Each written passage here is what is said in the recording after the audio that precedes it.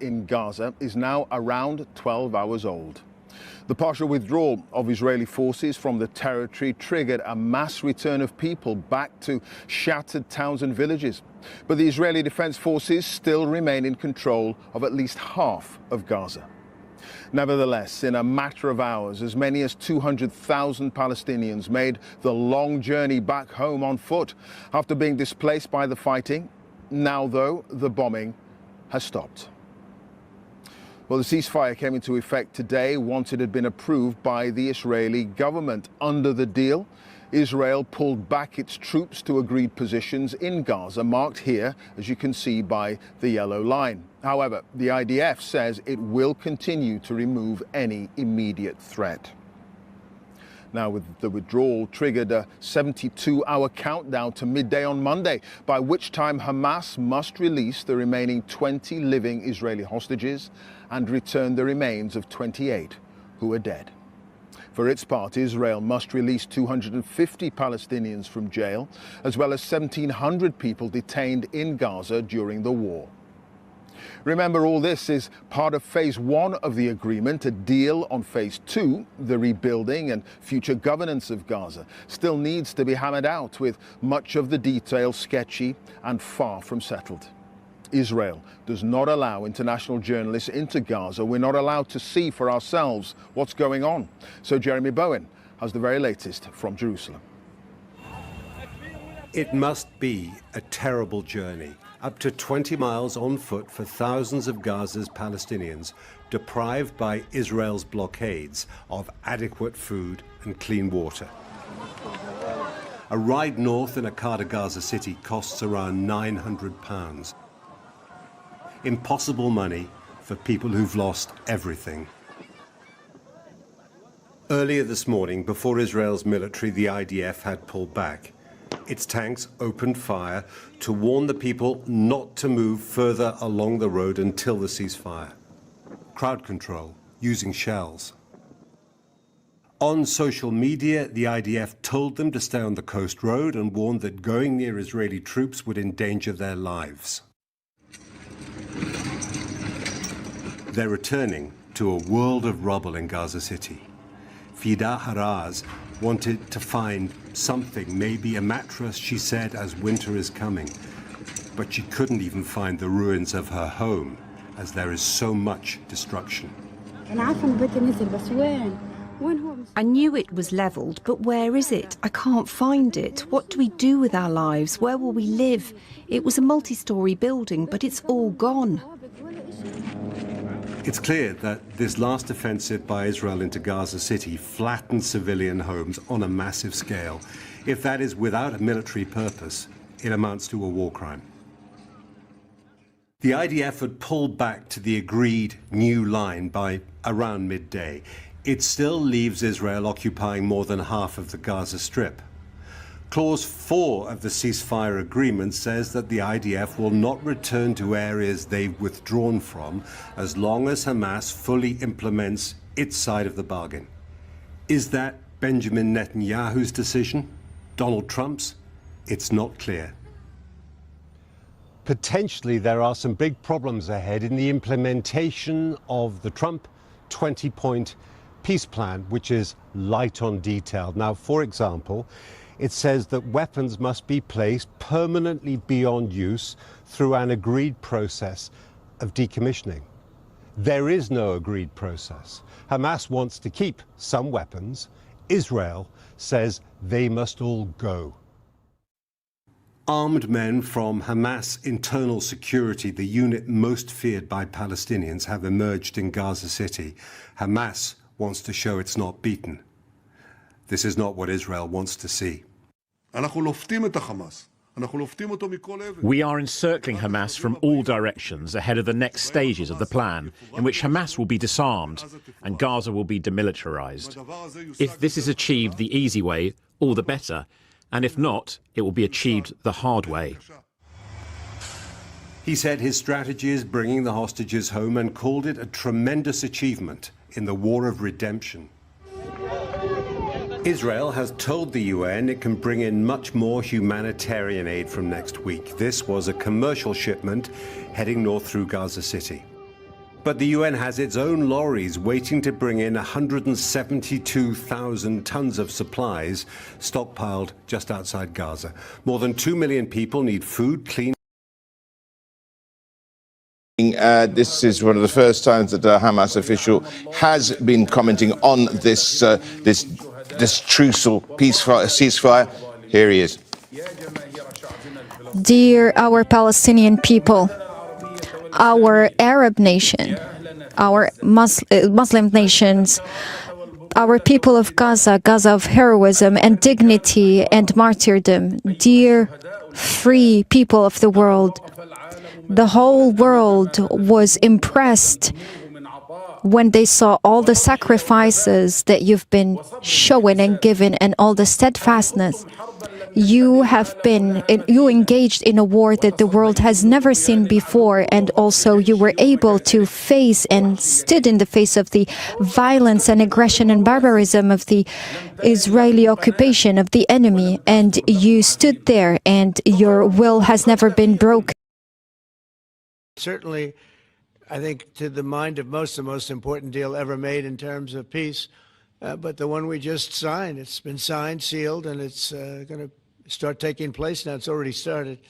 Monday's going to be a very big day when the hostages come back, but I made 8 deals, transactions of wars. One was 31 years going on, 10 million people were killed. One was 34 years, one was 36, 37. One was 10, one was just starting. 2 were just starting, actually, but they were well on their way. In the case of India and Pakistan, 7 planes were shot down. It was a bad one. And I did it largely through trade. I mean, that one, numerous of them. I talked tariffs. I said, look, if you're going to do that, we're going to put very big tariffs on your country. And they were both great. They stopped fighting, and they were 2 nuclear powers. So, you know, they're all big. They're every one of them big. You take a look at the Congo. You take a look at the Congo and Rwanda. 10 million people killed over a long period of time. Got that one solved. We did a total of 8 as of this. 2 days ago, I would have said 7, which I did say, but the other one was signed up, sealed. As you know, Israel signed it just now. They signed it and they approved it today. Political right that a Christian genocide in Africa's most populous country has escaped global attention. Republican lawmaker Ted Cruz wants to sanction Nigerian officials for supposedly facilitating mass murder. Abuja says that it is the target of political games and ignorance. And we head to London's Tate Modern and its spotlight of Nigerian modernist art, which, despite the contemporary themes, celebrates much of the rich artistic legacy of Nigeria. And that is where we start. Nigeria, which has rejected claims from prominent US voices of a religious war between Muslims and Christians, which they say is fueling an alleged Christian genocide that authorities have ignored or even facilitated. Republican Senator Ted Cruz is amongst the loudest of the voices from the US's Christian political right alleging this. Cruz has even introduced a bill aimed at targeting Nigerian officials who are believed to facilitate violence against Christians and also to designate Nigeria as a country of particular concern. Now, the administration of President Bola Tinubu, who took office 2 years ago, says that the allegations are a gross mischaracterization amidst a complex landscape of security challenges that no one is denying. So to break all this down, I'm now joined by Daniel Bwala, who is the special advisor to President Tinubu. Daniel, thanks so much for coming in, unpick this. Now, so we're seeing Ted Cruz and those who support him saying that things like, 50,000 Christians have been killed in Nigeria with impunity since 2009, thousands of schools and churches torched. Where is all of this coming from, do you think? We strongly object to the notion that there is a systematic genocide in Nigeria. We admit of the fact that there is insecurity in the country, which we've been dealing with. Actually, since the past 2 years when the president came on board, we have seen massive improvement in the fight against insecurity. Because before he became president, we used to have prison breaks. There was insecurity right in the city of Abuja, the seat of power. And we have multiplied insecurity situation in every part of the country. But we have now seen sustained fight against it. We have seen the surrendering by major leaders of Boko Haram. We have also seen the recoveries of people that were abducted.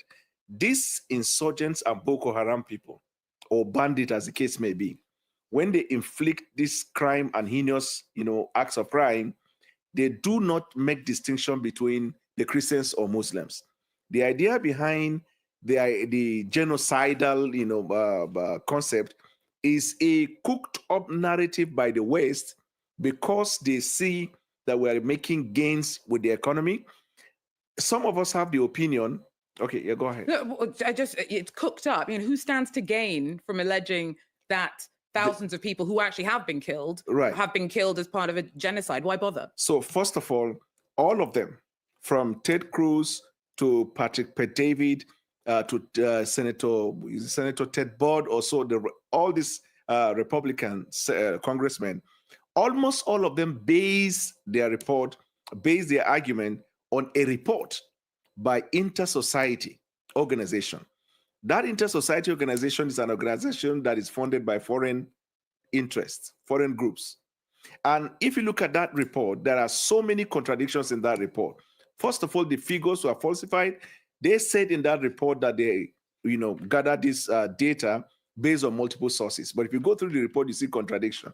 The author of the report is someone who, in all of the analysis of the report, never mentioned for 1 second the insecurity situation in the Southeast. In fact, even the insecurity, the killing and murder that were perpetrated by the Eastern Security Network and IPOB, he attributed that to the work of the Nigerian military forces in the pretext of fight against IPOB. So you don't need to go further to know where this whole agenda is coming from. So it is undoubted that, unpicking the numbers of victims of insecurity in Nigeria is pretty difficult, not only because, the Nigerian military itself has in the past been called out for not being particularly willing to release numbers. Right. On the other hand, you mentioned Boko Haram, which is the Islamic extremist organization that itself has been pointed out as having inflated numbers because they want to make it look like it's got larger reach.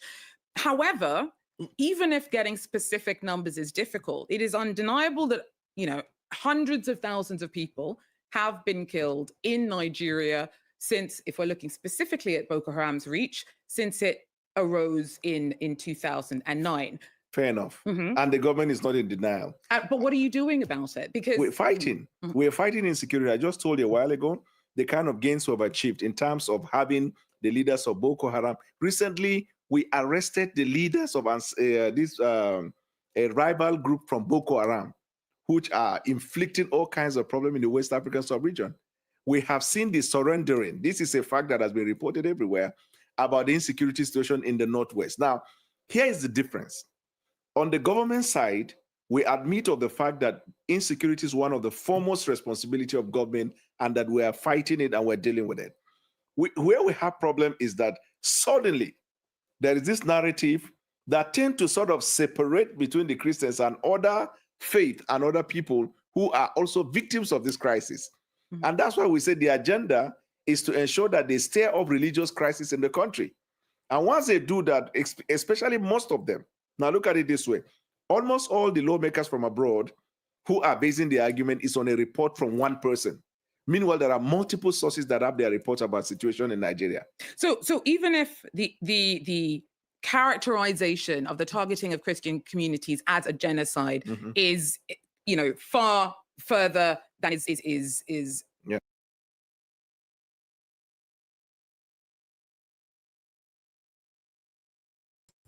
Greetings, everyone. Thank you all for joining us today.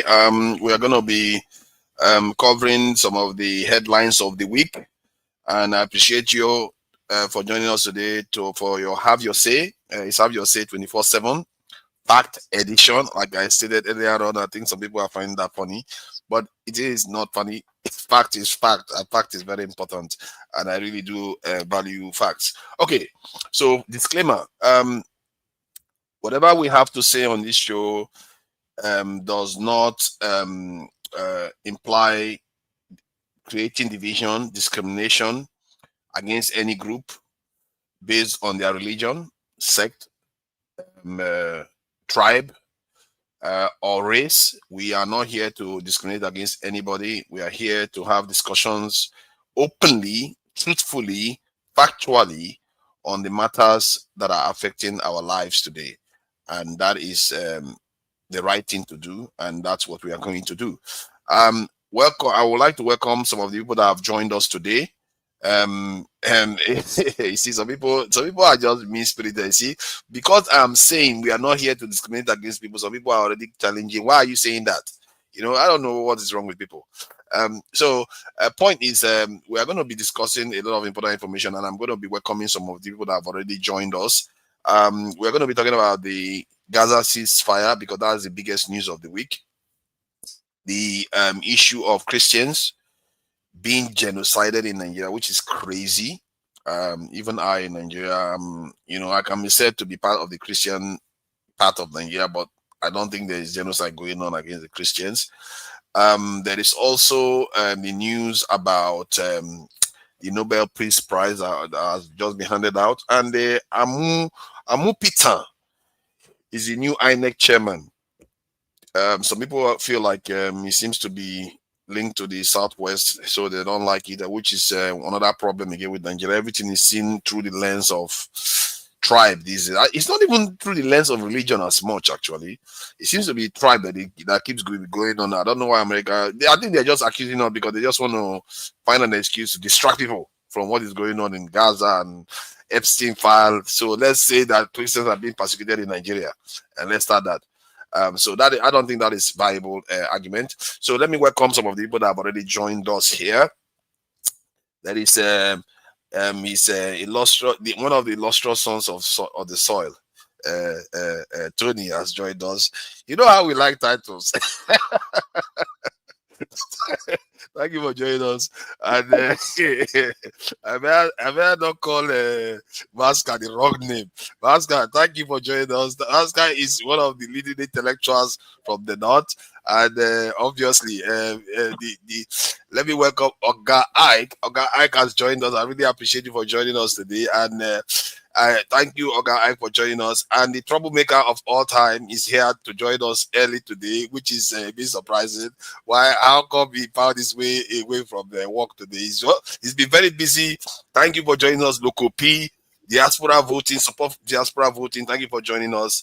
And KJ, as always, here to join us. KJ is a co-moderator on the platform, and he's joined us, and he's a trained journalist. So we are all honored to have him here with us. Let's go with oh no, another troublemaker is here. Yeah, this, some people, they come here, my heart to skip. Why are they here? But can you remove Buwala from the screen? Why are you showing me Buwala? What am I going to do with him? Can you remove this man from the screen? Okay. We're going to remove him. You see our people, they already started though. We've not started talking yet. They've already started. Thank you all for joining us today. This issue of the Christian this thing is a bit alarming, actually. That they started trying to accuse Dexter. Dexter. Thank you for joining us, Dexter. This issue of the Christian stuff, for me, I find it very ridiculous. And I know sometimes they target Christians, they go to churches, we see that happening, but they also target Muslims too. And the military actually slaughter a lot of these people. My goodness, some of the videos and images I've seen online is brutal. Nigerian military is doing crazy stuff out there. You look at the time where they kill so many cows. Imagine, they kill many cows. The other than they kill so many civilians too. So, and most of those civilians are not in necessarily Christian areas. So it is obvious it's not like a religious war in the sense that the state somehow is allowing Christians to be targeted. But it doesn't mean that it's not Islamists that are doing the killing, and they are also killing Christians. So it can come across to Christians that they are killing them. So that is what is happening, but I don't know what you guys make of it. Who was here first? I think Tony was here first, and Masca was here second. KJ came last. I don't know, because he's a moderator. He's ended up at the top, but it's all right. If you don't mind, I want to run off. I just give you. Oh, look at that there. When you hear Christians, you show up there. I doff my car for everybody. I'm not trying to. Look at that. When you hear Christians, he shows up immediately. So no. Tony, you give him your time. Do you give him your time? Let him go ahead. No problem. Thank you so much, Tony. Welcome. Here's what I'll say, forefather. And I'm saying this with every sense of responsibility. The Americans that are jumping into this issue are not jumping in because they want to jump in. They're jumping in because we have failed to put our house in order. If they are talking about it because we have failed to do what we should do at the right time. Remember, this insurgency has gone on for 15 years or more. Okay? Now, I want to say this as a person who has worked with an international organization that is here based in America and how they view their news. I want to let you know that if not for nothing, they're not doing it because they want to get anything from Nigeria. I put that, and I put my credentials on the table for that. Okay, I used to shoot for ABC News. If you go back to ABC when Yar'Adua won this thing, I did the news that they played throughout the night that Yar'Adua won his presidency. Now, I'm saying that to say, only when there is an interest, that's an American involved. If there was an American on ground who have been captured, and they are making it now a news for their people, then I can understand. I said that to say that even when we are being commissioned to do news, either in Abuja or Lagos, wherever, you are told exactly how you should write the news or shoot the news, so that you will have an interest of the American public, which means that if Tony is an American and is involved in that, so you have to write the news around what Tony did in Abuja. It's only that time that you catch the attention of the public in America. So now, whatever is going on between your people and your people. It's of no concern to the American public. I want to let you know this. The only reason why they're doing this or carrying this thing now is because they think more lives are getting to be involved and there's going to be a problem soon. So let's get that out of the way. When people come and say, hey, because no, they have, listen, I once asked, I won't mention the person's name, but the high official here, that why are they not helping to, help Nigerians out of the election listing? I say, for what reason? What is the importance of Nigeria to us? What are we going to get from you that we can't get from any other place? Why should we put American boots on ground for Nigeria? So let's not deceive ourselves. Sometimes we overpride ourselves. That's why these things happen. We think we are the one to fix our house. If we fail to do that, it is only when you fail to do it that other people begin to point out to you, hey, why are you not doing this? Why not doing this? And most times they're doing that because they don't want you to carry your problem to their country. That's the only reason why they're saying, look, make una try find out what we do before this thing will come day back. We should learn to fix our house. We should learn. And then look at what Daniel Bola was saying. If I want to take that interview, I will take it apart in less than 5 minutes. Okay? You are saying these things are this thing, but your government used to go to those communities and disarm them before these strikes are taking place. They have no way of doing what? Of responding to those who are attacking them. They don't even have machetes. So all you do is to find a way to run into the bush. How is it? It's not once, it's not twice, it's not 3 times. Okay. But let me ask you, if you take the the Chibok girls that were kidnapped, how many of them were Christians? Almost all of them were Christians. You mean the Chibok girls were Christians? Okay. You can Google that. Is that so? I didn't know that. They were Christians. Yes, I'm telling you. Yeah. Okay, that's interesting. But that's not the case. I'm not even after. The only thing that whatever they have done now has made is to bring attention to the lives that have been lost. Whether you're a Muslim or you're a Christian, life na life. Me, Okech, I don't need your life for anything. So don't bring your life for me. Instead, stop the killing. That's what we're saying, simply saying. It doesn't, look, nobody benefits when somebody loses his life or her life. Nobody. We all lose. We all lose one person. Yeah, but can this in KJ, let me put it, because this guy said this thing and he just this thing reminded me of something. You know, the senator, I think what's his name again? Sorry. Senator, you know that senator. Sorry, I know where you're going. What is that senator's name again? Sorry, remind me of the senator's name again. Ted Cruz. You know, Ted Cruz said his purpose for being in House of Senate is to defend the interest of Israel. Yes, I know. Ted Cruz, so this don't you see that is a little bit problematic, and the timing to start defending this issue now. Okay, they want to remove this from the headlines. Let me make that my last comment and I'll go. Gaza. Go ahead. Let me make that my last comment and I'll go. Let me tell you, when Shetima was addressing the assembly, how many people were inside? What do you want to go? Don't go, please. How many people were inside? I'm telling you, I'm letting you to know that these people are not. See, they're not concerned about. So please, KJ, you as a journalist can't talk like that because the man is not inside the place. Does it mean that he didn't hear it? What kind of statement are we making? Listen now. Hey, come on, my brother. No, listen. If there was nobody, listen. No, I'm just raising only one point that I think is important. The statement you made that how many people were inside. Don't make that kind of statement. We live in a very modern world. Even if he went to speak in an empty hall, the news will go out. So it's not an issue of how many people were there. I know you want to deride the vice president to make it look as if he's unwelcome even in the US, but I think it's a relevant point. No, you see, Maska, I expect that you yourself know that assumption is the lowest form of intelligence. So I'm not assuming anything here. Okay? In the first place, the vice president, I have said on this platform that I like the way he presented this thing. He didn't. What is he going to force anybody to stay in the hall? Is it the first time that they are leaving the hall? Wait now. Whenever most times when our presidents go to address the hall, they leave. People leave. So it's not because of him or whatever he carries. But I'm simply saying what I meant. What I was saying is that that speech alone is not enough. It's not enough for a senator of America to pick up and begin to. It's not enough. We do not have that authority and power. We don't have it.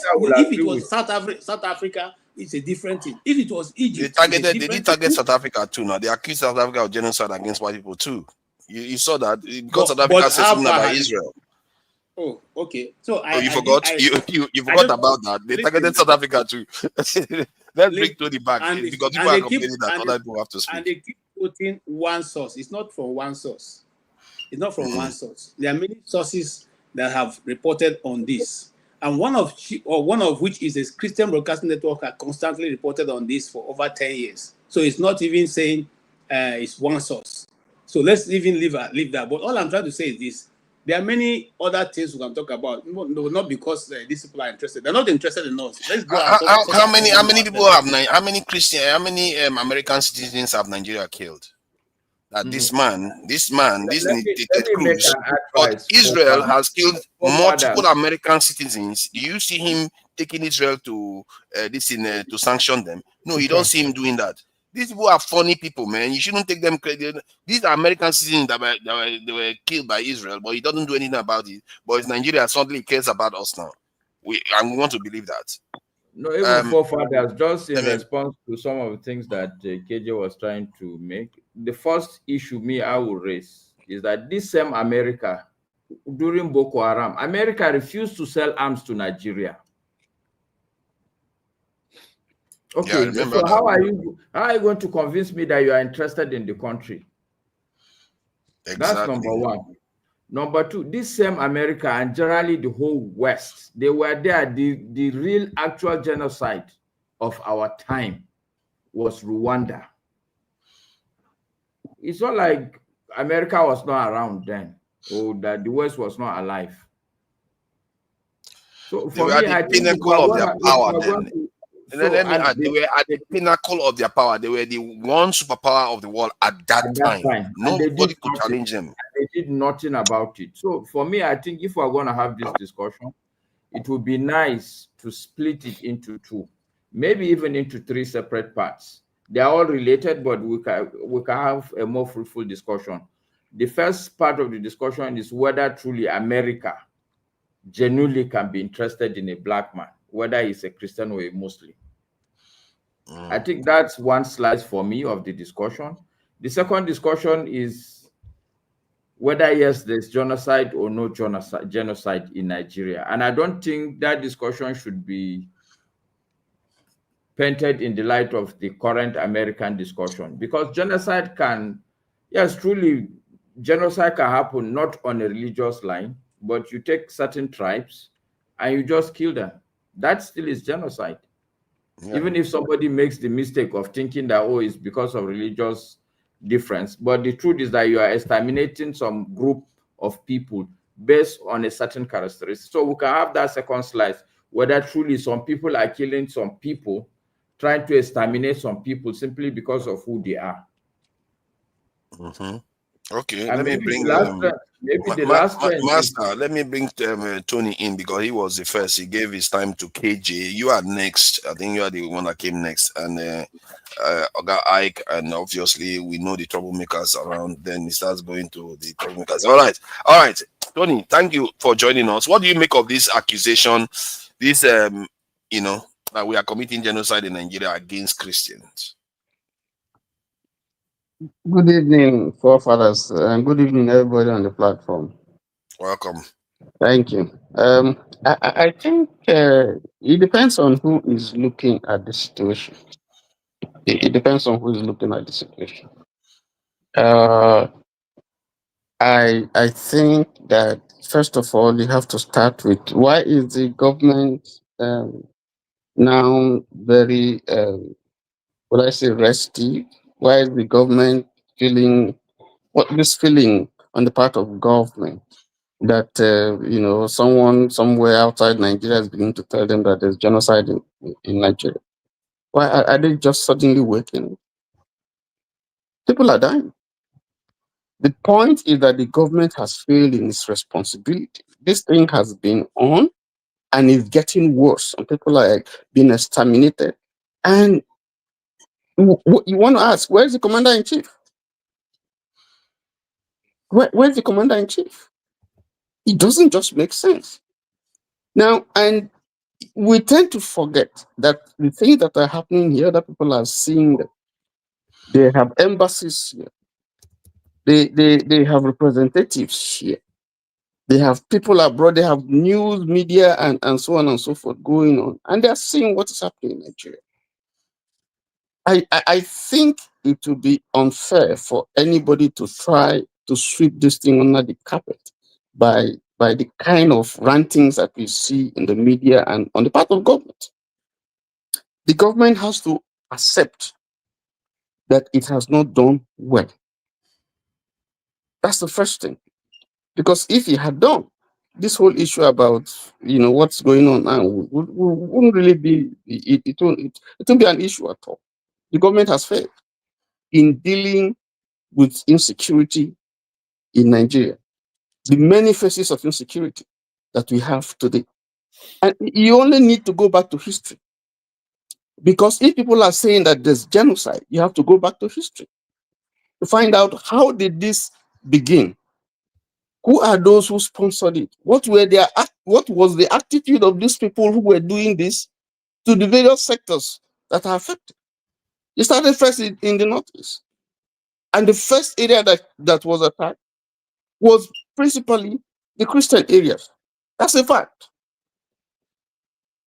What did the leaders in the North do? What did the federal government do? Why and how did this thing fester? And Nigeria now became a theater of all kinds of terrorist groups, Mahmuda, Answap, Ansaru, Boko Haram, and so on and so forth. Yeah, but if I asked you, between Christians and Muslims, whom have been more victims of this terrorism in the north?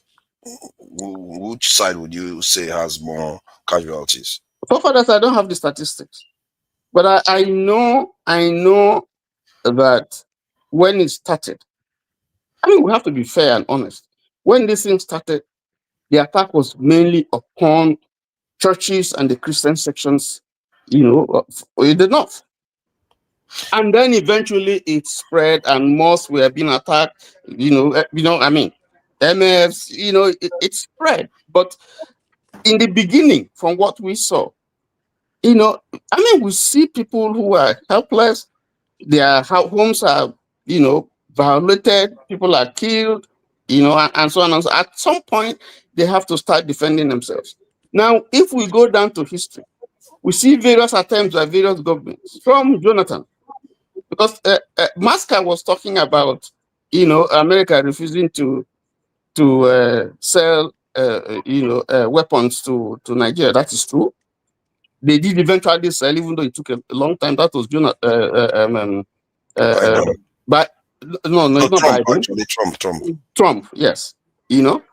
But if you say that, you got to balance it up, because we had the president that employed mercenaries. Okay, you had Americans, from their station in Niger, who were giving intel to the army, to American High Command, for terrorism and all that, which was stationed in Niger and dismantled, following the military this thing that took over the country. They were giving intel to the military, Nigerian military. And those intels were mismanaged by the Nigerian military, because those intels that were passed to them were also forwarded to Boko Haram. So let's not go there. The point is that we have not kept our house in order. Now, the question as to whether there's genocide in the country, there are people that are being targeted. Is there a policy by the government to exterminate Christians? I will say no. I don't see that. I don't see a deliberate policy by government to exterminate Christians or to exterminate any particular ethnic group for that matter. But has government shown any will and capacity to deal with this issue? I think that if you ask me and to score the government, I'll give the government F9. Okay, thank you. But people who are being attacked have their own story, because you need to listen to their story. The churches that are being attacked, you need to listen to their own story. So I think we have to be fair-minded when we're analyzing this stuff. And we should stop blaming America or stop blaming foreigners, because it is because of the way we have kept our house. That is why foreigners are interfering to do the things. We have failed. We have not done the things that we're supposed to do. And so if you don't do that, you give the latitude for foreigners to come and do whatever they want with you. That's the way I look at it. Because Nigeria is not the only country that is facing this problem. There are neighboring countries that are facing the problem. How have they been able to deal with the issue? It was about manifesting in Ghana. Ghana dealt with it. You almost had the same thing in Togo, in Benin. And you have it in Cameroon. You have it in Niger, Chad. You have it in Burkina Faso. How are they dealing with these issues? So I think it's important, that while we're discussing these things, I will balance it out. I think part of the reason why Ghana doesn't have it, and many of these, maybe even Cote d'Ivoire, is because the Sahel extends for a certain period of time. Nigeria, unfortunately, is touching the Sahel, but Ghana is not touching the Sahel. Burkina Faso is the one shielding Ghana from that. Is in the same thing with Cote d'Ivoire. But Nigeria is actually touching the Sahel. So they have access to come in the way they like. So we don't have that buffer like the other countries do. Let me see. I think it's Masca. Thank you for joining us, Masca. So what do you make of his submission? I do have things I disagree with. I have things I agree with. So what do you make of it? Make of what? Tony's submission regarding Then you can also expand on the accusation against Nigeria that there's genocide against Christians. Okay. To a large extent, I think Tony's submission it's apt, because the starting point, when you go outside the country and say that there's genocide in Nigeria, the implication is that the government of the country either is the one orchestrating or is in support, or is turning a blind eye so that people can do what they want to do. But Tony's position is that he doesn't agree that government is complicit. True. So there's no argument. I can't argue with that position. But let me even rewind back. See, the truth is that I'm in the north. When Tony is talking and saying, oh, this, that, a lot of people, when they talk, some people like me will just have to keep quiet, because you could see the bias, the ignorance, and even the lack of depth, because you don't need to know certain things. You should be able to do some little bit of analysis. Okay, so let me start from the beginning. The truth is that in the north today, there's no peace. Nobody can argue with that statement. There's so much crisis, there's so much insecurity. You can argue that it's all across Nigeria, but I can tell you that no, the one in the north today is the hotbed of insecurity. And you can split it into different classes. There's religious fanaticism. People tend to forget that there was Maitatsini in Kano at some point. Maitatsini was killing people anyhow. The state government could not do anything. They have to go and look. Then it was Shagari's regime. They had to go and get the military to come and intervene.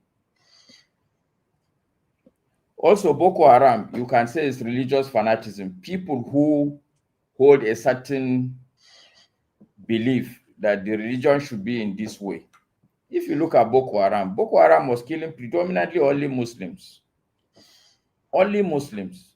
In fact, every time I go home to Kano and sit with my mother, the same way people like, I don't know who I will use as example. I think KJ primarily, because he is the chief proponent of genocide.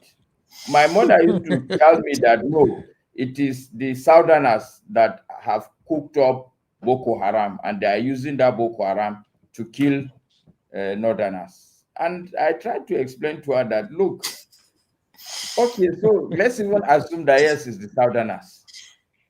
Is it the Southerners that are carrying the gun in Maiduguri to start with? The answer is no. It is Borno people carrying gun in Borno and killing Borno people.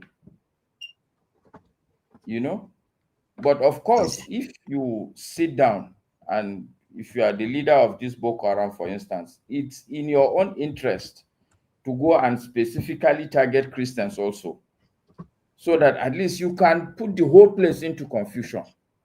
This same Boko Haram, they attacked Kano. For 2 days, Kano was under siege. And the first place they started was the police station in Bompai. This same Boko Haram bombed the actual emir's palace, the mosque, on a Friday inside Kano. But somebody would only look at people like my mother. She only want to think that, oh, it's the Southerners killing people. That is Boko Haram. But today, people would not talk about the fact that Boko Haram attacked Kano for 2 days. Bombs were going off, forefathers. I was in Kano, bomb was going off almost like every 30 minutes in different places. People here will not talk about that one. I was doing some work in Zamfara. I have to leave Zamfara in 18 or 19. I had to leave because on a Friday, they brought almost like 50 dead bodies to the mosque we were praying. Bandits killed them. So there is various kind of killings going on all around. I will concede that some of these killings, they are targeted killing. They will target a specific village and go and rampage that village. And the attempt will be to kill everybody there. KJ will know very well, if you take Plateau State and Kaduna State, these were the hotbeds. And for me, if you ask me, it is the kind of narration or the narrative we give here that is the basis for all these problems. Or somebody would convince you that your enemy is your neighbor that is doing a different religion or that is speaking a different language. And with time, before you know it, people begin to have that enmity. The religious crisis in Plateau State, what was the benefit? There was no even mineral resource or anything. Even the land, these people were not really doing that farming like that. I had lived in Plateau State also. The truth, KJ will confirm. The truth is that during the dry season, people from Kano, from areas of Kazore, they will come to Plateau State and take over the farms and do farming and pay the people rent. Wow. So it's not like land was a problem.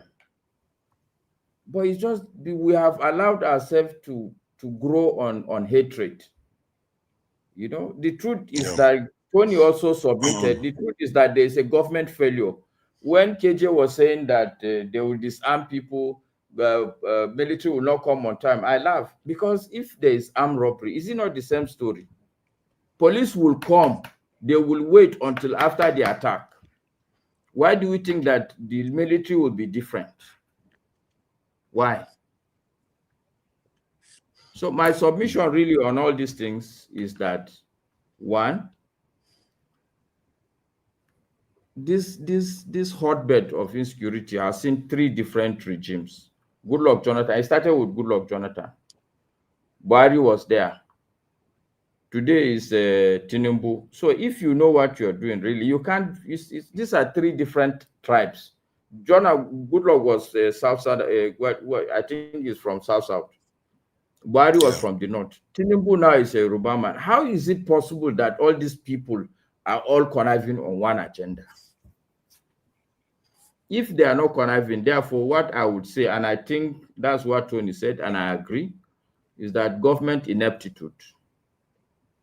And it's not just at the government level, like you are looking at the president. My position today in Nigeria is that Nigeria's problem is that all our institutions have collapsed, which is why when you call police when there's robbery, they are not going to come because they are no longer that police institution. They are something else. I don't know what it is, but they are not really a policing institution. And it extends to the military also.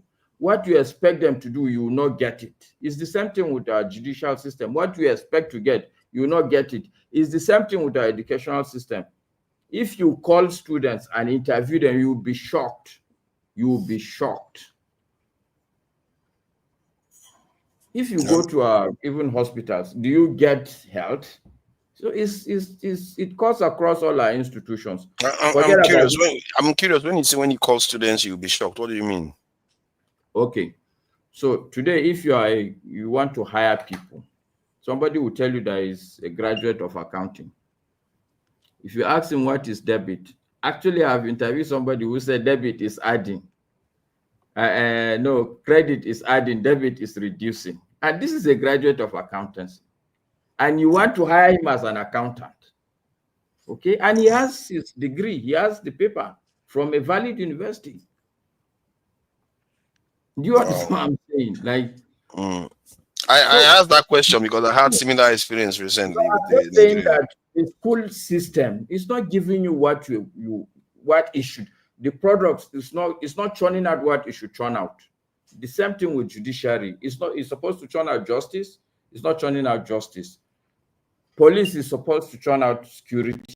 It's not churning out security. The military is supposed to churn out like the monopoly of real violence, but they are not doing that today. That's why somebody asked me one day, I was in Toronto during that Boko Haram. One driver embarrassed me thoroughly.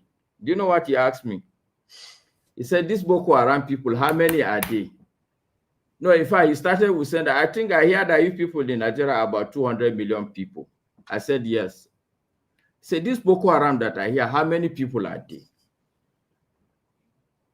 You get the drift of his question. Like, if you are 200 million people, this Boko Haram that is all over the world, how many are there that you people cannot deal with them?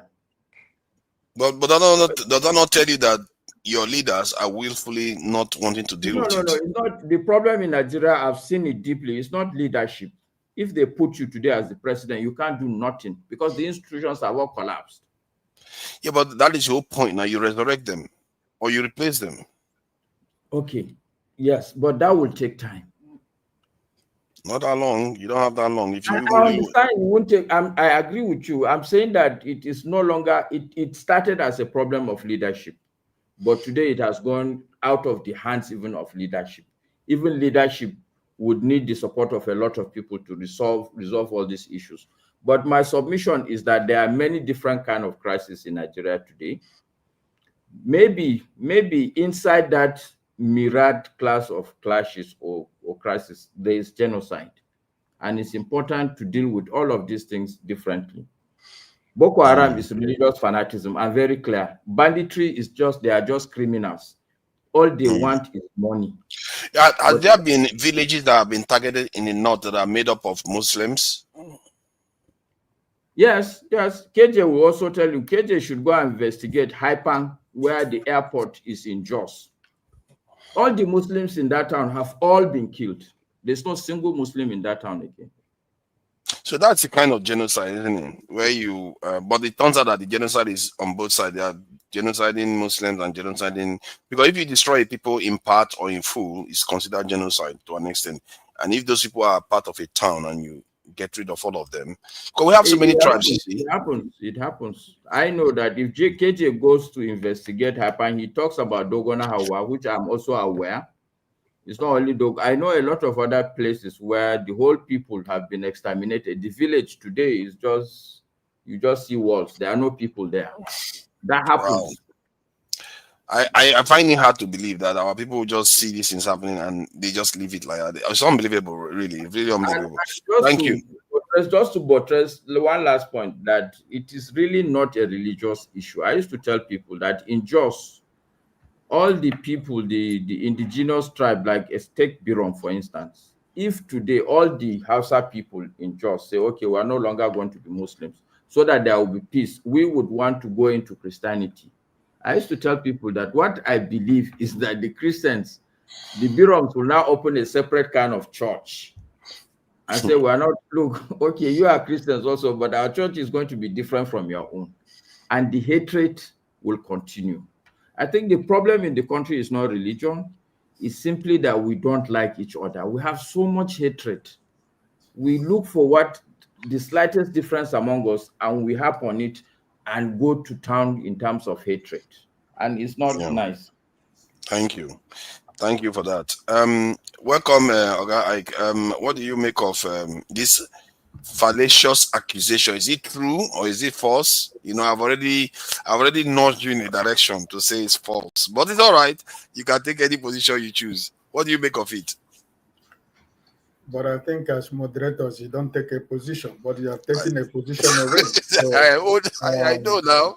I know. That's why who are moderators is learning from Dr. Damages, because you have taken a position already. So in your mind, you are biased already, and because I cannot see your mind, but your biases is already written all over the keyboard of the computer.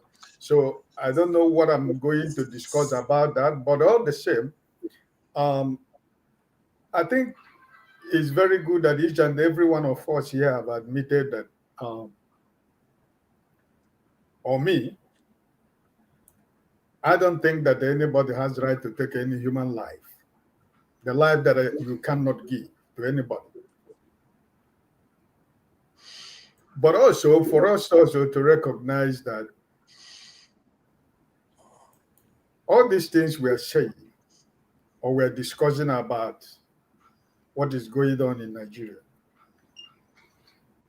why are we trying to remove the government from being the culprit of what is going on in Nigeria? Is it not the failure of government? The man I asked you to remove from the screen is saying that the prison break is insecurity. How can prison break be insecurity if not incompetence? The government has failed. The institution that Maska is saying is run by people. The institution are not run by spirit, it's run by people. And those people are the government we are talking about. The government is accomplice to insecurity in Nigeria because they are politically gaining from it. They are using the insecurity in Nigeria for their political gain. because during the election, all the areas that there is insecurity, you cannot go there. They will go there and one person will thumbprint every vote because there is an insecurity. The governor of Zamfara and Borno State has told the world that they know where these people is. Give them the power, they will stop the insecurity. But they can't do it because their hands are tied at the back because it's controlled by the federal government of Nigeria. So why Nigerians are just so, why are we pretending as if we don't know where the problem is? Why are we just pretending as if we don't know where the problem is?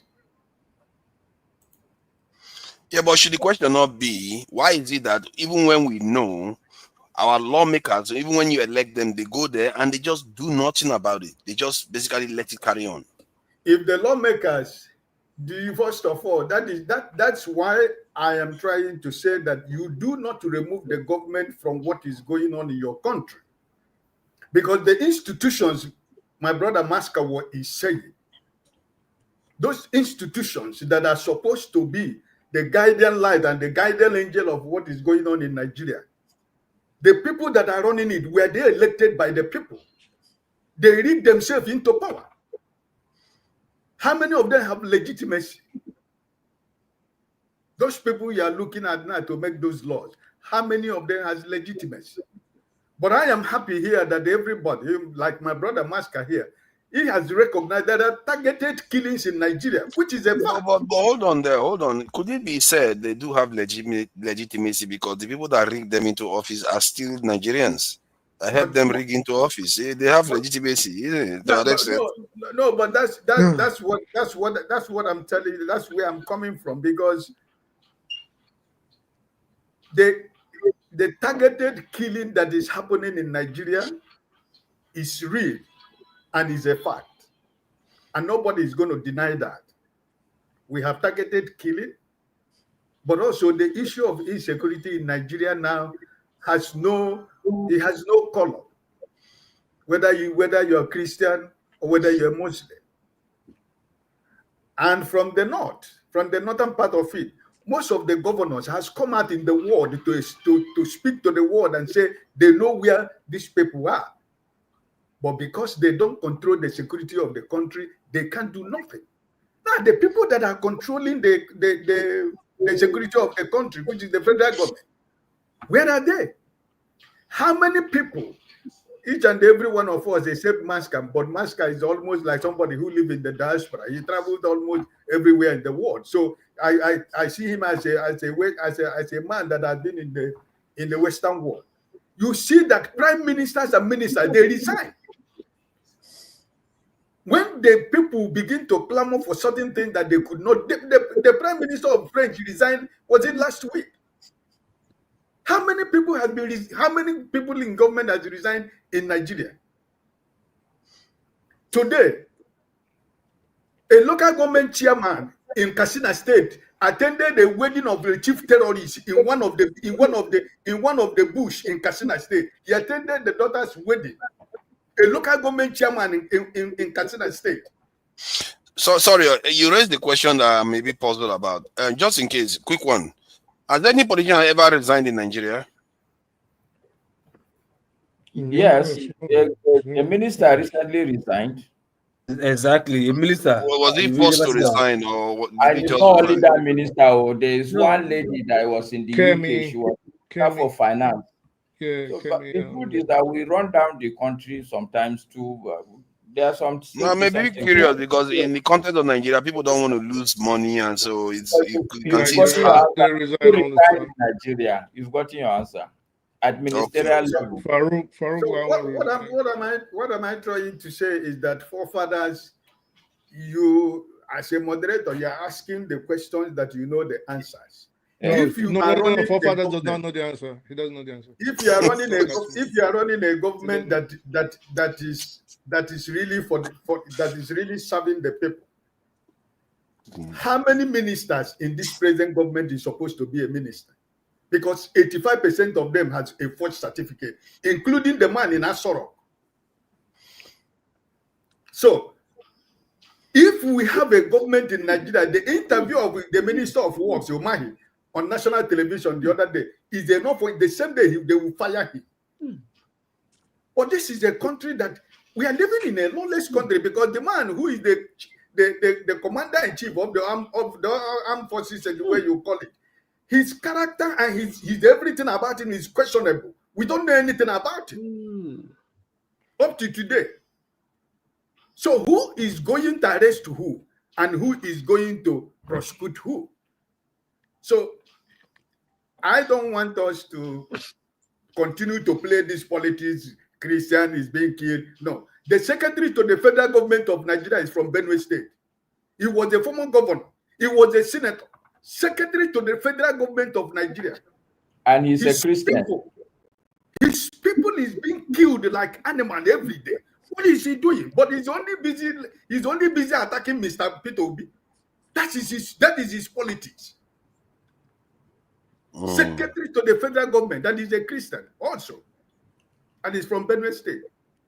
The governor is a Christian, a reverend father of Benue State. That is quite interesting, actually, because all this you are all saying, all this you are saying is reminding me of other things. Like I heard that, okay, I didn't hear, but it seems to be a fact that the people that had the meeting at Aburi before the Civil War, during that time, they were all Christians. I find that peculiar that the Christians sometimes, when they are supposed to do better, they are not doing better themselves. And Muslims now, and Boko Haram is showing up now and all the rest. So it's like there's something endemic in us that we need to take care of. Really, I feel like that. Take away my thought from me. I'm not.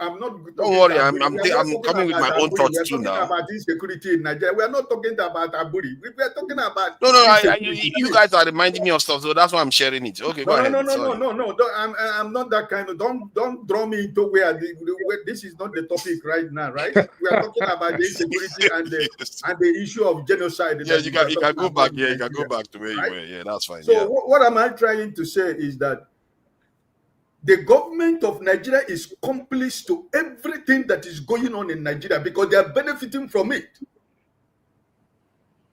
They are the people that are benefiting.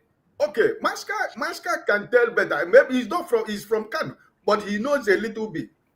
The mining of gold in Zamfara and the Borno state that is going on, and who is in control of that area that they're mining? Is it not the same place they have the terrorists and all this place? Is it not the place they're mining the Nigerian mineral resources? Who is giving the account of what is going on with the gold that have been mined in Zamfara and the other places in the north? Why are we just pretending as if we don't know what is going on in Nigeria? The institution of Nigeria, as it constituted today, there is no government in Nigeria. I mean, it would have been very simple for government. Is it not better than for government to come and say, listen, we admit that there is an insecurity in Nigeria, but we are doing everything humanly possible to see how we can, solve this problem. But that should be a practical action that you can show to people. It's not by appointing people to go to the social media and all the national television and begin to tell lies on behalf of government. And at the end of the day, there is nothing practically that you can see that is being done. Everything is all about quotations.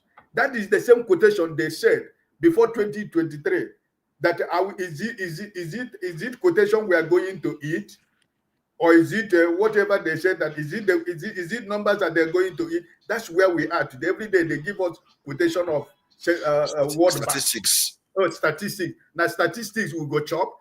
It's the same statistic they're using today to deceive 250 million Nigerians. So listen, you cannot cover the truth. You can cover it for a while. But always at the end of the day, the truth will always come out.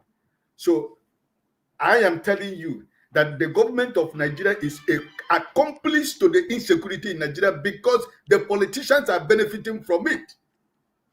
And I've always found that argument a little bit weird, though, because rich people make money anyway, anyhow, everywhere, because they already have advantage. If they build industry, they make even more money. The idea that I feel like there is something more to this, and this is why people should be asking themselves deeper questions. Because to make money, rich people always make money. How many people that are in the government of your country that has a legitimate business that they're doing outside politics? Not that many. So Not what are that you many. talking? Some of them do, but So I what are think you talking about? the So point what I'm are you making is talking that about? they see those people can still find another rent-seeking way to make money that doesn't kill their people, but they don't want to do that for whatever reason. That's my point. I'm trying to point to the direction that even here in the West, they are corrupt, but they don't have to do corruption to go and kill their own people. They're corrupt, but at least they can resign from their position whenever they are called out. They can resign. How many people? That's what I'm telling you. The local government chairman in your country, if you call him out, he will organize the talks that help him to win election, to come to your family and kill the whole people in your village. That's the country we are talking about. We are talking about insecurity in Nigeria, for example. 21 local government chairmen from Adamawa State send their wives to Turkey for seminar. Local government chairman in Nigeria. If it's a country that is working, and you're talking about insecurity, we're talking about poverty, we're talking about so many things. So I think that there is killing in Nigeria. There are targeted killings in Nigeria, because I thank God for Maska. He mentioned the issue of Kaduna. I lived in Kaduna last week. We talked about it. The whole Southern Kaduna. I know what is going on, even by the time that I was living there. In Plateau State, there are so many problems. There are targeted killing here and there. But at the end of the day, no human life is worth missing, because none of us can give life. I end like that.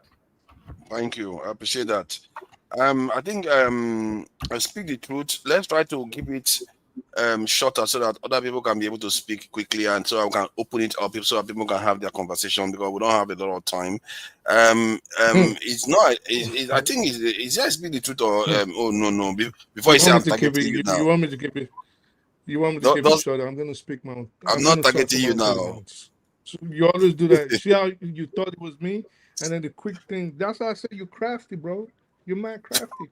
You didn't say anything about anybody. No. But on some real talk, you didn't say anything about anybody else. But the moment you thought it was me, all of a sudden, let's keep it short. Now we're going to start doing 3 minutes. It's cool. I don't care. I wasn't going to talk. No. It's not about you. I can tell you that who had it. If it was about you, I will tell you now. You know, I can tell. I can offend you to your face. What are you talking about? No. It wasn't about you. I'm thinking that it was between you and diaspora voting who came first. So that's what I was confused about. But were you here first? So if you're confused, then how did keeping it short come to your mouth? Yeah. No, because your mouth. You see, all these people, you always assume the worst. How can you just assume the worst all the time? Your mouth? Can we?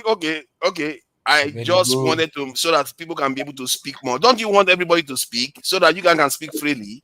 What was that thought in your mind beginning of the show? Why is it coming now? Look, because sometimes we need to get deep. Yes. For almost 1 hour, we've had 2 people or 3 people speak. He didn't have a problem with it. Yeah. But the moment he's seen the people he doesn't like, he wants to talk. What?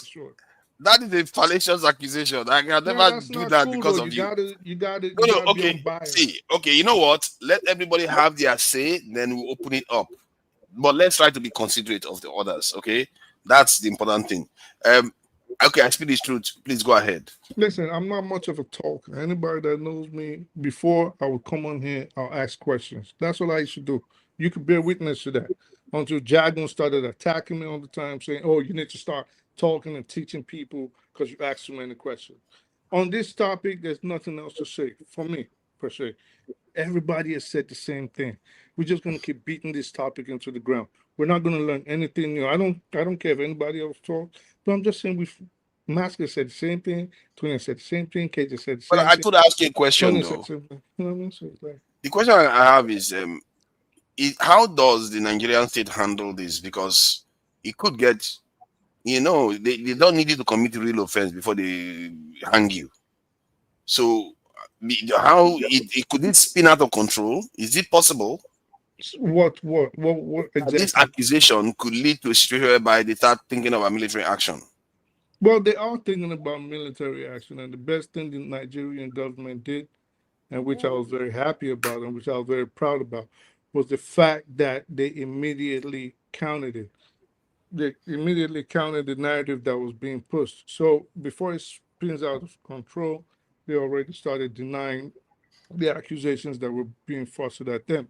And even more so, I think I'm prouder of Nigerians, especially those in Nigeria that quickly debunked the narrative and said, listen, this is not happening. And proudly enough, it was a lot of Christians, a lot of Southern Christians came online and they quickly debunked it and said, listen, there's no genocide happening.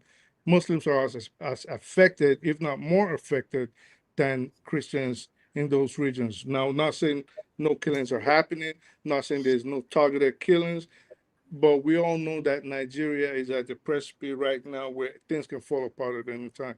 So if you think someone like Eric Prince, the founder of Blackwater, that is actually calling on the Vatican right now, he's calling on Pope Louis to fund a private army to go into Africa because, in his own words, Africans are not smart enough to govern themselves. These are his words verbatim. They're not intelligent enough to govern themselves. The United States has to go out there and colonize them and rule them. If you go look at everywhere Blackwater has been, Blackwater has done nothing but cause carnage, chaos, and things as egregious They're like as rape. Wagner Group, isn't it? They're like Wagner Group. It's a paramilitary private army. So they are pushing to go to Nigeria to do the same thing. They're going to rape your mothers, they're going to rape your brothers, they're going to rape your sons, and they're going to rape your daughters.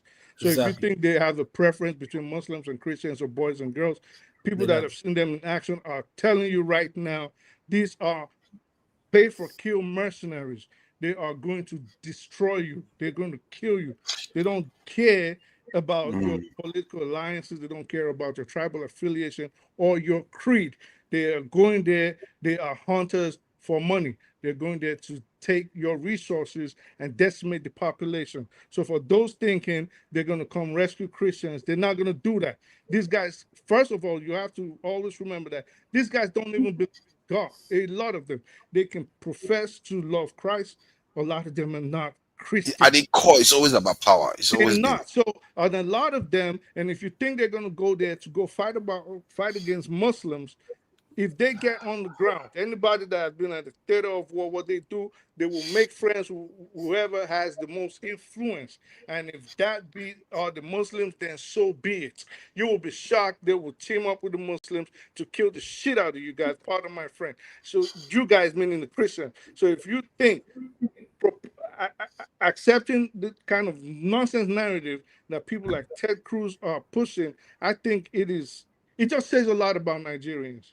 And let me add something from what you said. I think there's a weaponization of men. The whole world has lost its mind. You know, in the UK, there's Tom Robinson of the far right. He was invited into Israel. Now, the idea is that the ethno state of Israel and the racist elements want to align themselves with Christian nationalists so that they can use that as a wedge to fight the Muslims. And in other words, they can use that to come into nations, split nations apart. And this is what they did before. So, and it's really, really crazy because the Christian nationalists want to separate themselves from Jews because Jews spit on them when they go to Israel. They treat them like trash. Well, it's crazy. So they are not trying to team up. Or Orthodox Jews are not all Jews, obviously. I'm correcting myself. Right. I didn't say anything.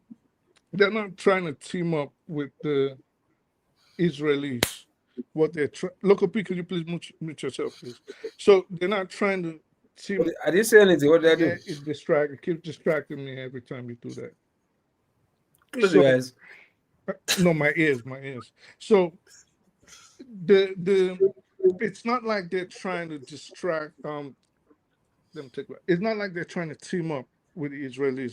That is not the issue. They've already teamed up with them for 75 years, most especially starting from the 80s when conservative Republicans started spouting pro-Israeli narratives. What is happening now is the U.S. ultra-nationalist Christians, the conservatives, are splitting from teaming up with the Israelis. This is where the problem lies. This is why they are scared. So they are distinguishing themselves from the Israelis and are finding out what everybody else has been complaining about. So now notice that people like Stu Peters, Dan Blazarian, Candace Owens, and the late Charlie Kirk. Charlie Kirk. Yeah, these people had already started taking the narrative of being anti-Israeli, right? They are debunking the narrative. They found out that a lot of the things that they were fed were lies. They are finding out that in actual fact, there is nothing like Judeo-Christianity. It doesn't exist. Because you asked that became a thing, you know. They're saying that they invented it recently. Yes, like it never existed. They invented it just to. If you go, for example, and I know African Christians hate to hear this, all right? So if you go, for example, in the Bible, there's something, even on this panel, people will reiterate. They'll say, there's a saying in the Bible that God says, if you bless Israel, you will be blessed. If you curse Israel, you will be cursed. It doesn't say that. It's in Genesis, I think, 12, 13. We grew up listening to that. That's for sure. But it's not true. It's not true. God was speaking. What does it say then? God just told Abraham. He told Abraham that whoever blesses you, not verbatim, but whoever blesses you will be blessed. Whoever curses you will be cursed. Right? Whoever blesses your house. Did he not say his children too? Well, he said, if he said his children, Ishmael, the progeny of the ancestor of the Muslims, was actually Abraham's first son. So we can start from there. Yeah, but you know that they treated Isaac like a special one now. Let's not go off track. Let's not go off track. The bottom line is he did not say Israel. That is the bottom line. That is the bottom line. I'm not going to get into the semantics. Everybody got their Bible. They can go open it. All our Bible people, if you have any proof, we can bring it. You know, this is the factual section. So he did not say Israel. He was talking to Abraham. He was talking to Abraham. Abraham, of course, became the father of Ishmael and Isaac, which Isaac became the father of Esau. I seriously thought that the context was that Isaac was going to be father of many nations. He's going to have many sons and children. Well, listen, and then, you cannot interpret.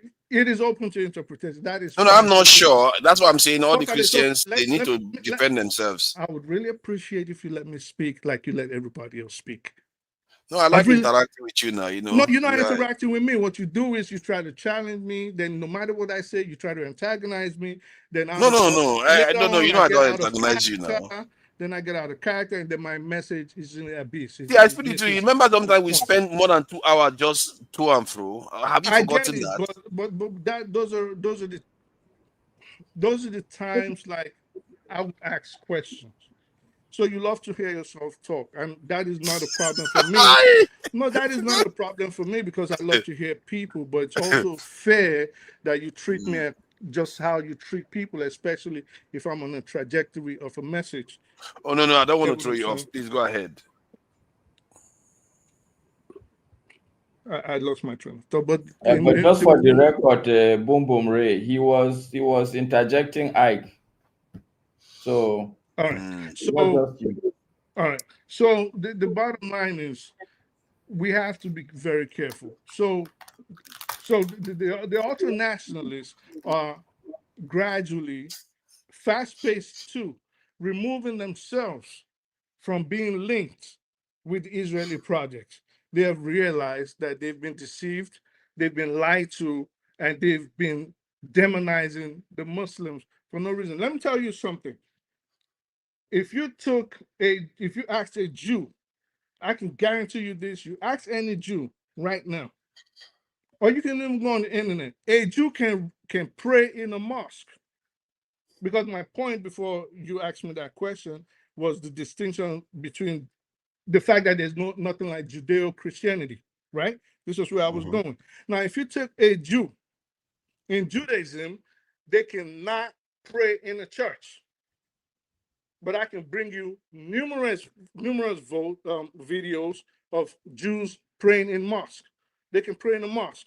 They can eat halal with the Muslims. They will not pray in the church because they believe the Christians are idol worshippers. This is why when you brought up that aspect of them spitting on Christians, this is why they do it. Because a Muslim will step in a church, maybe not pray in a church, but he can go there for maybe their celebrations, whatever. A Jew cannot. He's not allowed to go in a church, period. But you hear Christians, I hope you all are hearing all these accusations. So yes, if you have evidence, come and show it, because I don't know about all this. I didn't know about all this at all. Anybody that wants to dispute me, feel free. You know, I don't come on here to say things I don't know. So a Jew cannot pray in a church. He's not even allowed to step in a church. I speak the truth. There are Jews who are Christians. You can't be a Jew and a Christian, sir. I don't. I don't know. See, I've been holding myself from speaking. I've been holding myself from speaking. I don't know why you say this. You are not even a Christian, and you think you know better than those of us who are Christians. I didn't speak for Christians. What is your base of argument? All right. So sorry, we've not opened it up yet. I speak the truth. So try to round us. I want to really open it up so that everybody can be able to interact. All right. So this is what we're gonna do. All right. If you want to argue with me, is it okay? And I know you guys, when I bring evidence, you guys will hide it from the public. I can bring stuff right now. I can bring stuff. A Jew is not allowed to pray in a church. They regard it as a place of idol worship. I speak the truth. That's not true. That's not true. That's not true. And the Jew. You have to qualify it. You have to qualify the Jew that you're talking about. A Jew that believes that is a follower of Abraham, that is a follower of Israel, that is a follower of Isaac, that believes in the laws of Moses, that follows the Tanakh, that observes Sabbath, cannot pray in the church. I don't care how it hurts your feelings. That is just the fact. So my point is, there's nothing like Judeo-Christianity. This is how they've always deceived the Christians, and the Christian, the ultra-nationalists that you brought up, forefathers, are starting to realize that, and this is what is now causing a divide. Now, I will go bring the videos, and if you would play them for the audience, that would be beautiful. Let's spread the word and let's start dealing on facts. You know something beautiful that has happened, which is strange, really, came out of some form of ugliness, if you ask me. Because if you look at Charlie Kirk and Candace Owen, their relationship was based on them being a kind of far-right or Christian nationalist, conservative, Zionist, ultra-Zionist, conservatives, almost white supremacists too. However, in between that period, Candace Owen had a relationship with Kanye West, and Kanye West went crazy with against Jews, and she refused to break her relationship with Kanye West because he was his friend. He was her friend. I mean, from then, because of the pressure she went through, she started feeling like, okay, this is not right. And then the war started. She is one of the first to say no from her own group, the conservatives and the Christian nationalists. She's one of the first to say no, this war is a genocide, that it's unacceptable, it's evil. She was vehemently against it, and she's tying it to her experience of what she went through with Kanye West and everything. And now everybody thought she was crazy and everything. They sacked her from the job she was in because she held the truth on. She went on her own, grew, and you can argue right now, as it stands today, she is the top media personality in the US. Forefathers, let me end this 10 seconds. 10 seconds. And this is what I was going at with the Judeo-Christianity thing. Jews believe, and this is for Tony and the rest of them, Jews believe that them and Muslims worship the same God, and they believe that Christians are idol worshippers. I will bring the evidence for you now. Okay, well, yeah, you would like to see that evidence, seriously. So, because of the death of Charlie Kirk now, even others have peeled off. Tucker Carlson has peeled off against Israel and against so many practices of the so-called conservatives in America. That all of them have to visit Israel, and the entire thing is just crazy. And this is the superpowers of the world. there's gonna be, if you are in America, you are in Nigeria. We keep telling people every Sunday or every Saturday, you are in Nigerian. You have to be prepared. There is gonna be serious upheaval in that country because the truth has to come out, and Americans have to find a way to take their country back for themselves. Because right now, the way their politicians are behaving, if you talk about capture state, America looks like a capture state right now. And according to Candice Owen, she said, why did they choose that Charlie Kirk has to die in public? Why did they choose that? Because it turns out that now all their story they are giving to people is all false. At least most of it is false. She keeps debunking one after the other. People are following this woman as if she's the leader now of that country. A president is calling her, telling her, oh, stop picking on Macron. Because Macron's wife is not she's a woman. But they can't prove otherwise. Prophets, we have left the topic. This whole discussion now is gone beyond what we started discussing ab initio. Let us focus on the topic. Look at that. Now, but let me just answer. Let me just answer what I'm saying, Jare. Okay. I bet 1 minute. Let me just answer. I speak the truth. No, you are not going to do that now. Let me finish what I'm saying. Then you can go ahead. How far can I go? I'm not going to go that long now. Especially after you've let me know. Okay. So my point is that there is an unraveling that is going on around the world. And it shows you that unraveling, we in Nigeria maybe should be preparing for it too. Because if Americans are able to take control over their country, we too should be figuring out a way to unravel the people that are controlling our leaders. Because clearly, this is the symptoms. Where your leaders, every time they end up in foreign lands, they rule for foreign people. You don't know that. And this is what Americans have discovered. And look at how bravely they are fighting it. Look at how bravely they're fighting it. Let me correct something that I speak the truth. He's my friend and I respect him a lot. Now, if you go to Acts 22, verse 3, Paul says, I am a Jew born in Tarsus of Cilicia. Paul was a Christian. If you go to Acts 21, verse 39, Paul refers to himself as a Jew from Tarsus in Cilicia. So it's not true that a Jew cannot enter the church. No. 20. This is the thing I said. Listen. Jesus was a Jew, right? Paul was a Jew. The early Christians were all Jews. That is not my point. My point is the Jews today. The Jews now and the Jews then, they are different. They're not the same. I'm not talking about. Of course, for example, Tony, there was a time we never had crackheads, right? But at some point, people started doing drugs, and then we had crackheads. It's the same thing. So there was a time we never had Christians, but Jews became Christians. But the Jews that do not like the teachings of Jesus, you have to remember the people that, if you ask a Jew today, ask him, I'm not going to say it because I have too much respect for Jesus. Ask a Jew where he thinks Jesus is right now in their holy book. And I believe you know where they think Jesus is and where his mother is. Okay, let me tell you what I know. Don't tell me anything. Tell the audience. No. Hold on. You made your views. Hold on. No, I haven't made the point. Tell the audience where a Jew thinks Jesus and his mother is.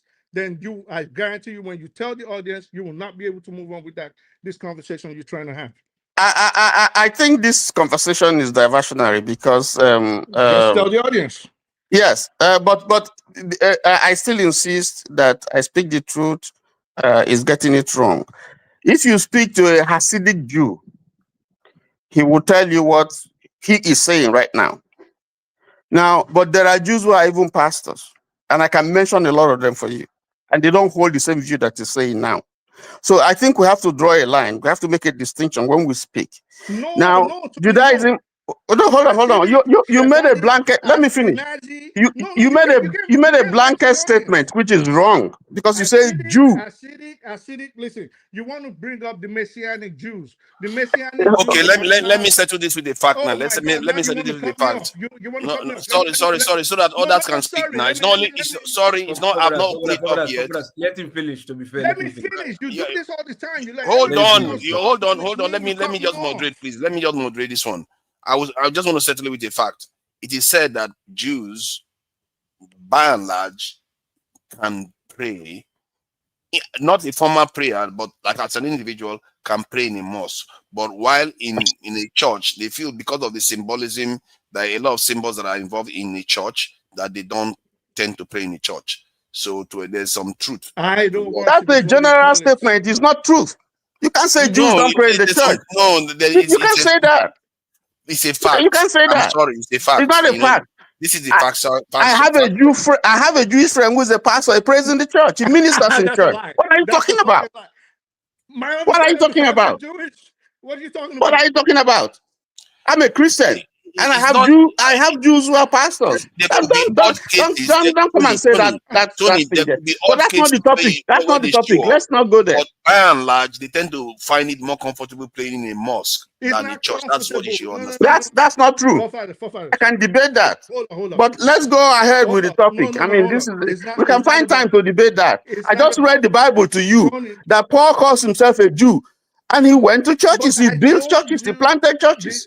Tony, I know it's an emotional subject, and usually for people that are just finding this out, especially since they've been emotionally tied to believe that them and Israel, the God of Israel, will bless them, it is hard for them to unravel this from their mind. But let me tell you, go read about it, and you try to say I'm a teacher of the scriptures. What you are saying. The Bible says pray for the peace of Jerusalem. Is there? That's what you're confusing. It didn't say pray for the peace of Jerusalem. Is there? If you want the scripture, I'll quote it to you. All right, Tony, let me just finish. Tony, he said before, he's not talking about the Jews. No. Hold on. The Jews now, these Jews now that came from Europe now, trust me. Let's move on with the topic, please. I speak the truth. This in support diaspora storm actually. Just land. Wow. Okay, of course.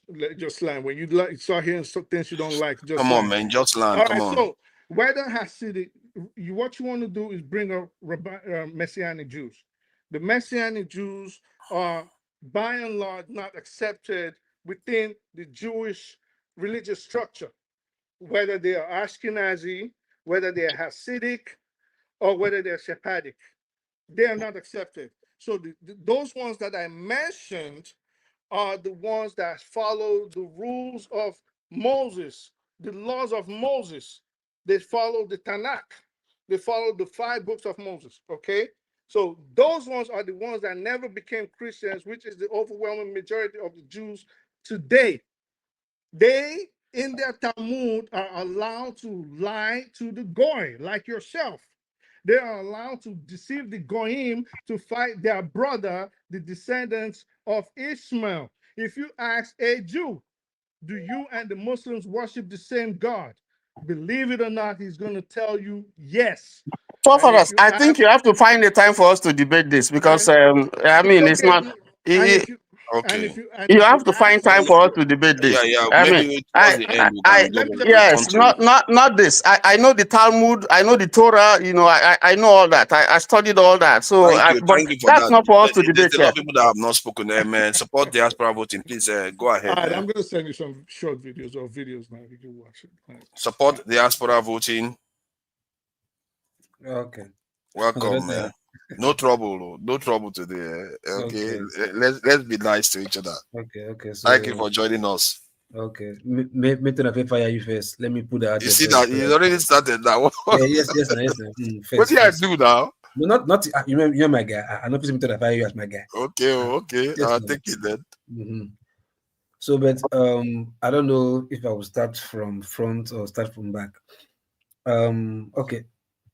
Before it says my truth be told, I think we are still confused about this word Jew. Who are the real Jews? Are they white or they are black or they are brown people? First, and the Jews in the Bible, is it the same with this current government to the political Jews? No, they are different. But these political Jews today, they are the ones that are so deep in whatever practice they are doing that they don't see Christians to be, somewhat that type. That's why they always do their things together. You can see today about this Palestinian wherever, one would think that there's no way a Jew would definitely support Palestinian. But look at, you are here in the UK now. You see many of them, they are coming out supporting Jews, supporting Palestine. That Israel, their own people, are doing the wrong thing. You understand? So what this guy said, Spiritual is saying is correct. Not that what Tony is saying does not exist, but the general perception of tradition. Okay, like you will say somebody came from a Muslim family, you understand, and she got married to a Christian and she became a Christian. You understand? You will not say because if they are doing one thing in the mosque, and her family is doing something in the mosque, she will not leave her Christian husband, her faith, to go and follow her family, to go and pray and do the whatever in church. She would also do it. You understand? So the ones you see these days, like you are a Jew, you are a pastor, you can this and that. Yeah, there are some who can, just dilly-dally both religion, whatever. But traditionally, say they want to follow a hardcore, those guys, they are something else. You understand? That's why they will tell you, even in Israel, Christianity is not even it's not even the first three or maybe the third majority when it comes to religion. Christianity is not even close to number one, I would think. You understand? So that's for that. Then for the issue of the genocide, you understand, like talking about, look, Nigeria is simple. If you have too much killings and there's no explanation for it, you understand, and it seems to be happening in a particular pattern, whether government is involved or not, it's genocidal in nature. The pattern are all the same. And you just look from research from Boko Haram, people get starting, the pattern have been always the same. And what is government doing about it? The same move they are still making, and it's getting worse. So generically, anybody will just say yes, it's genocidal.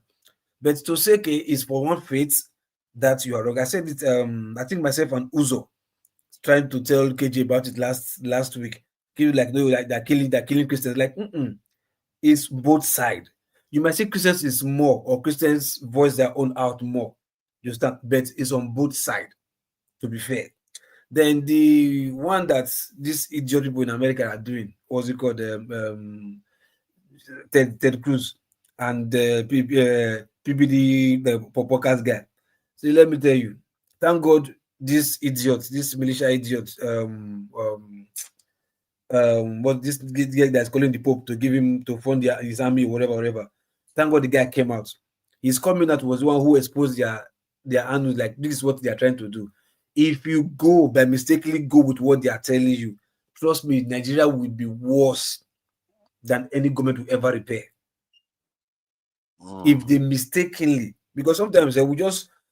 But do you think that's what Nigeria needs? Nigeria, maybe we need a kick up the backside so that we wake up to the true world. Yeah, but you see, honestly, yeah. Look. You study the people. I think let me just say black people. Nigerians are just they're like kind of rare species. Probably they're just another kind of black from somewhere else. I don't know. You understand?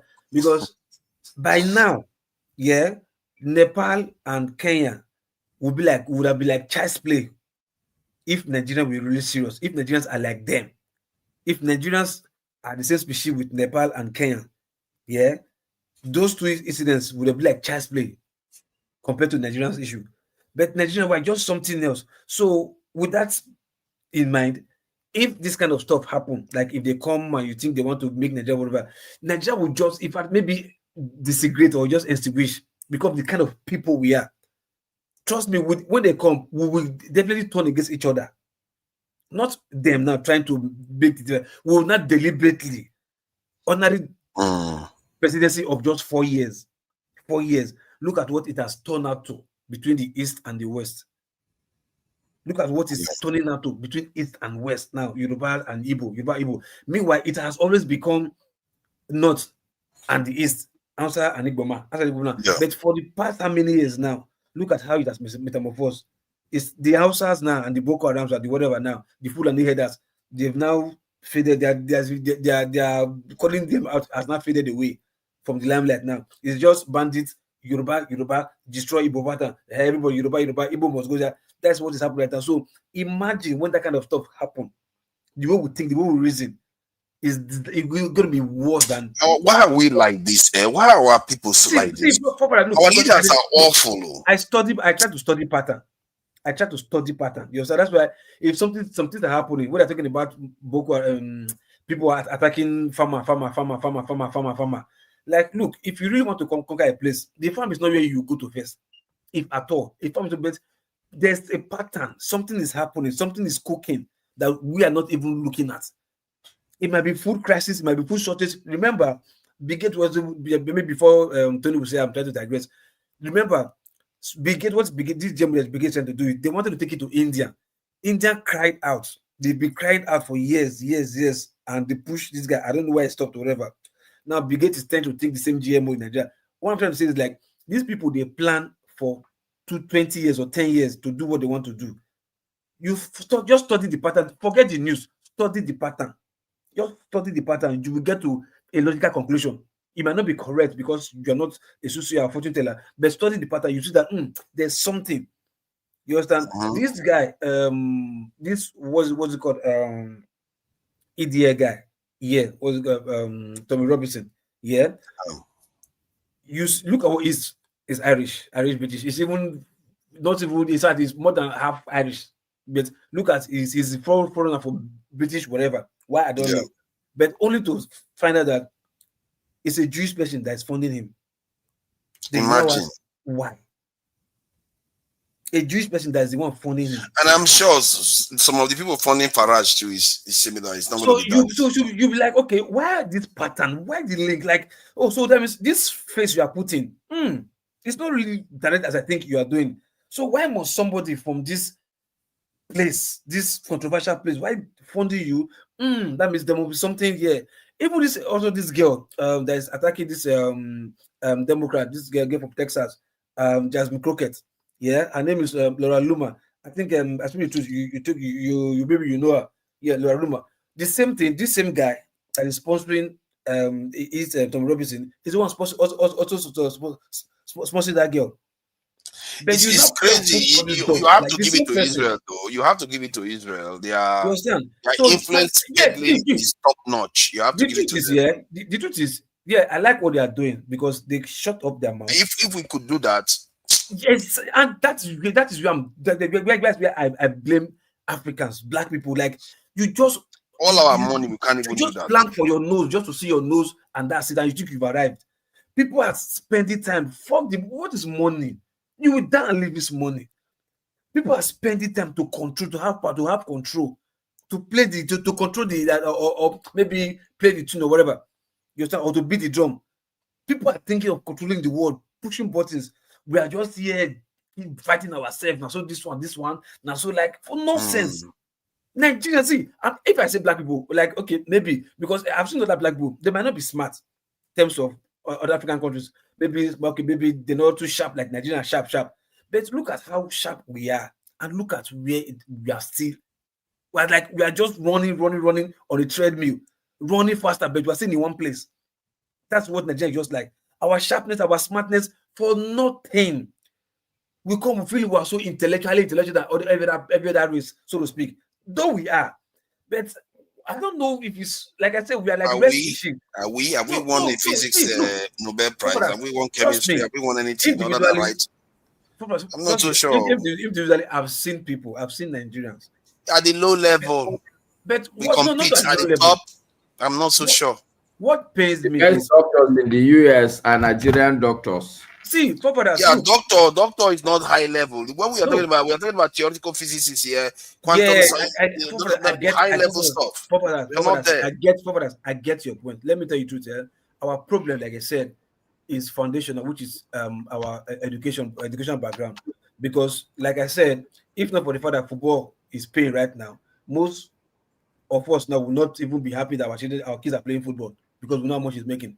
Those days, either you be a lawyer, engineer, doctor, accountant, or whatever. No other profession. You understand? That's how we've been programmed. You understand? Yeah. So if you're telling that maybe now that we are not in maybe astrophysicists, we are not, none of us is a member of NASA right now, I can understand. Yeah, we're not there because of our foundational background, because we just believe, yeah, it's doctor, is this, is that, is that. Meanwhile, people are, even the doctors, yeah, it's high, but you still don't call the shots because people pay you. You understand? If person like Dr. Fauci, as high as he is, people still control him to tell you, hey, go down and say this during the COVID-19. All the theory that Dr. Fauci said, He's a doctor, high skill, high whatever you call it. But he was still controlled. I was being told what to say. You understand? So yes, we are smart, we can get there, but my pain is we are not calling the shots. Things are happening forward us. Things are happening on the ground. We don't follow the pattern. We are not following the pattern. That is my pain. We are not following the pattern. You understand? Not that we are smart. Hey, quick question to you, Local P. What is high by doctor? Hold on. I need to ask him a question. Okay. No wonder. Hold on. Forefather was saying that he was talking about the high level education research. You were saying, oh, doctor is high. What is high by doctor? What is high? You don't need to have a high IQ to be a medical doctor.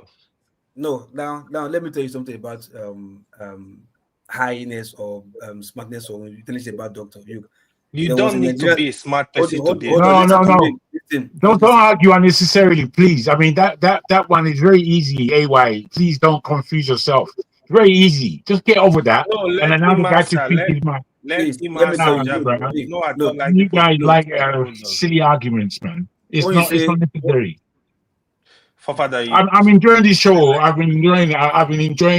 I've been watching from long. Yagu, don't distract us. Let him speak. I don't want to distract you. It's you distracting the show now, my brother. Please. We know what a doctor is. We know what a doctor is. Let's allow support the voting. Go ahead. Now that I was saying, you say what's high about doctor. You might think, maybe cesarean, this and that. You can stitch or whatever. The physics, the body anatomy behind it, you don't know it. There was a doctor who brought out a fetus, the intelligence, they brought out a fetus, nurtured and put it back inside the mother's womb to have a normal delivery. You understand? It is not normal. I'm not talking about doctor just come and take surgical blade, open your this and that, bring a baby up. You think that? No. You understand? We've seen soldiers on war front getting blasted, whatever. They still carry blade and needle, they teach yourself. Things can be done in doctor. They are elementary level in doctor, but there are some that you like. It takes a technical person, high skilled intellectual doctor to perform this stuff. You understand? Co-joint twins. Anybody that can divide co-joint twins and still make those twins to become normal. You can't just say like what is high about that kind of doctor. You understand? So I think the area we are talking about. Sorry, we are talking about cutting edge. He's talking about the special. You know when they say ideas are greater than knowledge, doctors basically is knowledge. Ideas. We are hardly people of ideas. I don't even know whether we have even one philosopher. Like we are no. You see, this is why this conversation is very, very, very good. Even the way it's changed. Sorry, guys, I just want to push in a little bit. Even the way it's changed its direction a few times. You see, where Local P was when he was speaking about the fact that we as Nigerians, as smart as we aren't leading necessarily in any way, even though we can see the level of talent and skill, natural gifted that we have, we have it. And it doesn't always spur into confidence. Sometimes that confidence is grown even by ourselves as an individual, not necessarily because we're around our people. You know, we seem to have this knack. We don't even know what it is particularly.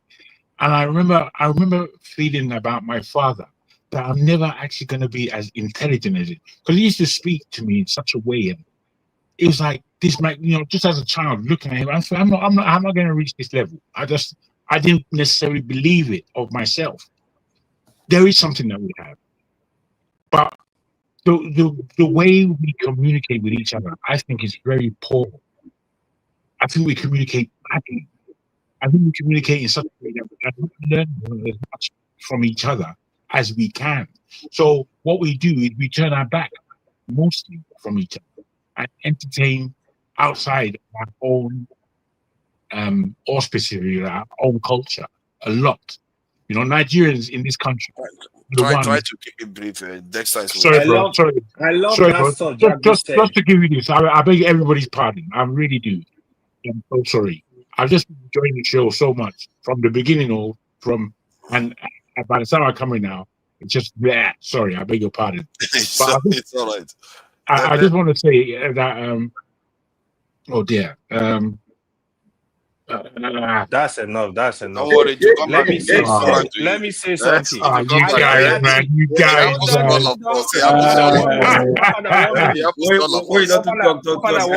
Sorry. Dexter, no, sorry. Dexter is waiting. We have to respect a little bit here. Sorry, Dexter. Then Dexter. AY is calling from Nigeria. Oh, no. AY is not coming from Nigeria. AY is not coming from Nigeria. Don't let Masca confuse us. I don't know where Masca from.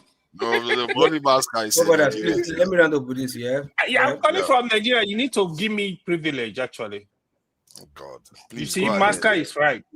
Let me AY, please hold on. Let this guy finish so we can go to Dexter. So when people come from outside the in Nigeria, they give them privilege. So because it's me now, so why do you like keep quiet? Can you just hold on now? What kind of wala is it now? You come to troll or something? Let's think I just finish. I don't want to be a distraction like Jago, so let me just hold on.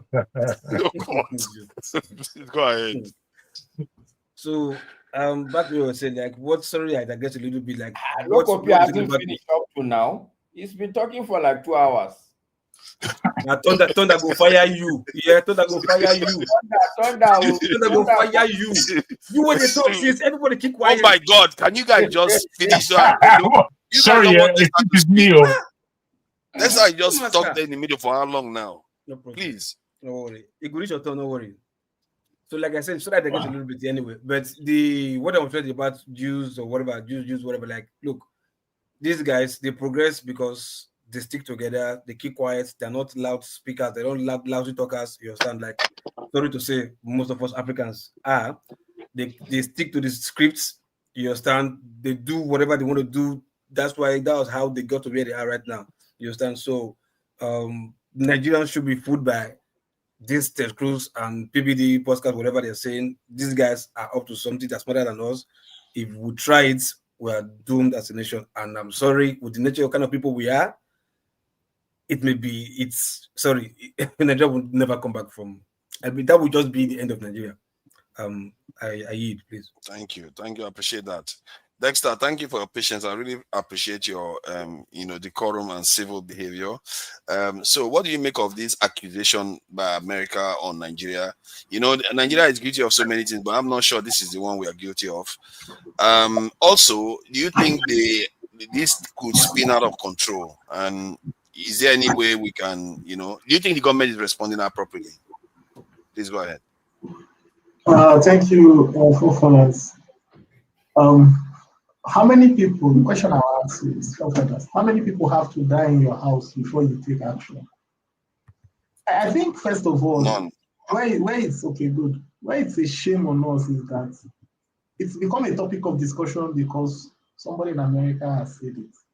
And we are all spinning into, they have this theory, they have that theory. Oh, goodness sake. More than 65 people died in Benue. That's supposed to be a national crisis. That is a national security, and we didn't take it. Did we take it seriously? Did we profile actually these people that died in Benue? Who are they? Do we know their names? The ones that happened in Plateau last year, December, do we know their names? Do we know their addresses? Do we know their families? We don't. So life doesn't matter to us. There's somebody who is living in a civilized world where some of us are privileged to even be living in the same place, but we'll cast aspersions on them. Somebody who lives in, you say, no, this is not right. They will say, how are you going to talk like that? It just shows that's, when they put a scale on the black man, what is the value of human life? What value do we place? They kill your brother. It's my brother. No, don't worry, it's my brother. This is for me. But, so when the West or whoever the power blocks are making plans and they don't really factor in Africa, you can see the reason why. What happens to you? It takes another person outside to talk about it. And then instead of you to only take responsibility and find solutions. Look, are people not dying in Nigeria? Kwara, recently, they have been attacking Kwara. And then doesn't it matter to us that Nigerians like you and I are dying? Most of us here are staying outside the country. Let us not even provide. Let me ask you a question. This Boko Haram, what religion do they practice? Islam. Good. Let us know that there are some things there are some truths that if we decide to dig deep in Nigeria, some of us here will not want to hear it. Yeah, but Muslims are also targeted though. So no, it doesn't. I don't care. Whether you're telling me Muslims are also targeted, what religion? The people that are the perpetrators of Boko Haram, what religion do they practice? Let us not deflect. The accusation. They're religious extremists. They're Islamic extremists. Whatever, don't use semantics. What religion do they practice? It is Islam, but Dexter, sorry. The accusation, because you are missing the accusation. The accusation is that they are committing genocide against Christians. Forefathers. Let me ask you a question. Forefathers, if you are in a compound, and you have a family of 100, another man has a family of 200. If they kill 20 people from your family, will you be upset? Yes. If the man that has 200 say, no, now, my own is only 50 people that die, why will I be upset? It's okay. And the man tell you, why are you upset? Do the value of human life? If somebody says, look, these people they are killing that are related to me, is genocide on them, they are saying no. Because it's other people, everybody now. Let me tell you the narrative. It's the same thing we did in politics in Nigeria. Oh, everybody is a thief now. Oh, all the politicians are thieves. Oh, they are all thieves. So then, don't worry. Don't go and waste your votes. Don't waste your votes. They are all thieves. That generalization is what. See, look, until we decide, and that's another question, forefathers, I have here. We come here. We are throwing narratives, throwing all kind of narratives. We are not talking about our solution to our problem. For all the things here, someone say, sorry, the solution is right there. My solution is right there. Wait, Dexter, can I ask you a question? Please. Yes, ask a question. Very good. I hear where you're coming from in the narrative you are putting forward, that the news that comes out of our country, good or bad, should be controlled and pushed out by us, however that comes out. I agree. However, I think you would also agree in that you're living in the diaspora, that by the time I think it was that comedian, or so-called comedian, I forgot his name, he was the first one I heard to speak about it. And I could see on his face he knew what he was about to say, almost like he was planted in his mouth. And then the next person followed. Now, I could see all what we're going through now is going to happen. Do you not see it that do not care about what's going to happen? That they only said this for, again, reasons of propagandism, taking the eyes and using it as a distraction from what the real where the real genocide is. Palestine at the moment. With the genocide. Jago, as much as what you are saying may be true, okay?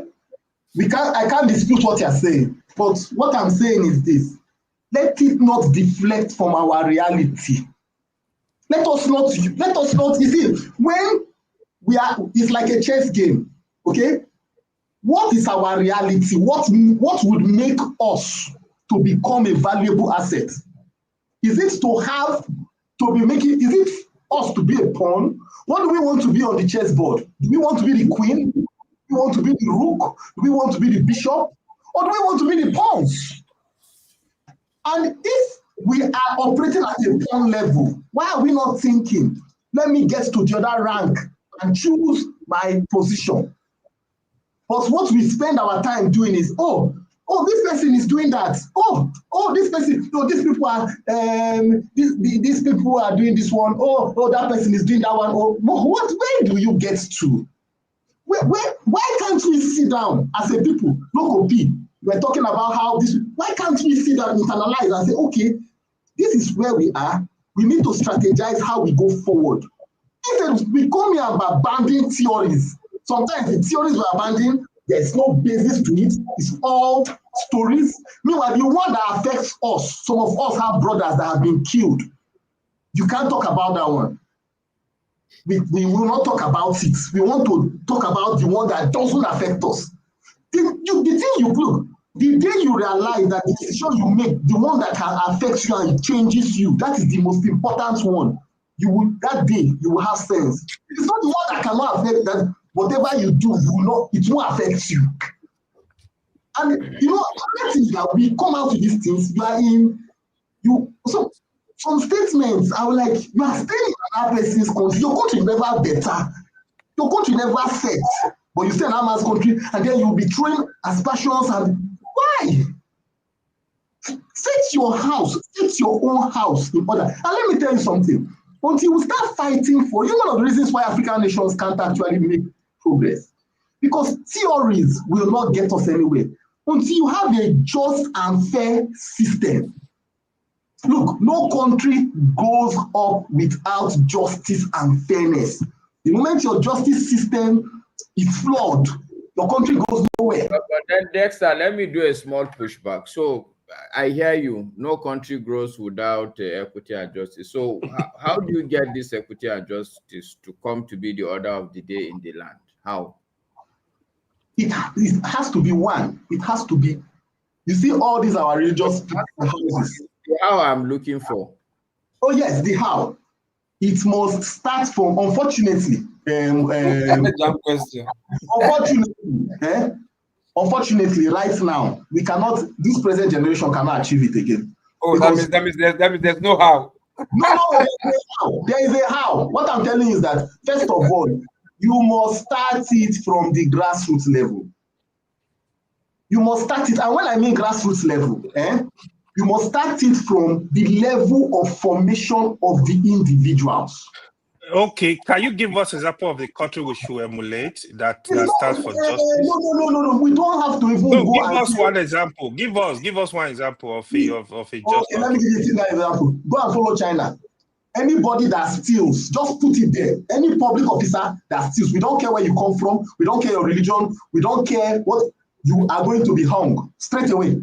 But that is not. Hold on. That is not a grassroots policy now. It's not exactly. Local P, there must be consequences for action. While you are telling the young children, you are not going to do this, you are not going to, this is the way to go, there must be some consequences for action. You are talking of building country from a just point, right? You say now you are. There are two different things. You are talking about justice system in Nigeria. Somebody stole a chicken. He spent over 10 years, more than 10 years in prison. Somebody stole 86 billion, was getting turbanned in Zamfara. Okay, Accountant General confirmed to have stolen. That is a flawed, look, that kind of system. You don't even need, look, the young children. Is that not the flaw of all human societies? Stealing and diversion of funds. English wise. Hold on. I know you will cost me. Hold on. I know you will cost me. Person will go steal chicken. Hold on. He jump your backyard. He go do, or he carry weapon face you. He collect your chicken. Yeah, that one with weapon. You understand? So armed weapon, you can go for life imprisonment, capital punishment, because you have a weapon, even if not barrel. I know somebody that use barrel, he protecting a gun, take collect his phone, they sell for you. The guy, they give a maximum punishment. You understand? Life imprisonment because it's weapon, not carry. If there's no weapon, that is robbery or whatever. So, but because he has a weapon, which is barrel. Now hold on. Politician that stole, like you say, like how to use stole billion. You understand? Not that he used the weapon to steal. Money was kept in his coffers, deliberately kept in his coffers, and he diverted it. You understand? So what you should be asking for now, that there should be a law that such practice should also be capital punishment. Yeah, so, but saying that no, he stole this one and person will still chicken there, There's no law. The law that is holding that one that stole chicken is not the same law that is holding that guy that's you saw it. That shows a flawed justice system. A politician embezzled 86 billion that was supposed to build hospitals where hundreds of people's lives would have been saved. His action has led to the death of 1,000 people. Gets away with it. That's why I like American judicial system, where jury will come and think. Exactly. So, my point here is this, forefathers. The summary of my point here is this. One, I think if we want to progress as a people, we must be thinkers that follow up with action, not to be thinking of other people's problem. Nigeria has people that are dying. We have never sat down here and said, okay, let me ask you a question. Maska, you're living in the north. Can you give me, for the people that died in Benue, in fact, let me just, the people that died in, the people that are from Edo State, the people that died in Delta State, AY, are you from Delta or Edo State? Or you're from Edo State, AY? Can you give me the names of the people that died? Can you give me any detail about them? Your brothers that died, can you give me? Sorry, what is the point? The point is this. It tells you how the value it places on life. Oh, no. I can't see. Wait, Dexter. No. Okay. Let me tell you why. If something happens, it's a human psychology. If they come to your place today, they kill 2 people, you might shout. They come 2 weeks' time, they kill 5 people, you might shout. The time we come, they will kill 50. You will just say it's normal. It is normal. No, it's not. Father, you need to give me privilege since I'm calling from Nigeria. I'm serious. I have a cousin. You're not calling from Nigeria. He don't sound like a Nigerian. Ask Maska. I'm serious. Ask Maska. Okay, don't worry. Let's see. Next time, though. Sorry. He's calling from Nigeria, Alabama. Can you guys let me just talk to Dexter? Dexter, your point. The point you are trying to get to is that there should be capital punishment for people that steal public funds that leads to loss of life. That is something I've been advocating for. And at the same time, in terms of solutions, it turns out that you are struggling to find solutions too, because it's a problem for everybody. So it's not fair. And remember, you moved away from the topic. He missed out one important fact. China, you gave, had a revolution in 1911. And then he went and suffered for quite a while. That's a long suffering. That should be. You want to be the Mazedon? But Maska, the point is this: I cannot have all the solution, but we must be intentional, working in the right direction, not looking at spending our time discussing whether it is. I hear you. My advice, I will be very honest with you. Really, the level of the problem we have, you can't, because this platform, technically speaking, is like all of us are standing on our feet. It's not, you can't come with solution that will solve this kind of problem. With this platform, it's not a solution platform. If you are thinking like that, I think you missed the point, sincerely speaking. Can I say this? I beg your pardon, Pascal. Yes. I beg your pardon very much. I want to say this in support of what Dexter is saying. I think he has a lot in his mouth, but his passion for the Nigerian angle, for the Nigerian circumstance on this global matter. What we have to understand is that this is a global matter. It's not called to any one part of the world. I also think that Nigeria, because of its nature, is actually ahead of the world in many arenas. And it's ahead of the world in suffering, I'm sorry to say. I'm sorry to say. Now, this thing can actually be like a training for us, understanding what's going on in this planet. In this planet right now, I think somebody mentioned it earlier. I don't know who it was. They this week they announced in the UK ID Parliament, and there's 2.5 million signatures against it, which you only need 200,000 for it to be put through Parliament. So in the UK, they want to bring ID cards and biological identification, so that we can link easily into the Internet of Things, so to speak. Now, this I've known about for a long time, and I know many of us have probably known about it down. And then there are those who can't bear to think of the fact that the world we are actually living in, they can't put everybody in prison, but they've seen everybody as a criminal in the world today. So they're looking to do this thing called 15 minutes, whereby you won't be able to leave your area if it's taking longer than 15 minutes to leave that area. People go off to let them know that's this area. This ID card would stream into your biography. I can explain it, but I won't waste time doing that. What it is that we have to understand is that the world is going through a serious, serious change. And Nigeria is one of those countries for I thought you were asking a question now. cashless supply. No, it's a free fall now. I go enter my. We are not that free yet. If we start free flow, you will start with. I think we should be fair to AY. He's actually calling from Nigeria, and some of us know how. Are you there's so don't mind that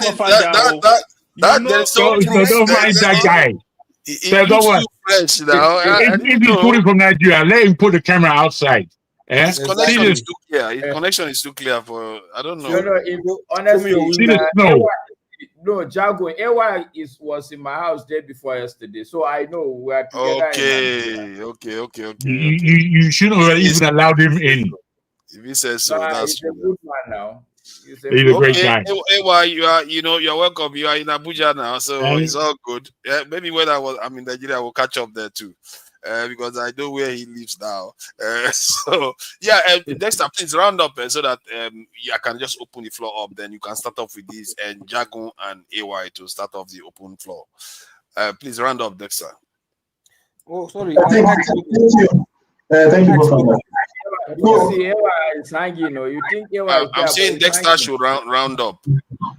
Okay, yeah, thank you. In summary. Yeah, he has. I think we need to focus on we need to have the Nigerian first policy. It's not about FDI. The Nigerian first policy should be about human capital index, where the death of one person in Nigeria, if one person is killed by Boko Haram, we should be able to round up 100 Boko Haram. By the time the terrorists have that idea that, look, if one Nigerian, whether Muslim, Christian, is killed, we will round 100 up. Then nobody from international community will have a mouth to talk that there was a genocide. And we should not deny the truth. That's what the idea of denying the truth. What if I ask you now, Dexter? Are you ready to contribute 10,000 naira every month for national security? Which national security? For which country? To fight all the insecurity in Nigeria. Are they accounted for? How can you contribute money where they cannot account for the one they had? Have they accounted for all the crude oil that they have been taking? They want to go and open wells in Ogoni. Yeah, but you see where the problem is coming from. Forefathers, they want to open wells in Ogoni. But you are seeing where the problem is coming from. No, forefathers. Look, the people don't want to solve the problem. Forefathers, exactly. Nobody want to do anything. No, forefathers, you cannot give. You can. In fact, it was recently stated. Don't you know that when you give them, you expect results? They will have to fulfill it for you. Forefathers, do you know that between 2008 to 2014 in Lagos, people were actively going to the government to say, we want to pay tax. Do you know? People were going. Yes, I will tell you. Between 2008 to 2014, people were going to government saying, look, I want. In fact, some people were saying, can I pay more tax? Because they you have proof of that. Is there any proof of what you are saying? No problem. I'd like to see that proof. I am one witness. I am one witness. One witness. Lagos. Go and watch Perspectives on Arise TV. It was today. So the why they don't want you to pay tax now? Yeah, forefathers, it was during Fashion last time. The people could see the government working. People could see the government working. Let me give you an example. In Abia State, the governor gave them tax break for 6 months. He gave them tax break, everybody. Tax break for 6 months when they came inside. The evidence of the work now, when they go to collect, nobody is fighting. You can't go and tell it. Which government comes to tell you, give me money? You that they are collecting the money for. The road Okay, they are but what if somebody argues that you don't have zero security? The security you have now is what you are paying for. $4 billion is no security in the country you are in. Wait, forefathers, let me ask you a question. Do you think security comes from money? Yes, actually. Everything in life comes from, I wouldn't say everything in life, but to function in society, you need money. Security comes from you and I. Example, if you go to a company, forefathers, let me give you an example. If you go to a company, let me give you, forefathers, I will tell you something now. I grew up in Port Harcourt. Where I grew up, it was one of the only companies that could build offshore platforms. Wheelbros, that was the name of the company. I grew up, Wheelbros was opposite me. The Wheelbros fence was opposite my house. I could see into the Wheelbros facility. I could see into it. It was clear. It was just a wire gauze. They had their pipes, they had their equipment, everything there. Nobody was robbing Wheelbros. Nobody, the Wheelbros workers could walk. The white men could walk in the community, in the village. Free. The people of the community were their security. But guess what? In 2001 or 2000, yes, I think 2000, there was carnage everywhere. For some reason, there was some kind of carnage. The community people invaded the company, took things, stole things. From that day, they fenced the whole place up. They started paying. For security, which made the security cost. What am I trying to tell you, forefathers? The biggest security you can get in any place that benefits the host community and benefits the investing company is where the host community is the security, where they don't have to put any barrier. That is the biggest, where the people say, look, you can walk here, you can walk here for safety. Look, in Essex, there was a time in Essex. You're telling us of a tale failed. You now want to put the failing objectives in place. Exactly. That doesn't really make sense, bro. You realize, let me just add this. I agree there's an element of a community providing security, but security is security. If you have your door, leave your door open, because they don't steal from you the first day, doesn't mean with the day the thief will come, because there's always one day the thief needs to come, and then all your property will be lost. That's the nature of life. You have to secure everything. Have you listened to Edmond Obilo? No. Good. You need to go and listen to Edmond Obilo. You need to go and listen about security. Have you followed NICS? There's a podcast in Nigeria called NICS. Have you followed it? No. You need to go and follow it. Go and listen to intelligence. I've forgotten this guy's name. This captain. Go and listen to NSA. Guys that are not in the system, and they give you intelligence system. There's something they call blanket security. But wait, are these people not Nigerians? Wait now. See, are they Nigerians? They are Nigerians. How come the country hasn't taken their solution? Master, let me tell you something. Do you know that there is a guy, I've forgotten his full name now, I've forgotten his name, but he was on Nick's podcast. The problem, you see this Boko Haram problem, he gave a proper analysis. Captain Blaze. Thank you, Captain Blaze. He gave a very nice analysis. He said that you know that there is a time in the year you can pick up these Boko Haram guys. You can pick them up. They will be immobilized. There is a season in the year. Master, you are in the north. You know the period where you have sandstorm. From the Sahel. Dexter, look, so that no wait. I hear you what you're saying. Me, I'm here. So let me be honest with you, okay? Even these people that you're calling, honestly, I don't know how to describe it. The real source of this problem is this thing that we say out of school children. Whether you can pick all these people up, it's the same.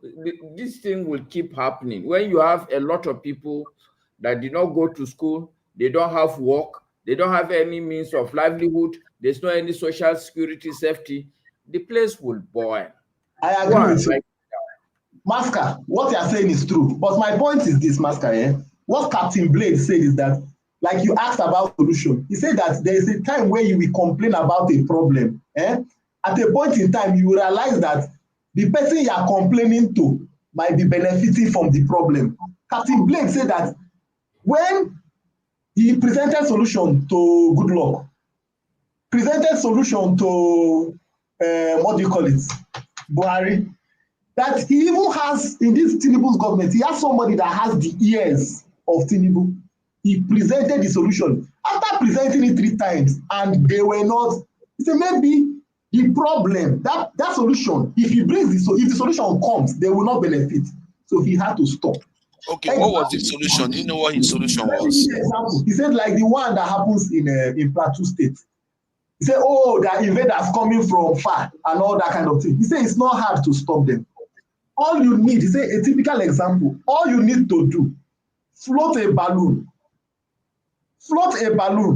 with 360 camera. That balloon will be at an altitude that will capture the whole perimeter of the state. And you will just have people watching, and anytime there's this, you will see where it is coming from. You will see it. This guy, practical, this is an NSA guy. Practical solution. He said, look, it is not hard, but the truth is that there is no political will within Nigeria. Now, let me give you the floor in Look, that. You are outside. I can tell you, if you know the amount of money that government let's just open it up. I think he's had his time. Let's open it. Let me open it up. I will send you over a video. Don't start now. Don't start You now. do that, man. You play too many biased games, bro. Like, oh, it's not about you. Maybe you remind me of something. In any event, I sent you based on what me and Tony was arguing. Yeah, we'll deal with that later. Anybody that's on here on the panel, I sent it in the chat. You can watch it. There's like 7 short videos. You can easily Google it. You can easily talk to rabbis. Same with the people in the comment section. You can check it out. Forefathers, hopefully he'll play it and not try to hide the evidence like before. So let's just can I make a suggestion? So change your name. Change your name. The Jews can worship in the mosque. Right. So we can educate each other. There's no point us coming here sentimental, not learning, regurgitating the same thing over and over and over and again without learning. And if we have a problem with hearing new stuff, we hate to unlearn. This is not good. You need to learn. The world is changing. This is the information age. We are in the information age. What they thought it was easy to lie to the African years ago, for those of you that did not have, for example, a library, I did at home, not everybody was privileged like that to have encyclopedias and all this kind of things, grew up with computers. But now we are in that age where it is everywhere. It is cheap. You don't have to spend 10,000 pounds on 12 pages of encyclopedia no more. Now it's digitalized. Let's learn and let's unlearn and let's stop putting our emotions into teaching each other. You get what I'm saying? We can argue, we can discuss, but let's just be factual. Thank you. Dexter, I don't know whether you are still there. You see, the flaw in that design, I've always had people talk about this setup all the time. Put CCTV camera somewhere. Put this one somewhere. CCTV camera is going to arrest anybody. You're just going to video them doing their action and they'll get away with it. Or you have to have people on the ground. I don't know how you can't run away from it. We already have drones for that. We don't need a balloon. Open it up. Let's open it up now, man. Let's move it on a bit. Let's open it up to the. If you really want to be dealt with, if you really want to be dealt with Nigeria, look, let me just drop my. It can be dealt with. You guys have been talking. Right? Let me You get my make, point. It can make be my dealt position. with But they easy. need more people to do it. So what we need, okay, you cannot defeat an insurgency. I've been listening to everybody, and this is where sometimes I will defer to Tony because I know um he does have experience or intelligence. We've spoken about this, so he does have experience in this kind of situations or topics. But I would say you cannot defeat an insurgency with guns or with guns. You can't do that. There are certain basic steps you need to take. And I've said it here several times. First of all, we need to know who is in that country. You don't know who is in that country. You death, birth, entries, exits, they're not properly registered. They're not properly monitored. We need to know first. This is the only thing that's going to defeat. So if you know, how is that going to stop them from committing? Let me continue. So the only thing that's going to defeat an insurgency such as the type Nigeria has been dealing with for a decade and a half is intelligence. Somehow, and intelligence encompasses a bunch of things, all right? But somehow, the Nigerian security forces has to infiltrate that group. This is the only way you're going to decimate them. You're going to have to destroy them from within. Now, you will also have to pay attention to the policing method that is happening in Nigeria. I'll tell you something. If I was the president of Nigeria, the moment that girl Somto died, when she was killed by the robbers, that same night I would have called an emergency meeting because this would have given me the opportunity for the type of change I think we need in our security apparatus, namely the police. Sorry to say, hold on, bro. Sorry to say, no, let me finish. You didn't kill her. Hold on now. No, hold on. I just no, I'm not. That she jumped off.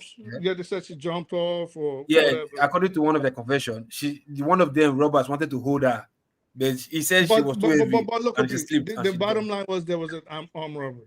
So whether she got robbed, whether she jumped off the building, or whether she walked out and had a heart attack, I don't care about all of that.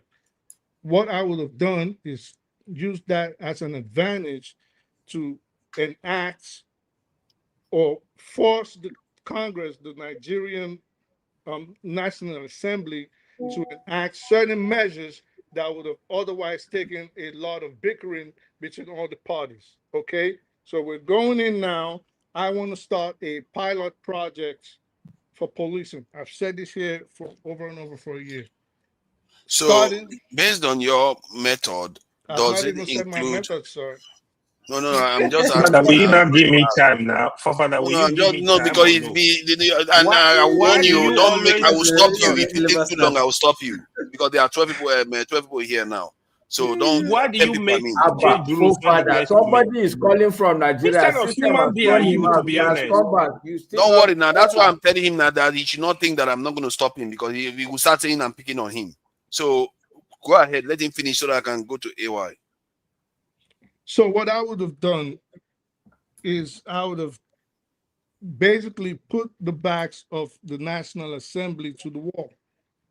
And we have to enact certain policing measures, starting with state and community policing. Maybe not all over the country because Nigeria is not equipped for that right now, but at least we would have started a pilot project that would have been included certain big cities. I would say take 10 spots, maybe 10 big cities and 10,000 villages, or we can split it into 10 and 5, and then we would have done that. Now, why I say that? You cannot gain the trust of a community if the people do not feel some kind of affinity or relationship to you. It will never happen. The people that are supposed to give you information in those troubled spots will never give you information. because they don't trust you. That said, in a nutshell, we need to know the people in Nigeria. Me and myself and Tony have stated certain things on here. Tony actually talked about, for example, using motion detectors. We can do that. Danet wires. We proposed this to the Nigerian government. You can use Danet wires and wire at least 3 different spots before you can come into the borders of Nigeria. Have you ever visited Nigeria physically? Of course. I've visited all over Nigeria. I've been there for professional duties, and I've also lived there. What is your question? Just for the record, after the first Boko Haram attack, their first attack was United Nations building here in But Abuja. what is your question? I know all of this. No, I'm not asking a question. I'm just pointing out that all these things you've said, okay, if you've been in Nigeria, you know that. Like what? Wait. Like what? Asking that. Okay, the people... so let's start from the first thing that you raised. Today, you don't need anybody to die. The president, Bola Ahmed Tinubu, has in his pocket the National Assembly. So if he wants to enact... What was the first thing? What was the first thing I proposed? You said data. You said data. Let me ask him. It's okay. You're right. Let me ask him. He cut me off because he felt he had a point. Let me and him talk. Okay, so my point what was the first is point I made? The first point that I felt you made was that, okay, because that girl died, that you will take advantage of that for enact law for policing. My first point was data. What was the second part I made? Death and bet.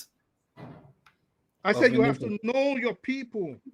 Then I said intelligence gathering. I think people just like to argue with me on here. Okay, so no, I'm not arguing with you. I'm trying to, the same way I really felt educated by some of these videos you sent, but I felt their voice.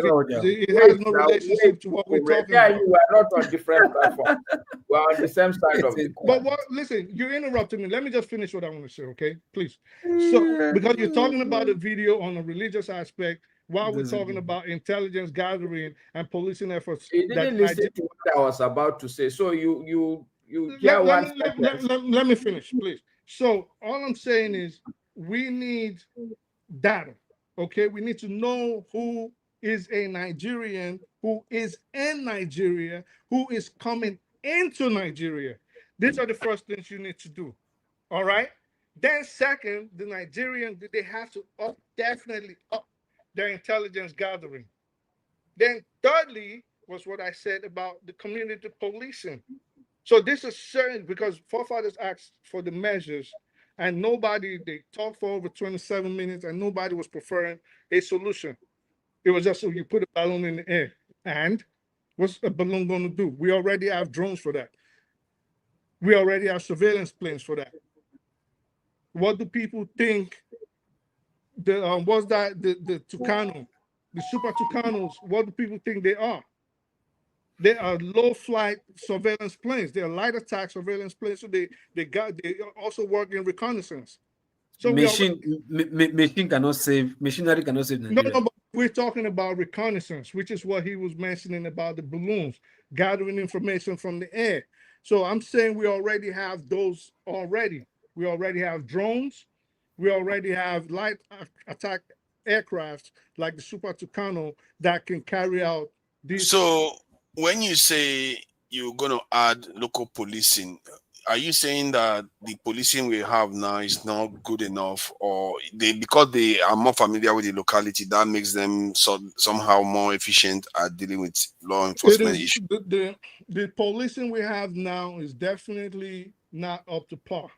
It is not good enough. It is poor. They are poorly trained. They are poorly equipped. Their welfare is poor. And the structure from the ground to the command is poor. So the structure is the problem. Policing is not even the problem. Governance in Nigeria is a problem. No. I just wanted to reveal certain things because there are many types of structures of policing in the world. Let me just answer. Some countries are universally okay. Go ahead. See, because you are implying that the structure was the problem. They need to have I did state not policing. say the structure, forefathers. I don't understand how when I gave. You said state policing. That's why you could have just said policing. Why do you always do this? Because I mentioned you can easily rewind it. And this is why sometimes I tend to get out of the character, because you know exactly what you're doing. I speak the truth. I speak the truth. I don't know why they are finding it difficult to understand what you're saying. They know. You have itemized the holistic measure to deal with the problem of insecurity in Nigeria. Why is it difficult for people?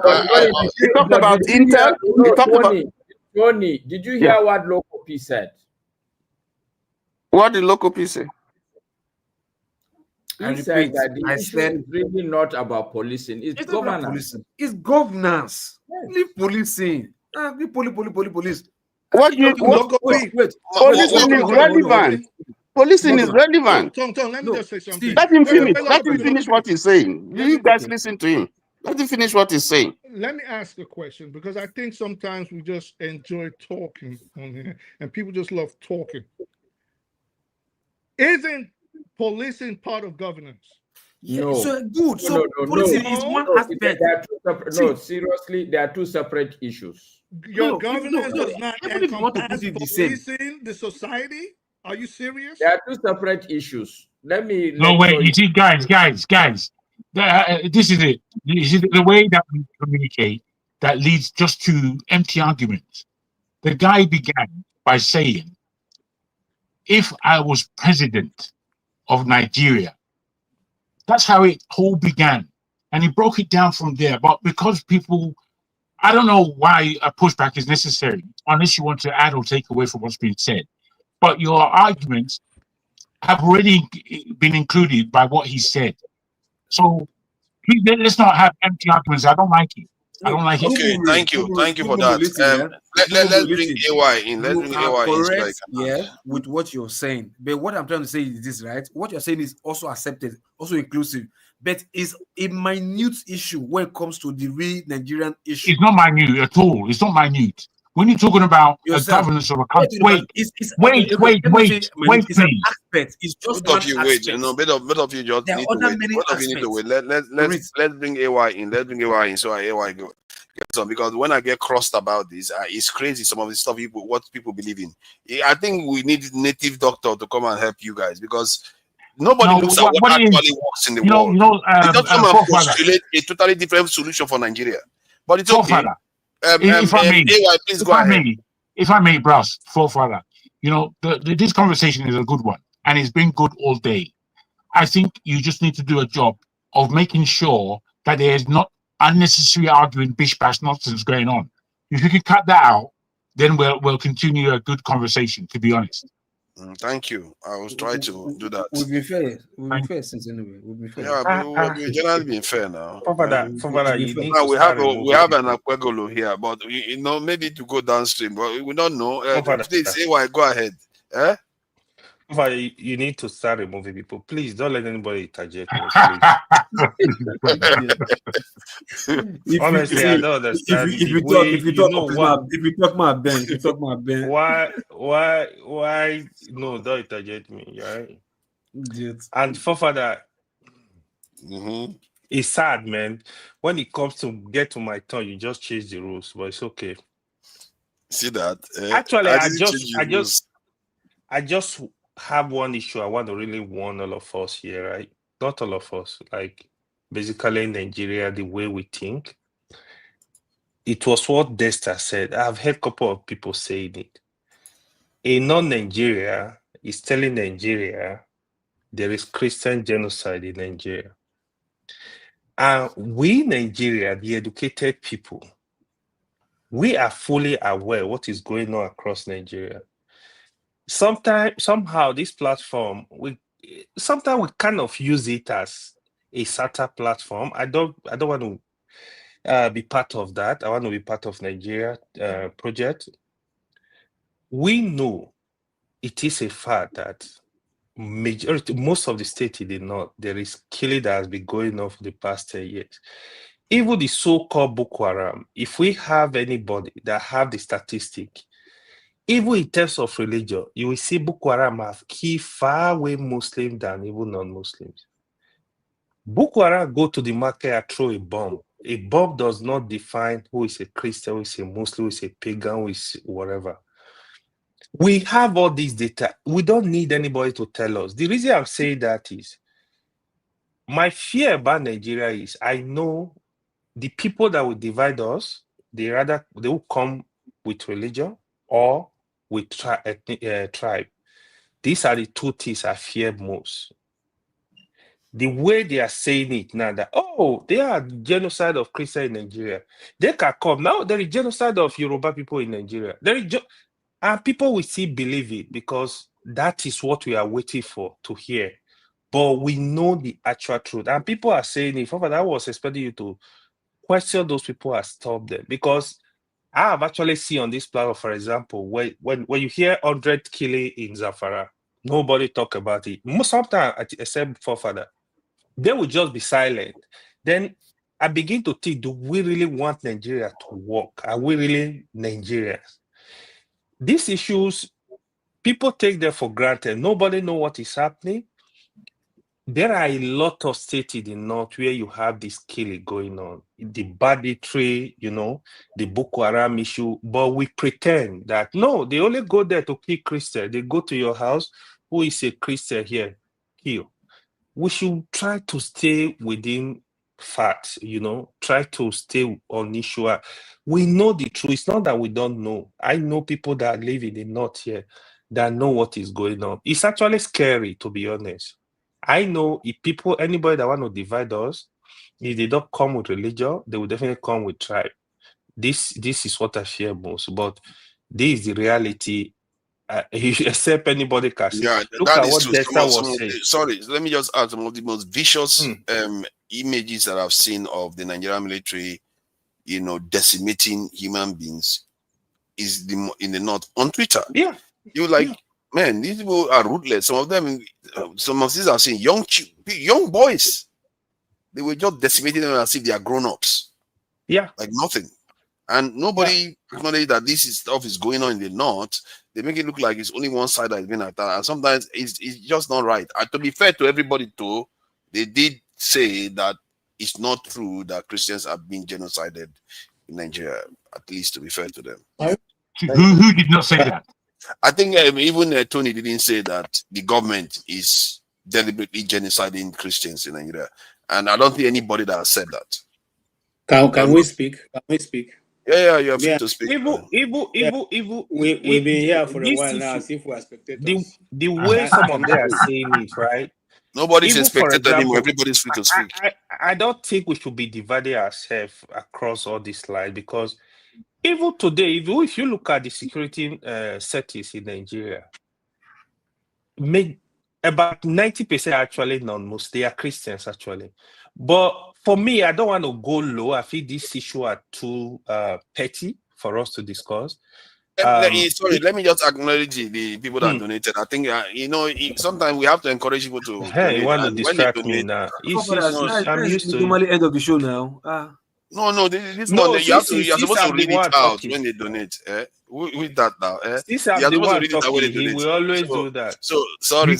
That's not Dexter is hiding bigotry in ambiguous speech. He wants us to forget about Gaza because there are Nigerians dying. Okay. He says, forefather, what about the killing of Igbo in the Catholic Church worship? Catholic Church worshippers in Ondo State by the Fulanis from far north. That was just before the last election. I remember that incident. That is true. Thank you for the donation. The people that were killed in the Catholic Church. No, they were Yorubas now. They were Yorubas now. So why he saying Igbos? Nobody even knows their tribe. Put it back. This is the problem with us. Go and put the statement back. Go and put the statement back. We get so carried away. What about killings of Igbo Catholic Church? Yeah, but were they Igbo churches? KJ will remember. No, Catholic Church belongs to everybody. Were they Igbo? Yeah, it probably was Yoruba. No. I think what Masca is trying to say. These are foolish statements that we say. Exactly, that post just foolish. Now. you can imagine how let many us talk. people have that same mindset. Is the only of that thing. Igbo that go to Catholic church? You understand? There might even be some Possible now. non-Christians. To be fair, hold on. To be guys fair, have tried. it's I think me mostly and for Tony people that are have here. gone We are to not Catholic church. spectators. That to be We fair, are also that's part true. of the team. KJ, may you Me and relax now. Tony, There's a I don't moderator, think we there's a have moderator come. now. What about Mr. Mr. Ike? KJ? You see, this Exactly. You guys relax. allow us to speak. KJ, relax, What relax. about When you Mr. speak Ike? now, So that's what I'm saying. What Mr. Ike, No, you didn't Mr. mention Tony, we are Mr. not. Ike. We have come for the program also. KJ, So you let speak, us also though. Don't worry contribute. now. Let AY finish. AY is still speaking now. Okay, so now AY, you see, I don't know. Are we serious as a nation? Are we serious? Really? You mean what you're saying? You can actually beat your mind and say that what you're saying is correct? Come on, guys. 100%. You see, 100%. why do we when you come, you begin to pander away from what is reality? Reality is that life is Tell us what sacrosanct. is reality. You see, you let me talk. We allowed you to speak, so let me speak. you pander from the truth, which is that life is sacrosanct. It doesn't matter whether it's a Muslim life or a Christian life. You also forget that there's what is called collateral damage. Collateral damage is that you are not supposed to, this is not supposed to happen that way, but it happened this way because you were either at the wrong place at the right time or at the right place at the wrong time. And so you are involved in that. It doesn't necessarily mean that it was targeted at you. Now, if you also recall, because I followed this report, I was one of the first journalists that was in the UN Which House. report are you talking about? Which report? Wait now. Well, don't be Okay, angry. let me ask you a question. Since you mentioned my name, hold on. When it happened before you in continue, Abuja. Before you continue, let me ask you a When it question. happened You talk about. Let me ask you a question. You mentioned my name. Hold on. Since you're talking about collateral damage, so when Boko Haram or bandits go to the mosque, for example, or bomb a mosque, who were they looking for? They were looking for Christians in the mosque. What is the collateral damage? It's you that is you see, you coming here for propaganda. The thing is that I don't like to speak to you because you don't even have any facts, but you open your mouth to speak unadvisedly. Every time. KJ, You open your mouth and speak unadvisedly. When you're not insulting each time you say you were a journalist in Nigeria, I feel sad for people that ever read your stories because they were all lies, propaganda. That is what you represent. That's what Everybody you on say. the platform knows your job is to come here and throw propaganda out. I don't know how you sleep at night, to be honest. Forefathers, you have to moderate this. Forefathers, you have to moderate. That there is genocide. You come here to deny it. You call yourself a Christian.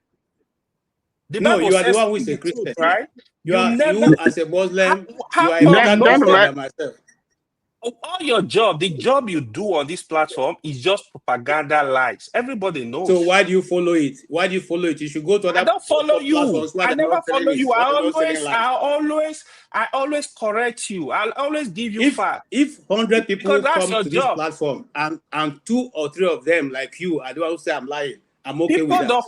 Don't come. What's the comments? People don't come to listen to you. People come here because of the damages. Listen, you don't come back attacking people. It's you that is Mr. Propaganda. Let me talk. I'm gonna put it okay, AY, please let him have his say because I have the floor. Let me speak for a very long time. To be fair, speak. Don't mention my name. Speak. If you mention my name, I will reply. You see, forefathers. One of the first casualties that happened when this thing started was in the Christian church in Madala. Okay, was blown up. It's a Catholic church. All right. No, KJ, that's now, also correct. Oh, sorry, KJ. I'm here in Nigeria. You are not the only person. You are not the only person who knows this thing. What are you saying? Are you telling me that the first bomb was in Madala? I'm saying one of the first, one of the very few ones. Don't choose the one you like. Don't choose the one you like. Which is the first one? If you are a journalist, tell us what was the first one. There was a bomb. First of all, the very first one was in the UN house. They have the one that happened. Which was the second one? The second one happened in the Freedom Unity Park. No, the second one, they went to the police headquarters and bombed it. Okay, You can hear journalists now, so-called journalists. I better pass you, my brother. And the truth be that you cannot say there's no Can plan we about guys that. just Now. let You him know. finish his point? Okay. Why are we not If letting you him don't, finish if his you point? think It's you not know, fair. if you think you know better than me, come and host a show and let me also be behind. I'm talking. Yeah, I will host a show way better than you. AY, Go and sit down. see, it's an Go and open sit I don't panel, have but the we should time. let him finish his Let point. me say this, and I will say that I move away because I can't stay with people who can't even put this thing together. Now the very first more casualties happened in Dogona Hawa. 500 people. You are mixing things. Is that Dogona Hawa? Why don't you allow me to talk, Masker? Why don't you allow me to talk? Say what is not correct now, KG. Why am I here then? If I hear something, Yeah, if we have facts, we have to remember this is a fact section. So if you have your facts, you can present it so that we can shame the liars. What's the fact? Yeah, if we have evidence now, if you want to counter him, this is not propaganda session. We'll come with facts. We are not joking here. I just have to say that honestly, I've listened to everybody's talk. Hold on. I am extremely disappointed. I'm extremely I beg you. How many are there? Why are you begging Jide now? I'm saying that the narration should be proper. You started off with Boko Haram. Dogona Hawa is not Boko Haram. Is what? I don't know, but it's not Boko Haram. Or are you saying that it's Boko Haram? Wait. No. Look, me, I like to always agree when somebody tells me something that I don't know. At minimum, let him put the doubt in my mind for me to go and cross-check. I like that. Okay, so I don't argue. Like, I was not in Dogona Hawa. I was not in UN. I was not all the places where this bomb go off. I was not there. Okay. So let me. Can we agree that we will allow him to speak for at least 1 minute before anybody interjects? I know this. There was how many bombs? There was how many bombs in Abuja? There was the one in Nyanya Park, Motor Park. There was the one in the IG or police headquarters. There was the one in the Unity Fountain. There was the one in the this day newspaper house. There was the one in the UN building. All of these places, I have the pictures. I'm not talking about what I didn't be part of. Okay? But it's not for me to tell because I don't need to justify myself. I give you the information. You want to take it, don't want to leave it. The Dogona Hawa own, I did a documentary. I personally went there to do the documentary. I stood on that mass grave that's still on the ground there in the village there to do the stories in the village. So I don't have to come to justify. Not every time I want to justify when I know that somebody is arguing unadvisably. I don't have to, bring myself to that point to make you happy. So you have your information, you keep it. If you want to hear, you hear. All I'm trying to simply let you know is that, look, no matter how you look at whatever is going on in Nigeria, there is a genocide involved. And just like Desta has said earlier, whether it is 10 persons and the people choose to say we have been it's a massacre of our people. Why do you have to say it is not so? And now let us even go to the story. Some people are saying, excuse me, this story started now. This story didn't start now. It is not now that this thing started. This thing has been running for over 15 years in Nigeria. So whether you believe it or not, the Archbishop of Benue, the Catholic Archbishop of Benue, went to present had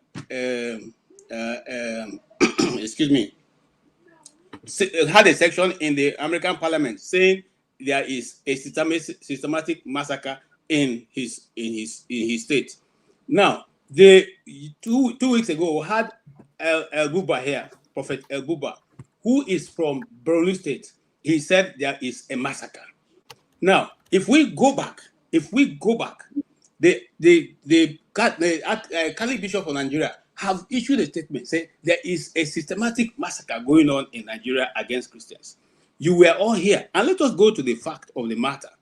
When the group called Miati Allah were issuing threats to Benue State Governor, even the time they chased him away from his farm, was anything done? when sorry. Are you saying that, because maybe you are the first person to say this, are you saying that there's actually a genocide against Christians in Nigeria? Read my face. Yes, there is. It's not pronounced. If you have a community that have arms and the government soldier comes the day before and disarm you people, and the next day they come to attack you and you cannot defend yourself, what is it called? But the same thing happens to Muslims in Zamfara now. Hold on. You see, I said something here. No, he's pretending. He's half big journalist. He's pretending he does not know. That's why I have problem with KJ. He's pretending he does not know, but he's a journalist. More insult from this. AY, let it go. Let's try to keep it. If not because I'm on this panel, you cannot talk to me. So please, relax more. KJ, continue. All right. Now, these things didn't start with.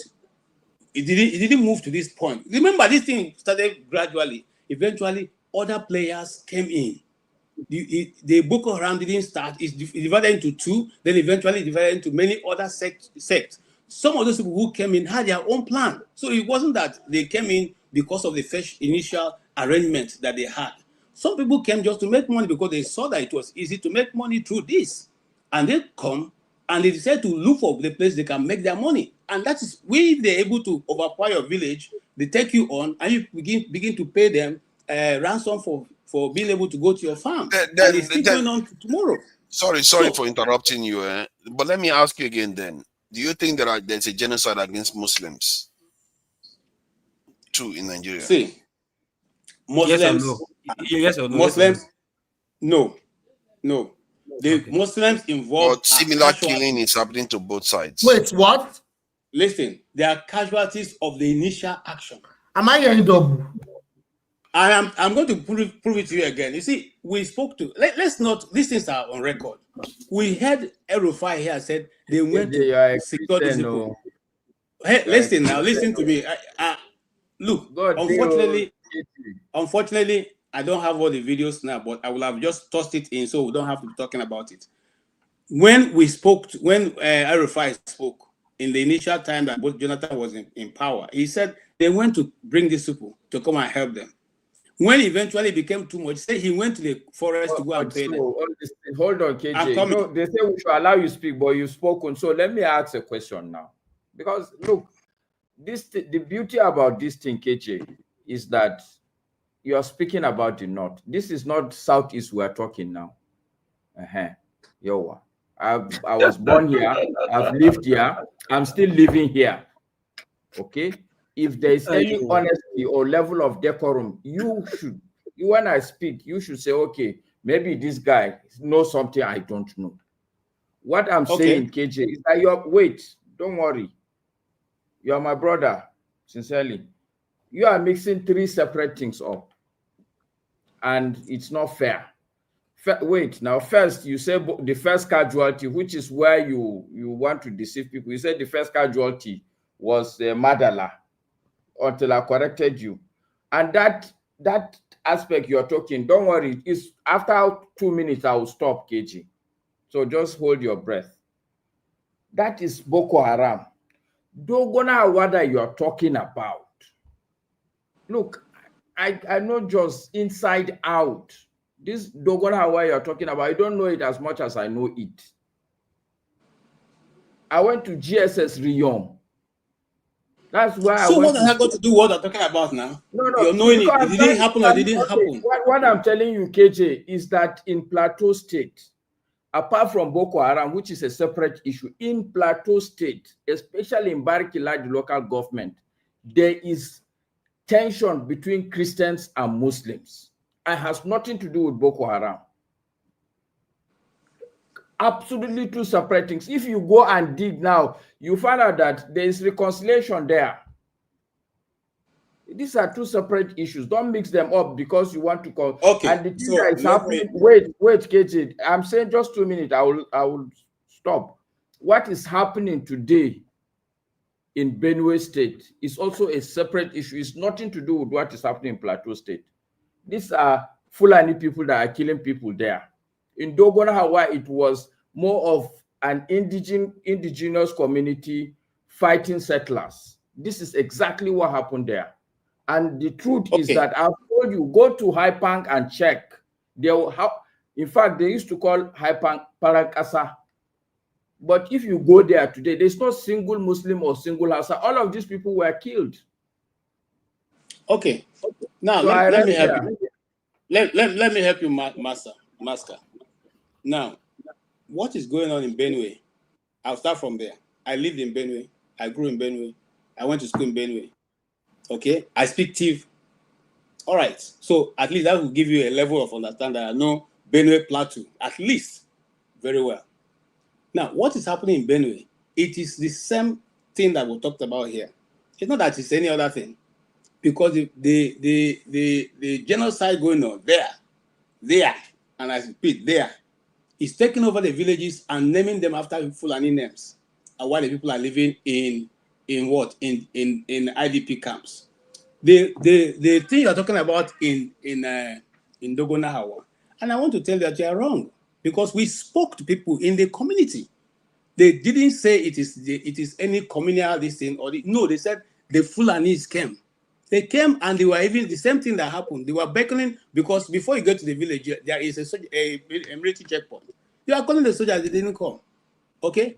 So let's not twist the issue. And I'm not saying that Muslims are not killed here. I didn't say that. I'm said that if you ask me, and if you ask me now, KJ, is there a genocide going on in Nigeria? I'll tell you yes, because I know the numbers of people who are losing their life almost on daily basis. Majority This is good. This is good now. Okay, tell us the numbers, because me personally, I don't necessarily agree with your premise. However, I'm listening, and in my listening, the question that we're answering here is there, like the Oyinbo in America are saying that there's a genocide of Christians in Nigeria. You're saying there is a genocide of Christians and there is not of Muslims. Numbers is what will sort this out. So if you know what the numbers are, let us know. Well, I cannot give you an exact number. Then you can't use that statement. Hold on. Please change the Joe. I beg you. Hold on. Brother Velu. I don't want to pick the numbers. Thank you, Jago. Thank you.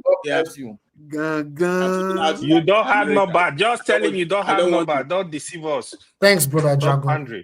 Thank you so much. Thank you. Okay, let's bring Jide in. I don't want Tony has been quiet for a long time, and if Jide hasn't spoken, let Jide speak. Jide does not know what he's talking about. This is somebody that we deny that he will see people. If the IPOB killing people, we tell them they are not from the east. This person you want to listen to. What's going on in Nigeria right now? What's going on in Nigeria right now? I know. You don't have anything to say. Go and sleep. It is always of you to be jealous of somebody. So take it easy, my brother. Jealous of who? For what? KJ, AY, let it go now. AY, let it go now. No, let's not do that now. Let's not do that, AY, don't make me take you outside now. It can't be that. We are not allowed to do that now. We can't be insulting. He's an elder. These allegations of genocide. Sorry, forefather. Right. These allegations of genocide in Nigeria, right, that we're talking about, and is it against Christians or against Muslims? There's a bigger picture to everything going on in the Middle Belt and in the North regarding the terrorist attacks going on. Last week I was talking about this thing. I didn't talk about it in detail. You see, Nigeria as it is right now is in a dire situation. And right now, the direction Nigeria is going, Nigeria is headed for destruction if nothing radical is going to change. If there's no radical change, Nigeria is headed for destruction. There is a geopolitical ramification going on into why these terrorist attacks is occurring. There's a geopolitical ramification. Nigeria 3 weeks ago went to support the Palestinian movement. Our vice president went to the United Nations because we need to understand the timing of these things. He went to the United Nations to condemn what Israel is doing in Gaza, right? He was clamoring for the Palestinian liberation and all that. And within a day or 2 days, the Christian Zionist faction in the US immediately started to talk about Christian genocide. Now, let's talk about it. In Nigeria, in the Middle Belt, do we have NGOs or not? We do have NGOs. A lot of those NGOs, who fund those NGOs? It is these same countries. Now, there is a huge correlation between those NGOs, those non-governmental organizations, and terrorist incidents in third world countries, regime change operations in those countries. These NGOs, they are connected to some of these attacks by the so-called Fulanis and Boko Haram attacking our people, either Christians or Muslims. Now, the imperialists are trying to hijack our foolishness, because I call it foolishness, madness, stupidity, our stupidity of religious fanaticism. They are trying to hijack it to create division so that they can create an avenue where they can create instability in Nigeria. Because imperialism, once you are a country, a third world country, and you are not serving, you're not beginning to deviate from the imperialist interests, they will do everything to cause destabilization in your country, and if possible, regime change or military intervention. That is what is going on. And what they start with is they create a narrative of genocide against Christians. And who are those that are saying it? It is the right-wing Christian Zionist Republicans in the US, which is full of rubbish, is full of lies. They create a false narrative, and we are all falling for it. It's very, very disappointing that we are falling for it. This narrative, they've used it for us over 500 years. Yeah, but Jide, though, like you said, we are all falling for it. I agree with you on that. Because if you look at Nigerians, for the life of me, I don't know what kind of craziness this is. Because you are using the "we are stupid," but I literally went on, which is wrong. I said it's a form of retardation whereby we can't even know what is good for our own people anymore. Even our own tribes, we don't even know what is good for our own tribe anymore. Because we just think, oh, yeah, anything I do is good for my tribe. We don't even think that if Nigeria does worse, your tribe will do bad too. Yes. You don't think like that. You see, what you're saying is important. And these imperialists, they know it. We think they don't know us. They probably even know us more than we know ourselves. So what they do is they create narratives that will inflict passion, anger, emotions from us. They can use one group and say one group is attacking another group, and it will create emotional turmoil among Nigerians, divisions. They know this. They've used it for us years past. But why has the government not fired Abike Dabiri for what she did? The Nigerian state is very weak. When you have a Nigerian state that is a client state to this imperialist, they are weak. Against a diaspora minister, you can't fire her for being discriminative against fellow Nigerians. You see, in the Nigerian states, there's a high level of nepotism. I don't want to say what I don't know, but we know what's going on. Even though I hate to say it, but there is that paddy. Maybe I hate to say it because I'm Yoruba. Some of the things we do, all these little things is what makes people hate I don't want to make each it other. ethnic, but what I know for sure is that the Nigerian state is very weak, is helpless, and radical change has to happen. Radical change has to happen. These people, we've had enough of them. They are criminals. We need to take them out of power. Peter Obi or Tinubu. Why we even still clamoring to these people? Us the use of crowd, that criminal. Peter Obi, all these guys. We need to take power. We need to look at what's going on in Mali and Burkina Faso and Niger. Even Central African Republic. Look at what went on in Central African Republic. They use the same narrative to create interreligious conflicts in Central African Republic. What did Central African Republic do? They went to invade Russia. Now that fight is now the geopolitical stability in that region has improved in Central African Republic. They went to invade Russia. They kicked away those NGOs. Those NGOs, they're in the Middle Belt. They are doing all the evil things they are doing. They are linking up with this Fulani jihad criminals. They are linking up with bandits. They are linking up with Boko Haram. And we are here arguing, is it Christians that were genocided or Muslim? We can do better than this. Look at what's going on. Just was not 3 months ago that I read a news and nobody's talked about it. That they were UK was involved in bringing in weapons to the Middle Belt. I can't remember that. I wish I have that link. 3 months ago, we didn't see that news. I came across it in the morning one day like that, and the next day I didn't see it again in the news. They were bringing in weapons. UK. I don't know if it was. I feel like there is. We're talking about who is I feel like 2 weeks ago, 3 weeks ago, I came online and people were telling me, "Oh, why are you amplifying this?" I said, "I've seen this in Nigeria. Nigeria, at best of times, we look like we have been doused with petrol, but it looks like it's getting worse. You go online, it's so much like these people are funded. They are actually funded to spew hatred against each other. Yes. Yesterday, the one I witnessed, even in a dull state, they are spewing hatred against each other. It's unbelievable what is out there right now. And we keep thinking that this is a joke. When the streets are on this thing, the whole thing starts spilling out on the street. We are all in the diaspora. We will just watch our home be destroyed. And this is quite serious stuff. And we probably need to pay more attention to the movement that are going on out there, because that's how they finish us. Our silly division, and when we see the danger coming, we don't react. You see, what you are saying, I need to now further explain something on an historical context. This has happened before. What's going on in Nigeria right now? It has happened before. You see, in fact, Nigeria was created on this basis. We need to understand that.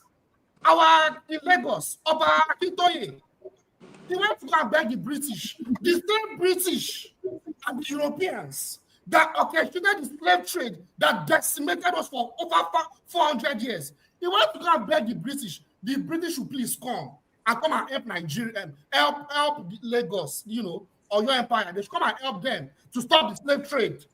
That was the beginning of the creation of Nigeria today. Now we are seeing the same pattern.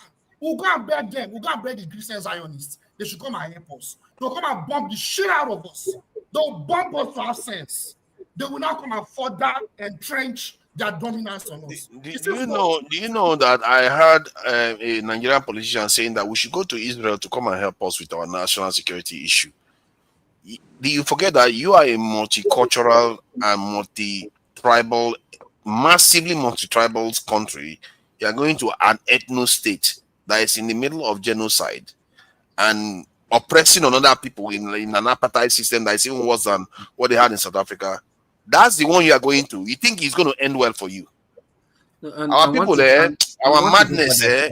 No, see, and one thing for fathers, these people, just because they don't know how power play with Israel or whatever, maybe they might think. Maybe, forefathers, I want to say something. I want to leave you people. I want to. Yeah, go ahead, please. You have not said anything in a long time. The only thing I want to say is that we should, as much as possible, when we want to disagree with people, we should respectfully disagree with people. You're not supposed to agree with what I said, and it's not a must. I must agree with what you said. And in trying to, oppose what I said should not come with an insult, because what has been going on here for the past 20, 25 minutes is all about insult. And I don't think each and every one of us here, nobody here is less than 30, 35 years old. So we all are family men, right? We should be respectful to each other. We can always disagree, but let's not talk down on people. Most of us, we have never met each other in person. So I cannot begin to describe who Jide is, because I don't know him. He doesn't know me. He only see me here. So I can't begin, when I come here, I begin to tell him that, who are you? Or what? I don't know. Maybe he's a millionaire. I don't know. Maybe he's richer than everybody that is here. I don't know. But we only see here on the camera. But I'm not trying to say we should be respectful to everybody.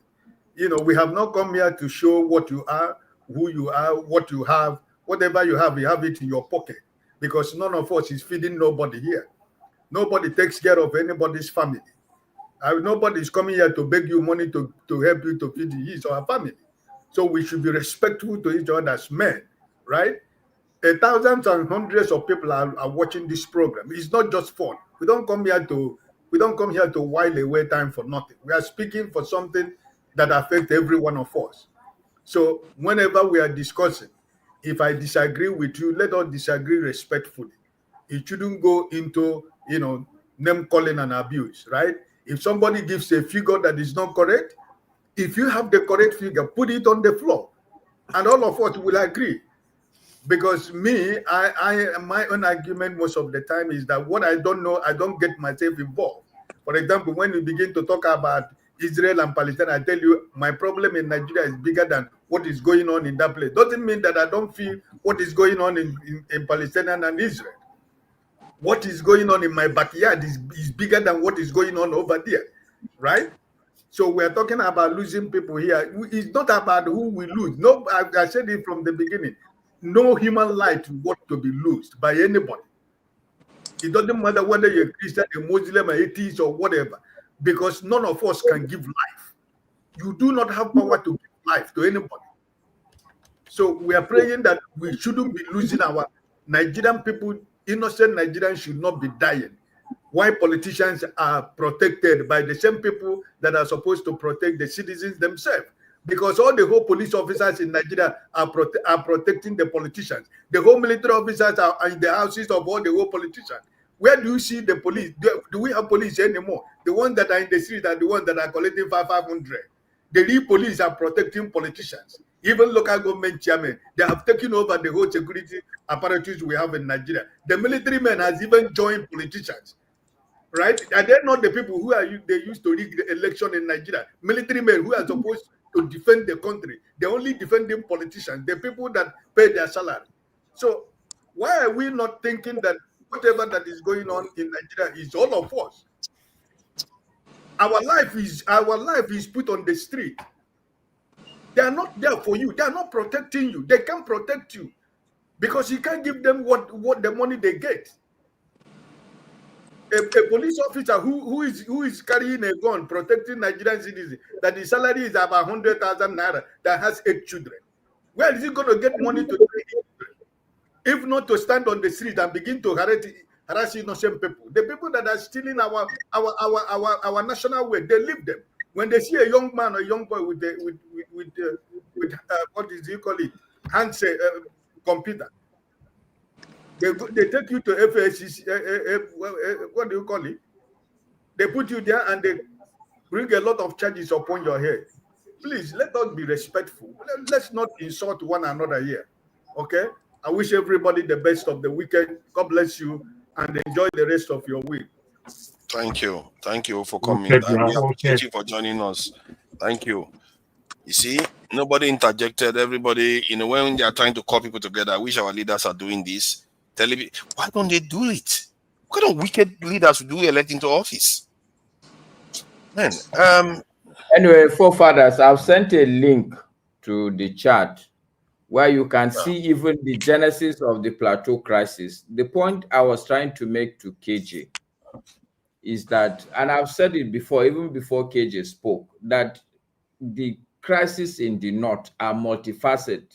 There are like 4 different crises that are all people who don't understand it, they will model it up. The Boko Haram crisis is a separate crisis. It started with the killing of their leader as a sect. And after they killed that leader, the first thing they did was to come and attack United Nations in Abuja. And they also went and attacked the police headquarters. But because normally when you're fighting a war like that and you see that, okay, you want to gain notoriety, the next thing is to start inciting, how do I put it now? If you just, as a Muslim sect, you are killing only Muslims, your strategy is not going to be very successful. So they went and attacked churches in Madala. But I would expect that a discerning mind will understand that, okay, these people, this is their agenda. They have said that they are fighting the Nigerian government, not Christians. The bulk of the people they killed were Muslims. They attacked Kanu, like I said, and they put a bomb in Kanu. Okay? But I'm saying that is a separate crisis. The crisis in Plateau State is also a separate crisis. That crisis in Plateau State started from, it's a political crisis, because KJ will know, if you go to Jos town itself, inside Jos, you find mostly only Hausa people. But you have, once you start going out of Jos, you go to maybe Barikiladi, and all the surrounding places are indigenous tribe. So then there was a time in 1994 that they appointed somebody as a Hausa man as the sole administrator. The indigenous tribes, they all revolted. That was the first crisis. And since that 1994, crises have been happening in Plateau State. And I remember during OBJ, the governor of Plateau State was actually even suspended because of that crisis. So that's a separate crisis. People should not muddle it up. These Fulani are an extension of the banditry from Zamfara. These were bandits that came across and were killing people. They started in Zamfara. And they have extended themselves to, they are the same people that are doing kidnapping.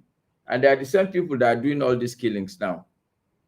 So I'm just saying that, look, just because we want to put a narrative together, we need to also make it very clear. I've sent the link. People who are interested can go and look. The same Dogona Hawa is in that file that I've sent. And that file is from the governor's office of Plateau State, not anything less than that. That Dogona Hawa actually was a reprisal attack. It was the Biroms that killed Hausa people, and then Fulani came to kill the Biroms also. But the most important point for me is the failure of government. Yeah, thank you for that. Who is next? I really appreciate that, because you shared the link and hopefully the elders can check it out for themselves. Jagon has been quiet for a while. Tony too has been very quiet. I have Tony, been quiet. It's Tony. I think it's Tony. Tony, please come in. So we can go to another topic, because there is a Nobel Prize. This thing, there is the INEC chairman that was appointed recently. I'm not sure. I don't know if it's my turn. Yeah. If it's my turn next, my brother. It's Tony. Talonje Tony. Oh, Tony. How you doing, Tony? I'm sure I'm before you, or Tony. Tony has been very patient too. Go ahead if you want to. Go ahead. Thank you, man. Thank you. It's I cashed in when I first came in. I do apologize, but I had a lot to say. A lot to say, but trying to interject between what's been said, I kind of lost myself a little bit. However, I want to start from this point and see how aware we all are of certain things that are going on in the world today that will affect everybody. Our African brothers and sisters back home, and we in the diaspora, we need to forge real thinking and pour it into collective, because I don't believe we're going to own this future like we need to, without slavery returning to us quickly. I mean, it could be said that if we're working a 9 to 5 and doing that kind of thing, it could be said that we're already living in slavery. But as I said, there is something that is to be brought out rather quickly, it seems to me. I think they're a bit late. I think they're slightly out of time. I think the whole COVID experience that we all went through was a big test. We've said this before, but it's like a test for what? When is it that we are going to kind of awake to the seriousness of the time that we're really in? 9/11 happened. That should have been a sign for many people.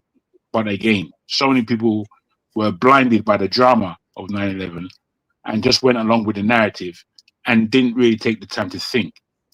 Now, there has been crises like this in the world before, where psyops takes place. A global agreement of some level takes place. And then there's an action upon the planet that brings us all to our emotions. Now, as I said, 9/11 happened, and then we had COVID, which certain people didn't even suspect that the whole planet has been shut down under full agreement. And that wasn't weird to so many people. It wasn't strange, So many people didn't dig in to the time we were really invited to dig in to the fact that the powers that are the powers that be are not seen. They are not seen. Now we're at a juncture where they are introducing ID cards, electronic ID cards for the human race again. What's going on in Nigeria at the moment, if you're looking at the fact that we know that Nigeria isn't owned by Nigerians? We, just like Burkina Faso and the rest of them, this neo-colonialism is an actual reality. And there's still a lot for Nigeria to go through in terms of getting out from our shackles. By the time ID cards are going to, somehow they're rolling these things out in the West first. But they don't think that they haven't already tested all these things all over the world. I can tell you that a cashless society has already been tested in Nigeria at the time of the elections, 2022 to 2023. That time they were testing. A lot of people didn't really recognize. Nigeria is quite heavily cashless these days, actually. I think they do probably, especially in the main city area, they do more transaction without cash. This is what's going on. The test has worked. If they get Nigeria under the same craziness that they have us under here in Europe, we're tied, we're trapped, and there's nothing we're going to be able to do about it. My plan personally is to run back to Nigeria and really fight on that side. But, you know, sorry for interjecting. That is a very interesting point, because a Ghanaian told me the other day that his plan was to go back to this in Ghana within a couple of years. He came back from Ghana. You know, what occurred to me was that what he was saying was actually quite a good idea, because the West is going to be going through all kinds of chaos in the coming years. Africa will seem like a refuge, right, at this stage. David. And it's something that we seriously need to think about. Please absolutely. Go ahead. Yeah, very good. I mean, this is exactly what I'm thinking, what I'm seeing, and what I've been seeing for the past 20 years, to be frank. And understanding that what I've read and researched and understood is actually taking place in front of my eyes. And when you see it and people are still blinded to it, it becomes more frightening. Because for me to operate in London, you know, I've got quite a big network in London, but I haven't necessarily turned the machinery on. And I know it's still going to be a challenge, apart from maybe 8 to 10 people who are kind of around me and have the same sensibilities as I do. I mean, to exist in the UK, I'm going to need about 1,000 men to exist properly in the UK once they're going through this thing. So we can organize. We can organize. Because it's going to become hairy. You see, sometimes we look at places like Palestine, and for the past 10, 15 years of all the wars that have taken place in the Middle East. And me personally, who have seen the Middle East in turmoil since my birth, practically, I've had a thought really, how can people live like this? They're just living inside war constantly, year in, year out, year in. People are growing old if they're not lucky enough to die. This is the state of play in the world today, and it's getting worse. It's getting worse. And if we don't really start stringing things together, we're in serious trouble. They can have the whole... I mean, think about the things that you've heard, whether or not you see them as, what's it called, conspiracy theories or whatever label you might give it. I'll give you this. Have you heard that in this world that they are trying to reduce the number of people from 7.5 million as it is now to 500,000? Have you heard anything like that before? If you have, and you've put it to the back of your mind, fair enough, but you've heard it. Then when you look at the world and what play is going on, do you not see that politicians and celebrities and world notorious people are flexing in such a strange way? It's almost like the apparatus to allow this thing to function is being set up. And I don't think we're taking enough notice of these things. As interesting as all these other pips and graphs are concerned, they are very interesting. They are markers. But somehow I feel that we don't attach them properly enough. We don't plug them in to the narrative that is being fought over right now on a global level. Between the East and West, they have agreement and they have big disagreement. And the way how you might look at them, you may think that they're completely on opposite sides. It's not that they're completely on opposite sides. It's that the negotiation that is taking place now is what you're looking at. You're looking at the outcomes of negotiations that are taking place between what is going to be the new world order, who really takes place, who really takes power over what's going on right now, and what the agenda is when they come. So I've been interested in all day in things that have been said, and I wanted to come across with something completely different than what I'm saying now. But I think we still need to round up this communication that we have to understanding that, look, we are all Africans here. We have a great love for Africa as a whole and our country, Nigeria particularly. We're all in the diaspora doing what we can to make sure we break bread on a natural level, which makes sense. Thank you. What do we do? My question to everybody on the panel, what do we do with the power that we have in the West to instigate our security back home in Nigeria? Because we're not secure here in the West. If anything goes off with what's going on in the West right now, I'm in Europe, I'm in England. England to Russia is probably the #1 bomb site. So it's probably the #1 place where we're going to see one of the Exocet missiles or whatever they call themselves coming towards us. I don't want to be here for that. I don't want to be here for that. Thank you very much. Thank you. Let's have a quick break while everybody chills. The next person, Tony, comes in, because we've been talking for quite a while. I think it's about 3.5 hours now. So quick break. Anybody that wants to get refreshment and get back. 2027 election. Do you still have intentions to run come 2031? I'm focused on building a new nation. When we get to that bridge, we'll cross it. Thank you. It's good to be back, His Excellency. Now that you have won the 2035 election, is this going to be your last tenure? Because the youth are complaining that you are getting old. It's democracy, right? Let them come and run.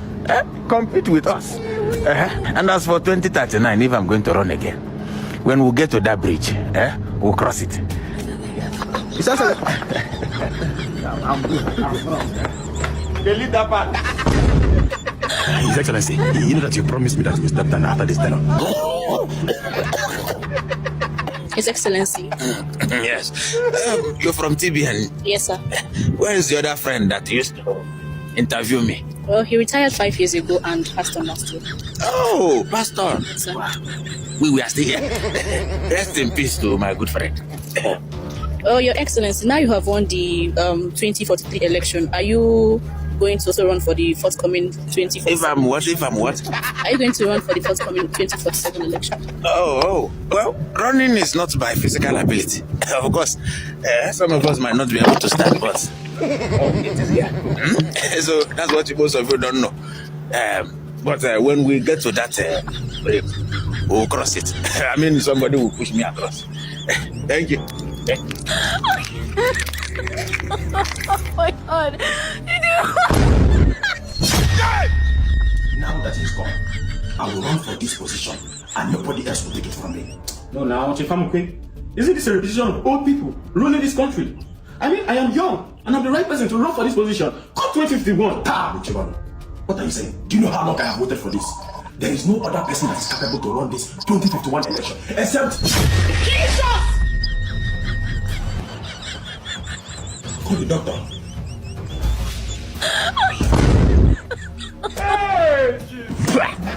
Let me see how you will rule the nation from the grave.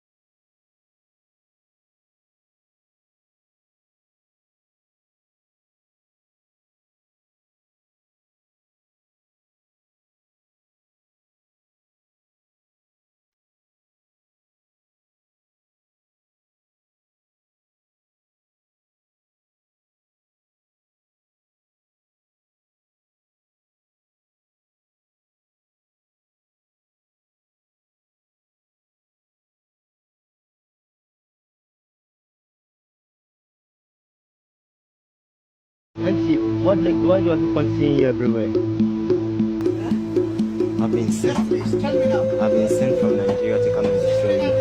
Come and do what? Destroy you. Destroy? Yes, destroy you. Destroy me. In the name of Jesus. In the name of Jesus. In the name of Jesus. In the name of Jesus. Calm down. Calm down. Calm down. Out. Out. Calm down. Calm down. Calm down, auntie. Take it. Oh, out. Out. Out. Mama, calm down. Calm down. Out. Calm down. Calm down. Calm down. Calm down. Calm down. Calm down. Calm down. Calm down. Calm down. Calm down. Calm down. Calm down. Calm down. Calm down. Calm down. Calm down. Hey, hey, hey, hey, hey. Calm down. Calm down. Calm down. Calm down. Calm down. Calm down. Okay. Let's not be taking the mick out of our elders. All right. Yeah, he got somewhere the dudes literally ran away, ran in front of buses. Some of them were falling down. Then there's some who pretend like the prayers was affecting them, and when they say in the name of Jesus, oh. The guy, really mess. He got mad, like mad. That guy will get attacked badly one day. They Though. attacked him Somebody's gonna do. a few times. They attacked him. Yeah, because that's very scary stuff to bring to somebody overseas that village people want to do you in. All right. You saw how those old people that I enjoyed that skit they make regarding old people that don't want to leave politics. That guy, I'll be featuring him a bit more. I like this skits. All right, Tony. Thank you for your patience and everything. So, what do you make of the conversation? We can move it on to either the INEC chairman, the Nobel Prize, the ceasefire agreement that has been reached. So it's an open conversation because this one we've really dealt with this Christian one for 3 hours. Jesus Christ, it went long. I didn't know it was going to go that long. So what do you make of events of the week? Just you can pick anyone you like. The Nobel Prize, that one should be expunged. That not be talk. Who talk? Who call you? Tony Jare. I don't know. No. Nobody call him. Leave my man, Lokopi. Leave my man alone. I'm not going to speak for long because in the next 5 minutes I should I should go to bed. But there's something that Dagun touched that I think it's very, very relevant. And for others, you also touched on it briefly. Can you imagine, for instance, that you have a situation where Nigerians in Europe and America, and maybe Asia and so on, intellectuals,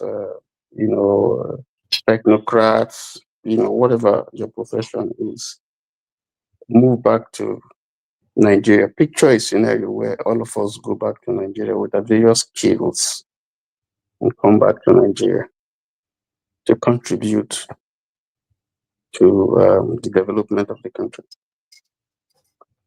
Now there will be a radical departure from what we see now. But the problem is Europe and America We will not allow that to happen. They will continue to take out our best, and they continue to create a scenario that will make it difficult for us to go back. That is the new colonialism that is taking place. I was listening to a lecture, in the university where I work. The plan is, if we can destabilize Africa and keep Africa down,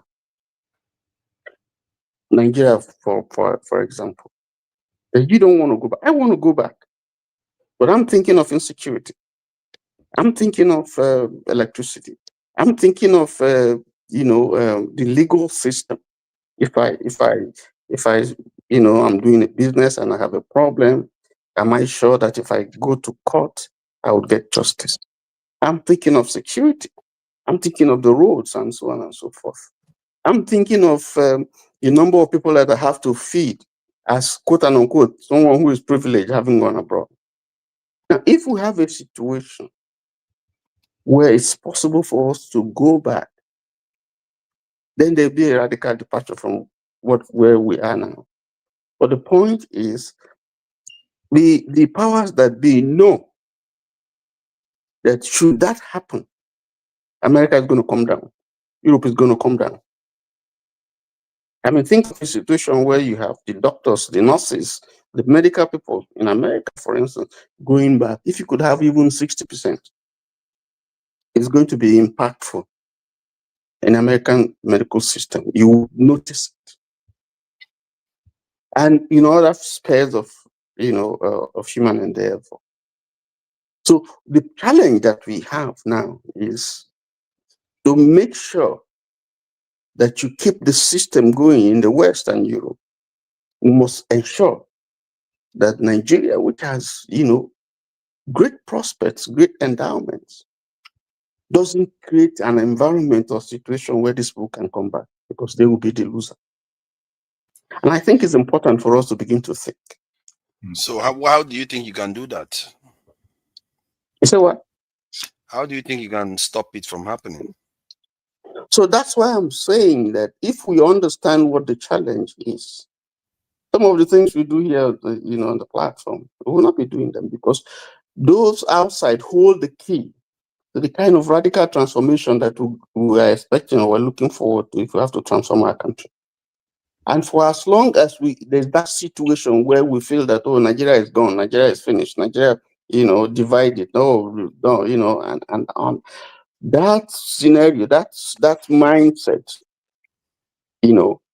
once it continues, then you're going to drive the few ones who are back home to get out, because that picture has always been painted. And we make the mistake of painting it, oh, get out if you can, get out of the country, get out of the country.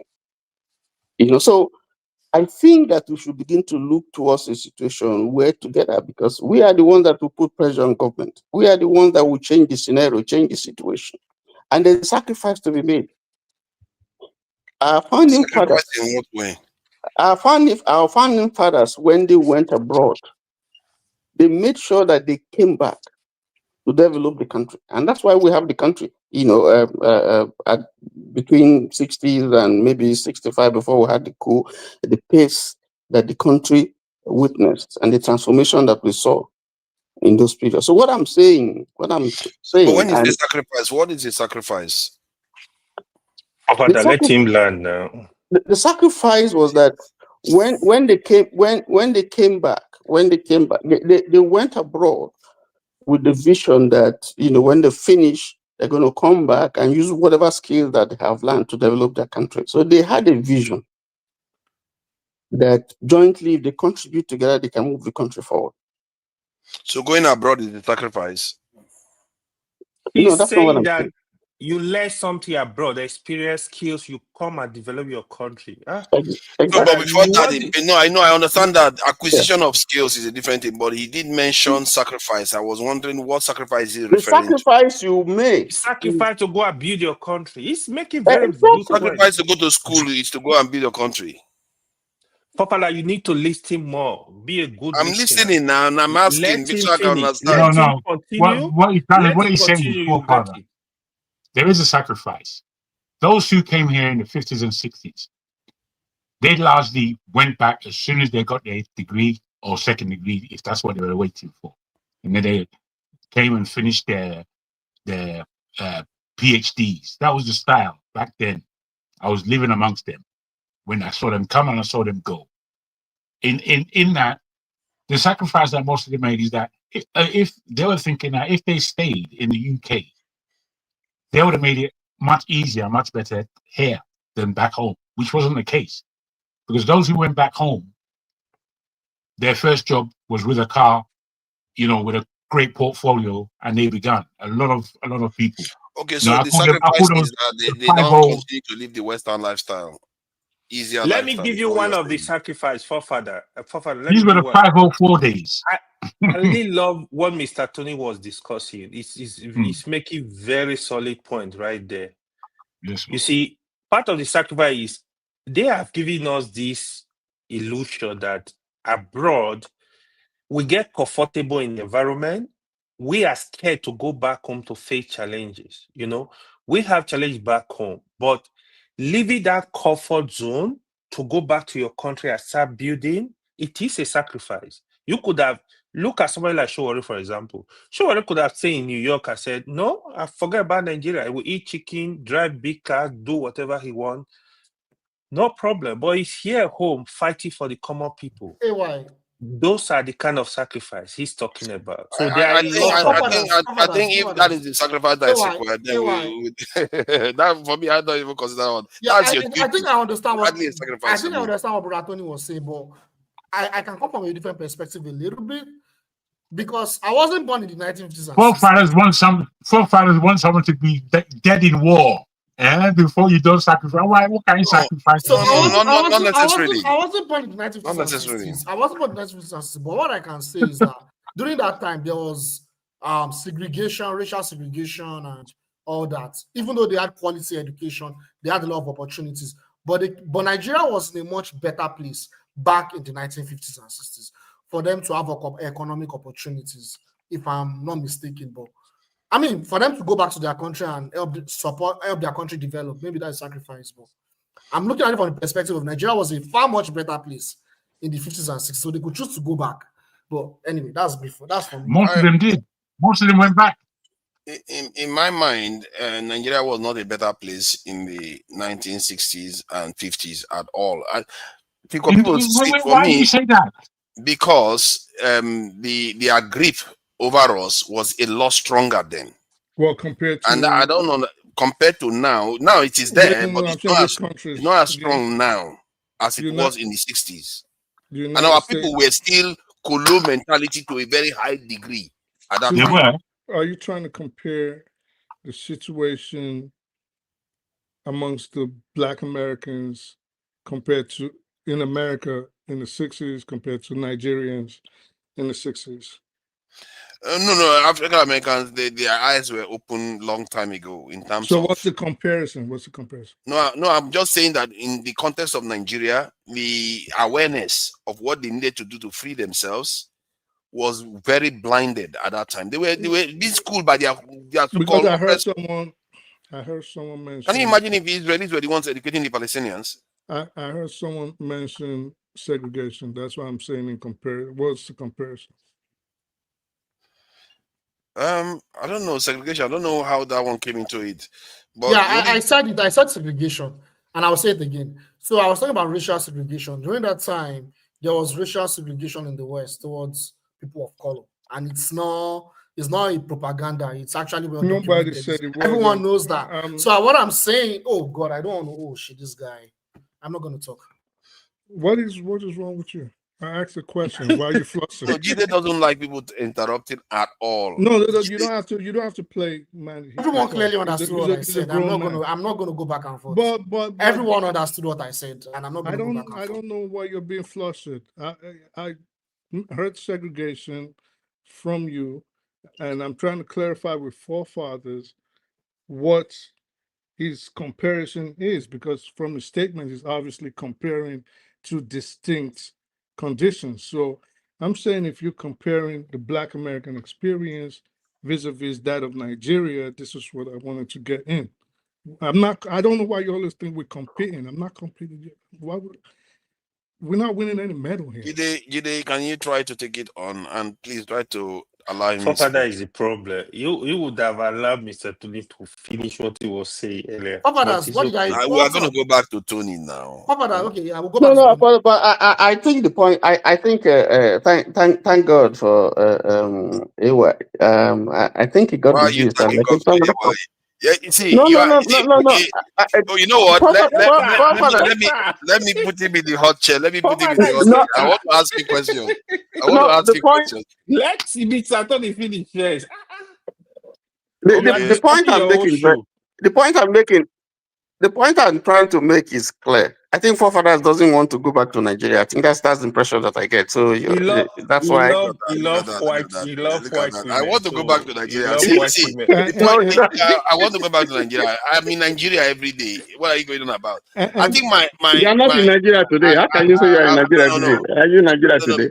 I'm talking to them every day. My point is that, okay, let me ask question, because the reason why I wanted to nudge you with these questions is to get clarification, because you are diagnosing a problem about what the West could do to us and all those things and the dangers that we face and the sacrifice that needs to be made and all that.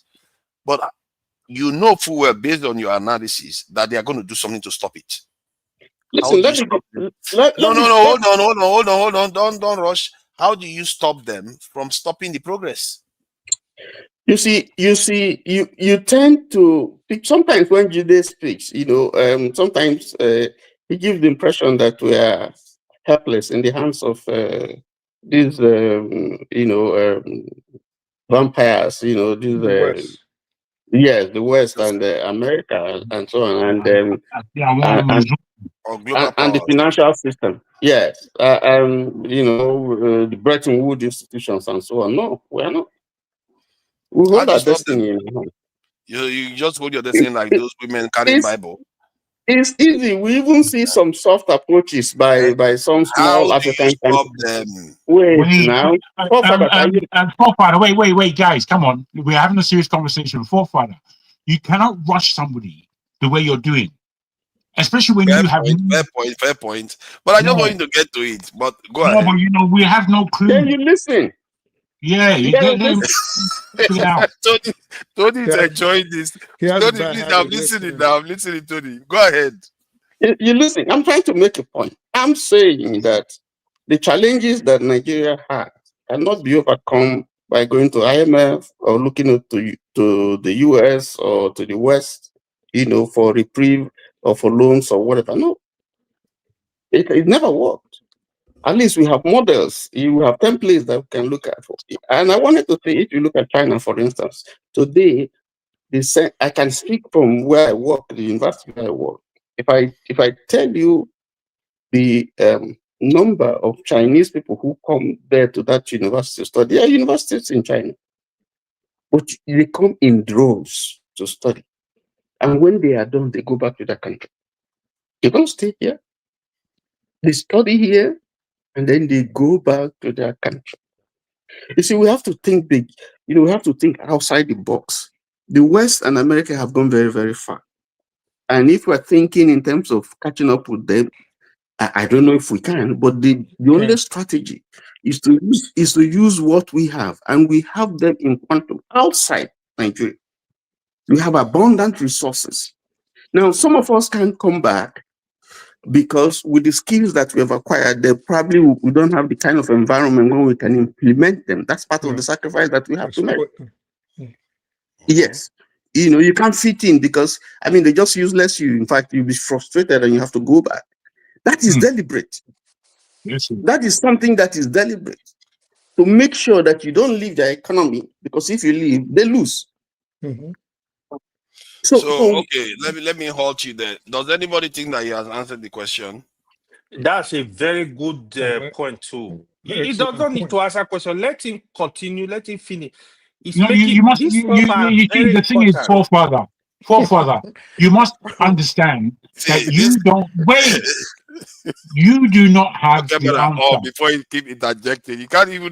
You don't even have your camera on. You're interjecting. No, I don't, because man have to have some privacy. Small. I know these people. Then go and have your privacy and not interject. Then. No. Interject.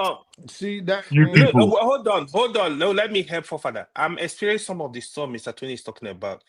I remember when I was taking some program in Canada then, Chinese people, they will pay for a special program. For example, in engineering, they will pay for a particular technology to be a course that even like the cost of registering some of those courses, they have to pay ×2, ×3 to register just that course.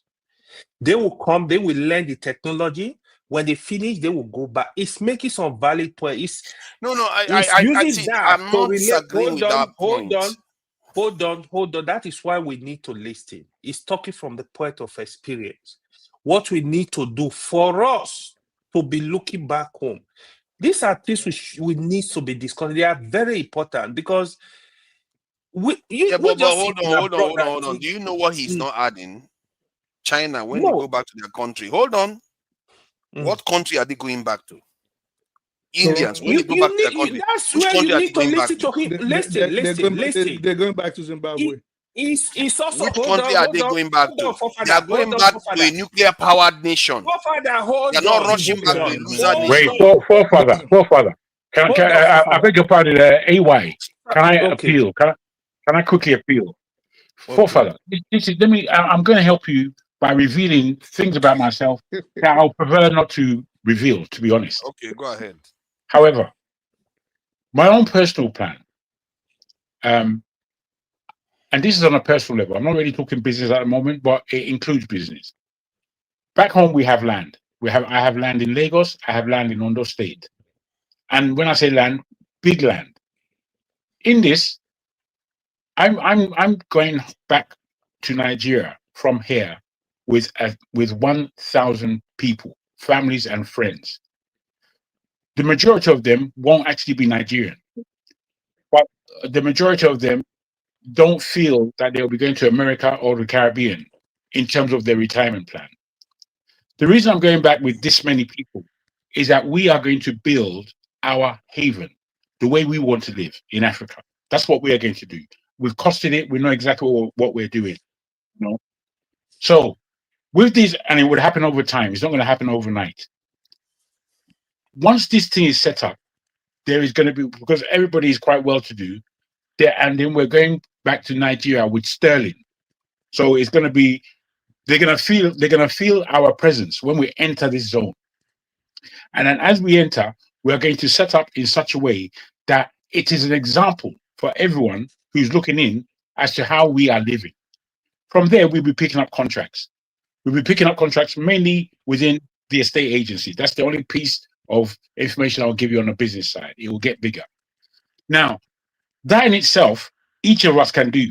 It is impactful for there to be what we would see as homecomers in a way, expats in another way, people who have skills and a drive to make Africa and their lives work in Africa, their money work in Africa. The average cost of a house that my people own in this country, average, is 750,000. You know, a normal three bedroom house in London at this moment, it could be up to £1 million quite easily. The two houses that I lived in and left, they're only 2 3-bedroom houses and 1 5-bedroom house. The 3-bedroom house, which is a smaller, is worth 1.2 million. I couldn't even believe it. 1.2 million. Well, how are we into the real estate now? We are talking about. No, I'm only saying. I'm saying to you. I'm putting to you that the question that you're asking of Tony can be answered in many varied ways. It depends on us as individuals, and it depends on us understanding this conversation that we're having. This conversation that we're having is not to nitpick and try to trip people up. But I'm asking. I asked a specific question. He said they will try to sabotage everything we try to do. I said, how do you stop them from doing that? Is it by just doing more estate agencies or building? No, don't do it. If you're coming in numbers, This nigga's slow, sir. It's not. Are you hearing me, brother? Speaks. Yeah. He's hearing me, bro. Seriously, I'm just talking about. I think there's a level. Either you guys are so smart that I can't even understand what you're saying because I can understand everybody else. Can I respond? People are gaslighting. Can I respond, Tom? I asked a specific question. People are gaslighting. If you cannot understand simple English, how do you prevent them from sabotaging what you are building? Can I respond? Everybody, please. Yeah, I was going to respond. Let me allow the GD respond, please. I'm getting No. I think when I haven't spoken for hours. Yeah, he hasn't spoken. I asked how you can stop people from doing something. I was told about how I'm going to. Let me finish what I'm saying. Let me finish what I'm saying, please. Let me finish what I'm saying.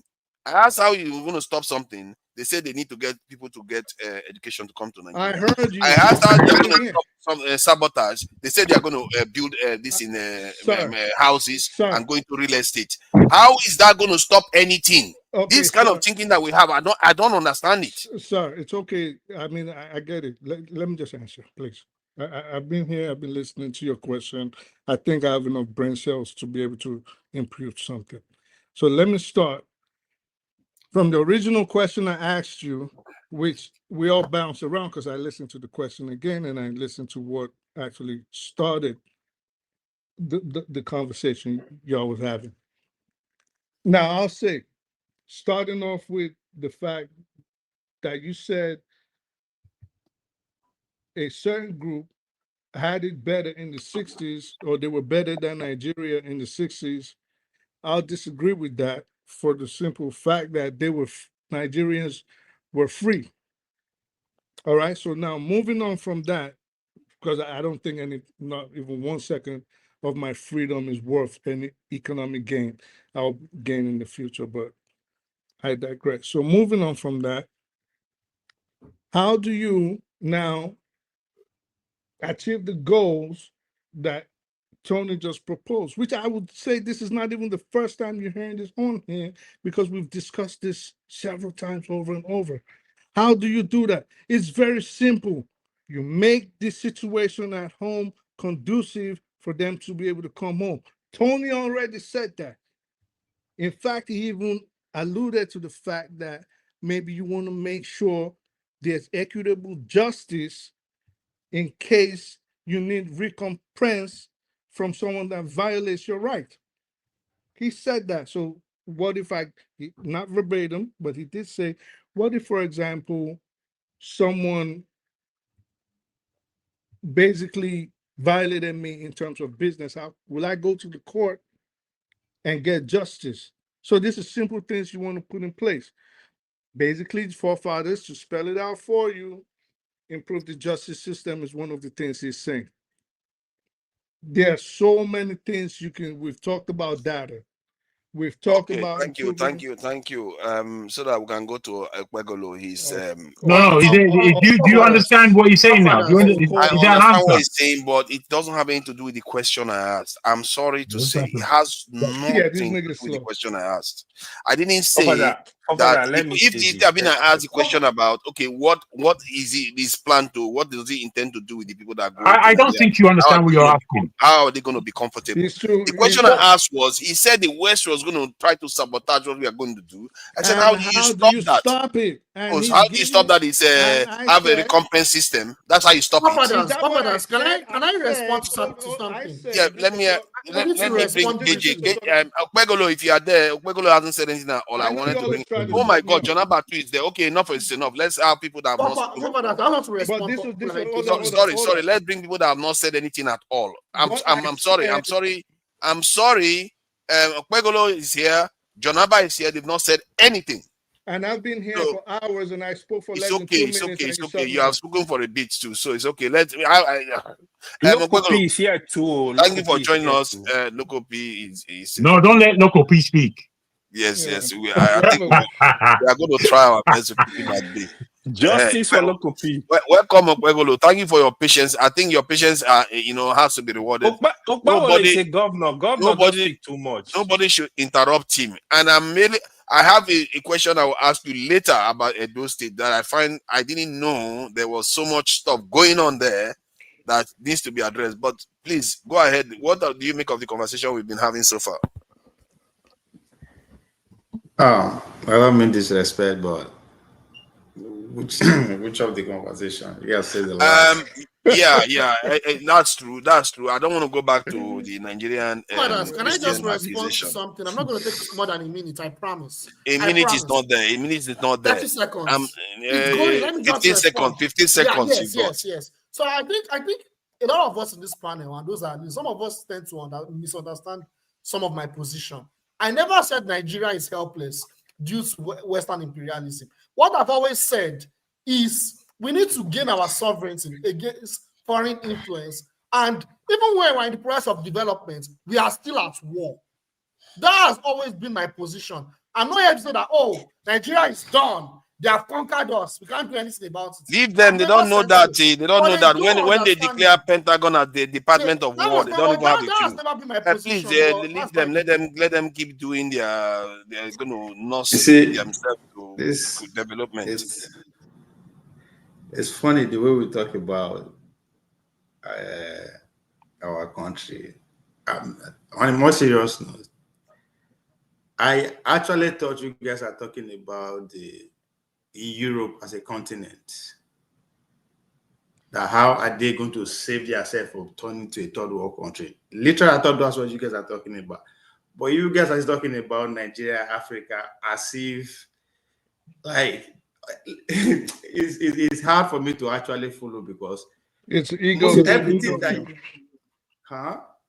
I said it's an ego thing. Their ego precedes them, so they just because they don't like to learn. They don't like to learn. Yeah, everything that you guys talked about are things that already happened months, if not years back.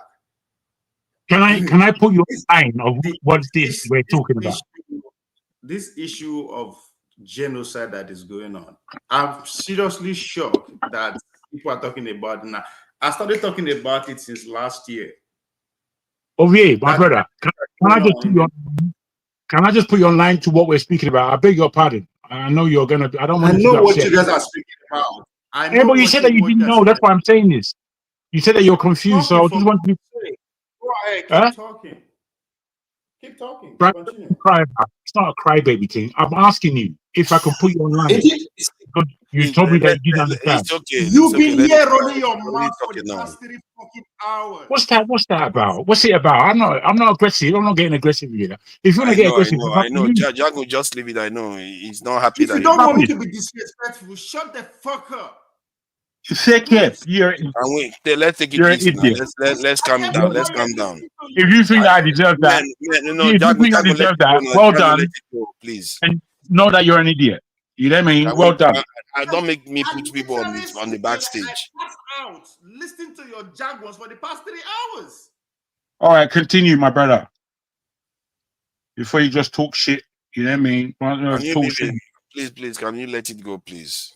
Yeah, I've let it go. It's not, I'm not upset. He's upset. For what reason? I don't understand. All right. I am upset because for the past 3 hours, let's not interrupt him anymore. Talking, you in particular, you've been talking. For the past 3 hours, that's what you've been doing. Yeah, but you haven't been listening now. If you're listening, Jagun, let it go. Well, why don't you tell him he's the one to? Why? No, he's just talking now. He's not insulting you anymore. He's talking about the thing that's got nothing to do with nothing. Stop unmuting yourself now. Just let him finish his statement, then so that I can move to Janaba. Janaba hasn't said anything. KJ has been quiet for a long time.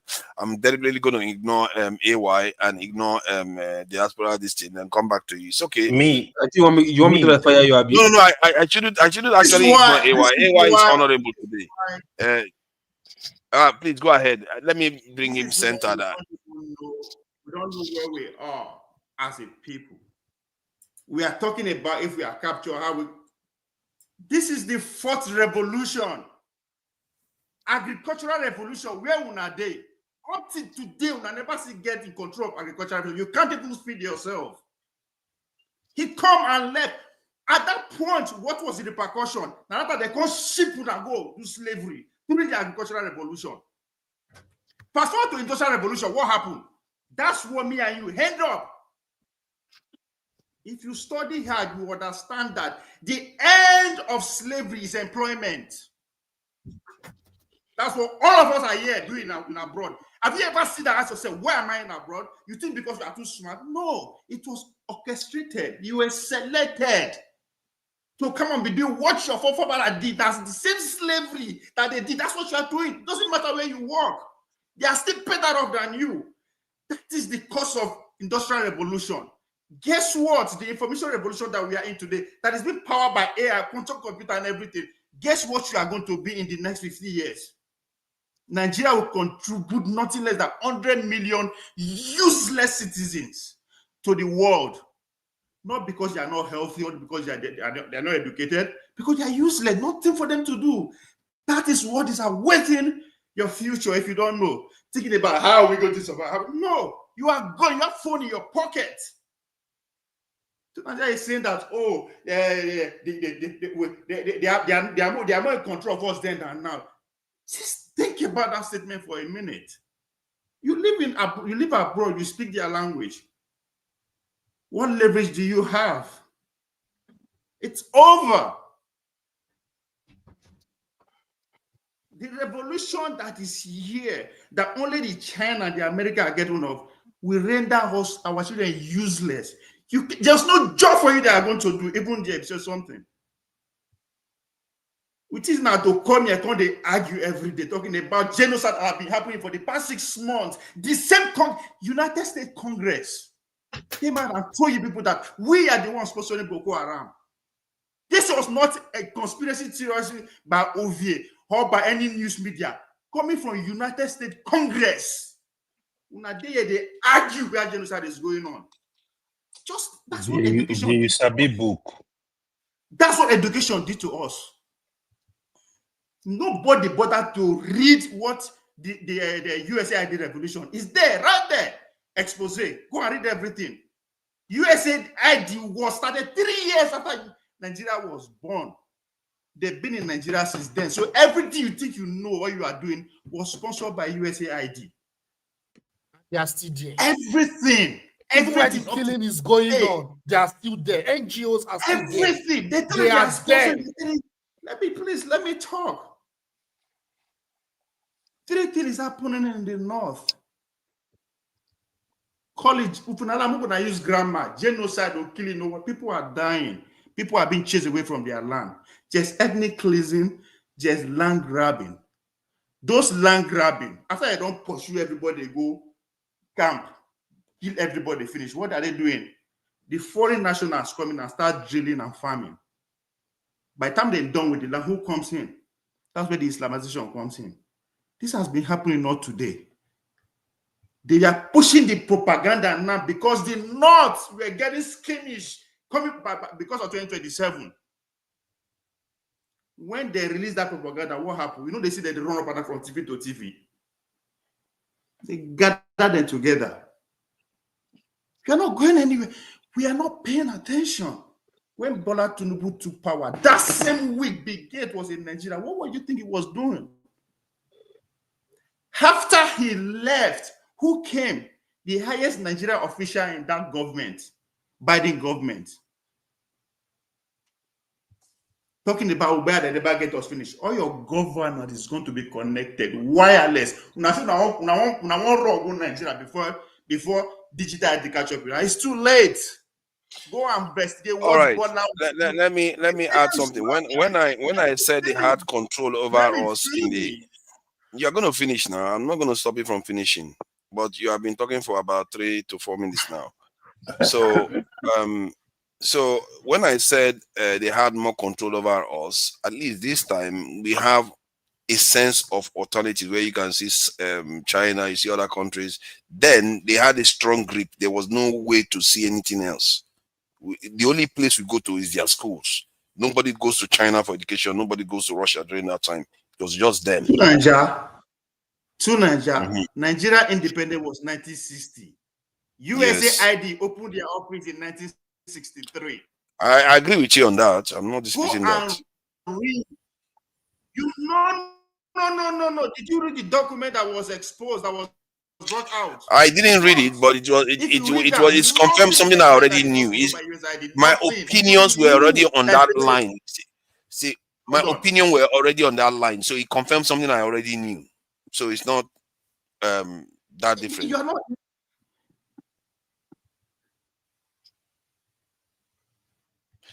USAID is just a proof, but my opinion was already on that line. It is clear that these people were the ones funding Boko Haram now. We know that. So, go ahead. You have a without those Is it frozen? So that be the case. If you know that USAID is doing that, where's not the argument? Are you finished? Anybody hear me?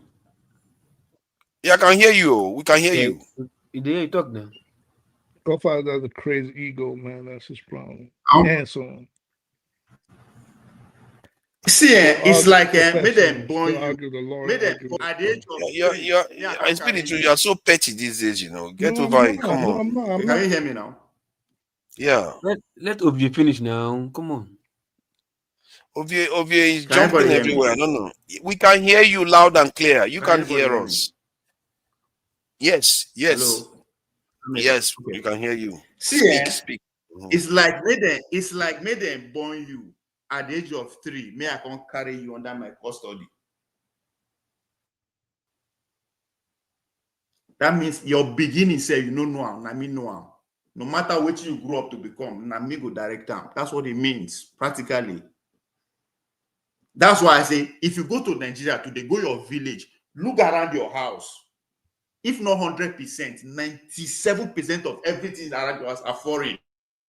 You don't know what that means. In 1960, it wasn't like that. They are coming and going. This time around, everything that has to do with you, the way you talk, the way you eat, everything, not them. Just think about it today. They're off internet for Nigeria. What do you think is going to happen? Have you thought about that? Man, just off internet. Yeah, we have you our own never exchange. Even know now. how to generate power. I know what will happen. We have our own exchange. You never even know how to generate power.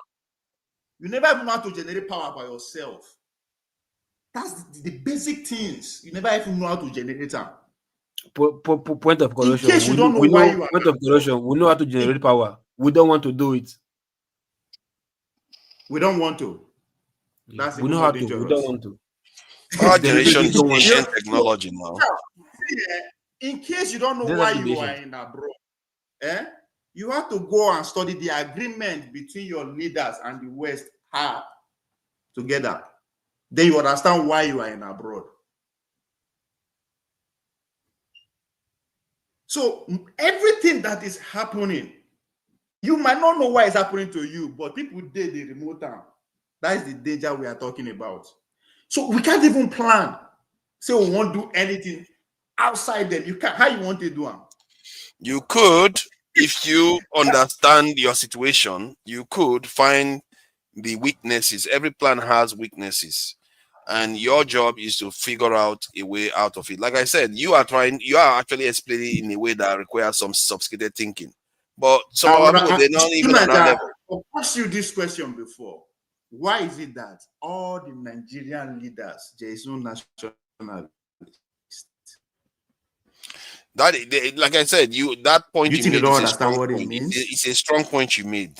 To break out of it, you have to know how to, because they did it to China, they did it to so many countries. You have to learn how they did it. That is the key.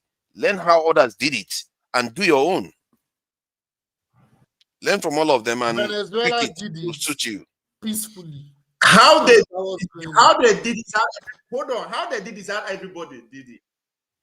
No, they are different. Everybody did it differently, but they have strategies. Yeah, and what I'm saying is, even if we don't want to be violent, other countries are peaceful, like Venezuela. Like, you get what I'm saying?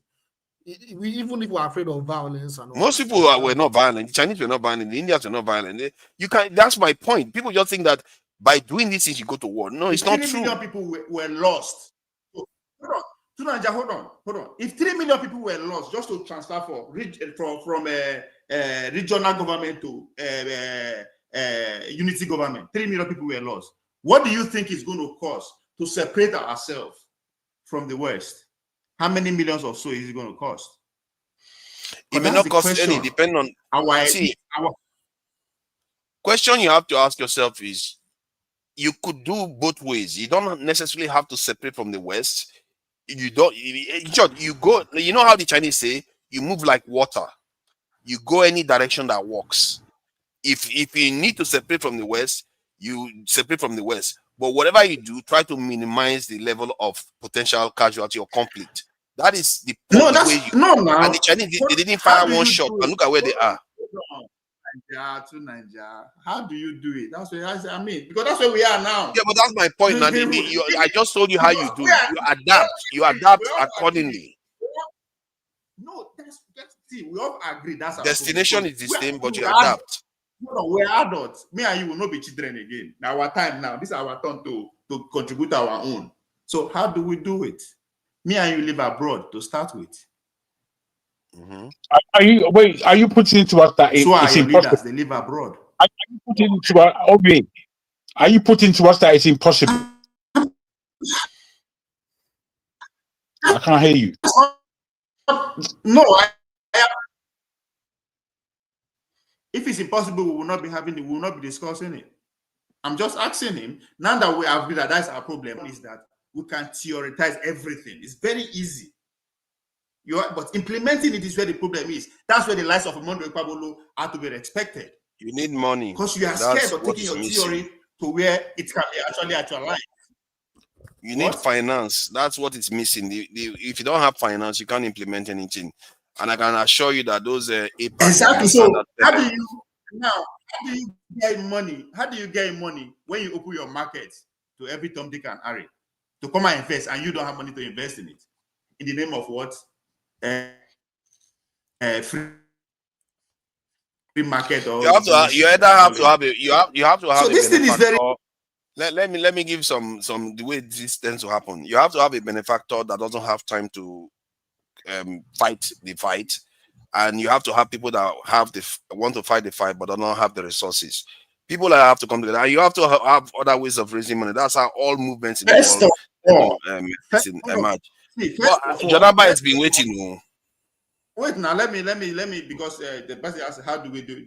There's no way. There are ways, right? First of all, laws has to be in place. Anybody that engage in capital flight, straight capital execution. Anyone that engage in capital flight is done. If you want to serve as a government official, you'll be well rewarded. But if you fuck up, capital punishment. Everything I'm saying, that's what the Chinese people do. That's what the Koreans do. The Russians, Putin, sit down, assemble all the business people then. Say, yes, you people have done enough. You people have stolen enough. Keep it. That's fine. But turn your back against politics. It's over. You are done. The three ones that stay to fight to the poke their nose for politics, they all end up in jail. All of them ran and the rest. Yeah. So today, he said, I become president today, right? It will be the same thing.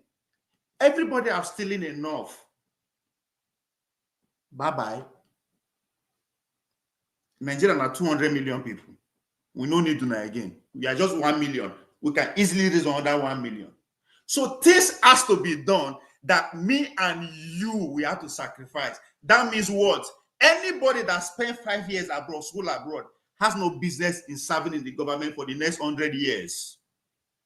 Wow. Yes. Next 100 years. Just stay away. But Ovi, are you now saying basically that Nigeria should do away with the style of democracy that it is implementing right now and adopt a more draconian governmental style, because that's the only way you can really achieve what you're because if I want to use what is going on in America now as an example, America wants to overhaul all their institutions. The Saddam has come. There is no way we can use the people that benefited from the process or the people that compromise all the institutions to be in that process. That's what Trump is about. That's why they are giving constitution. They are evaluating their constitution, giving the presidency power to do and undo. So something like that has to be done. If it has for us to scrap the system of government, which I'm very much in favor of, so be it. But there's no way we can involve all of us who are beneficiary of this system. Because the reason we are here outside is because we are scared. We are the lofty ones. There's easy way out.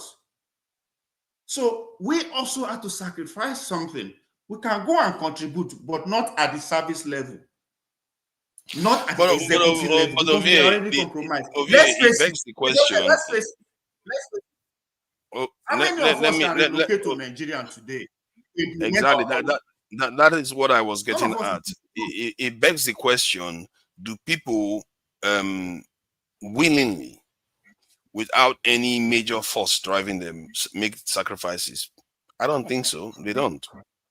They will not make sacrifices until fire. No, they will. No. People it's very rare. So I've never seen it happen. See, guess what? Somebody is coming. For me, Obi could not do it. Let's even say, okay, yes. Say, forget about him as a person, right? He was monitoring the revolution. If you know if you do one within the next election, everything you said, just that Peter Obi that you said. Let me finish. Oh, come on, man. Let me finish. Yo, Ovie, I would like to relocate. Try to keep it brief so that Jonaba can come in because Jonaba hasn't said anything. Try to keep it brief so Jonaba can come in. That's what I said. Somebody is going to come from the north, a radical Muslim. That guess what? That the conservative can relate with. It doesn't matter if you're a Christian, if you're Boni, you can relate to the message that where we are going is not the way, and that person will make the African Nigerians see it. It doesn't matter if that person now they call them terrorists, which is even better, because the easiest way to win election is to have a controversial person that will split the country into in the first place. Somebody is going to come, and I'm for it. Yes. It doesn't matter that whoever it is, but it's coming. Somebody is coming. Just to add to what you said, that I'm talking.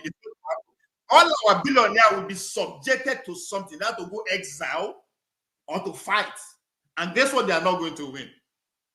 And it's going to go in religious fanatics. Thank you.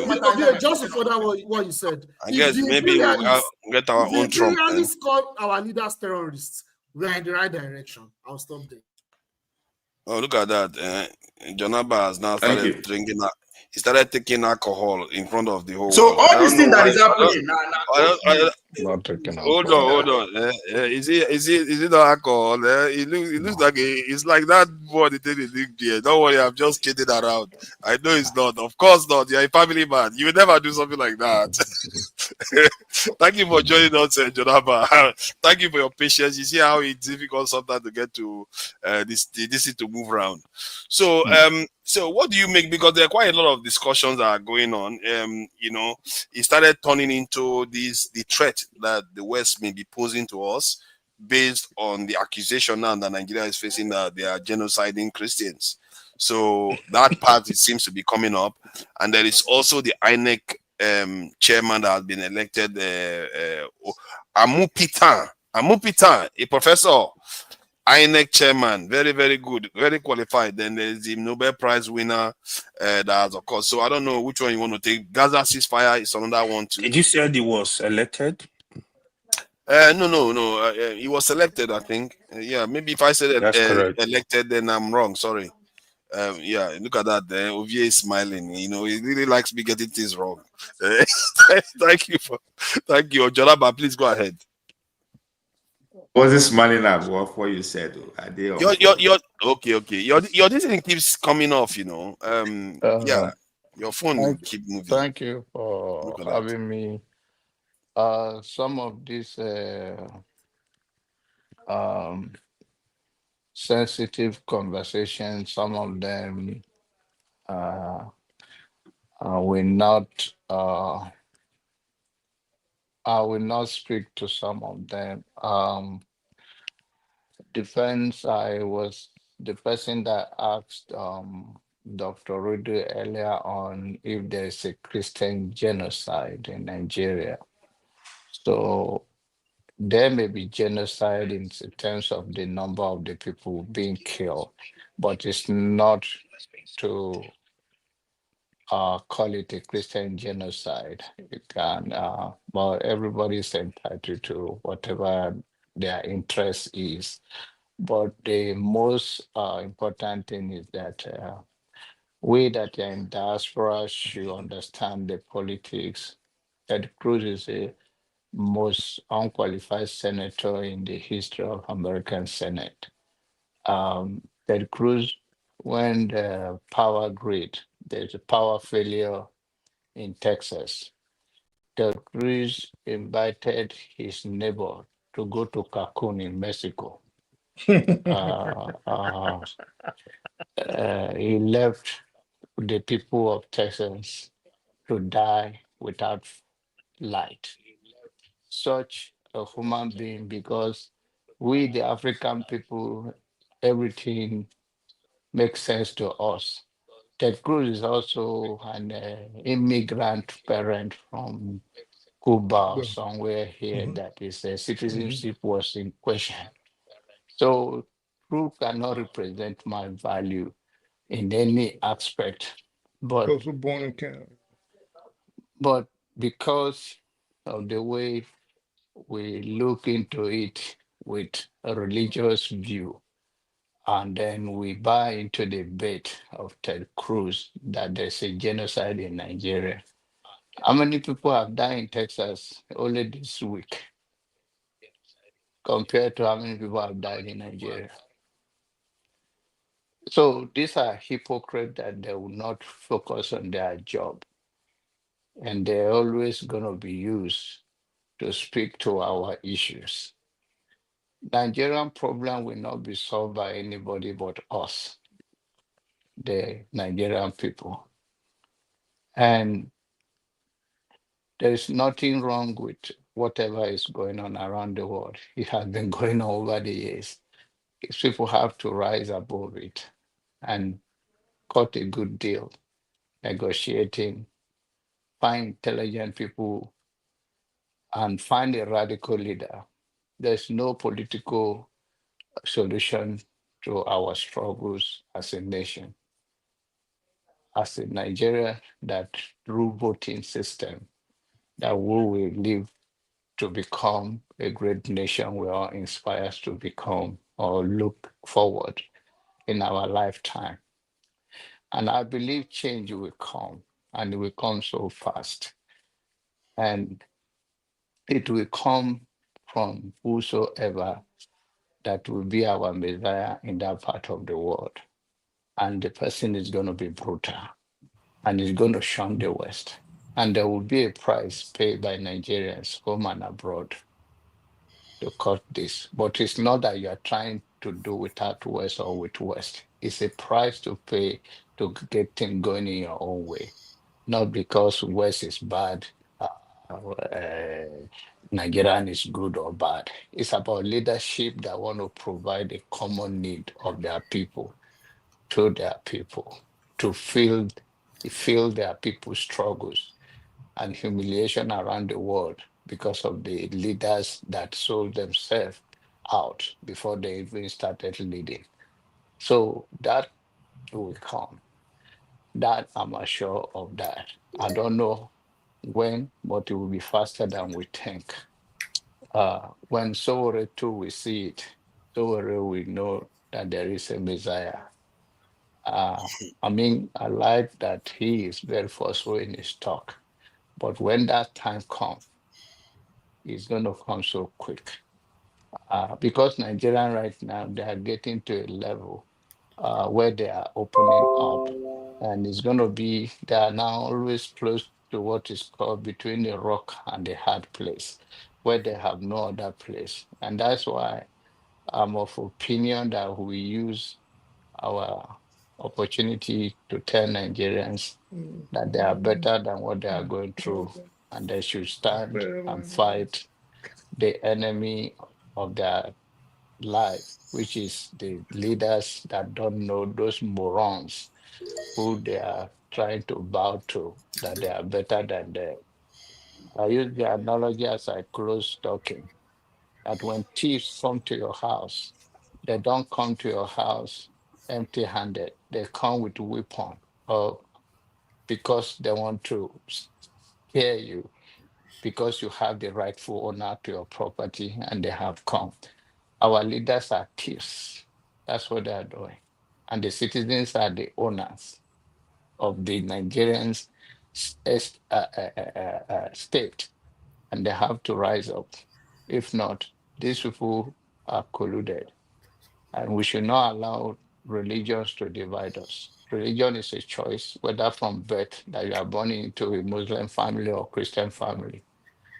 It's not anything wrong or bad, but I choose to be using to see things from humanity instead of from any religion. Religion is a choice.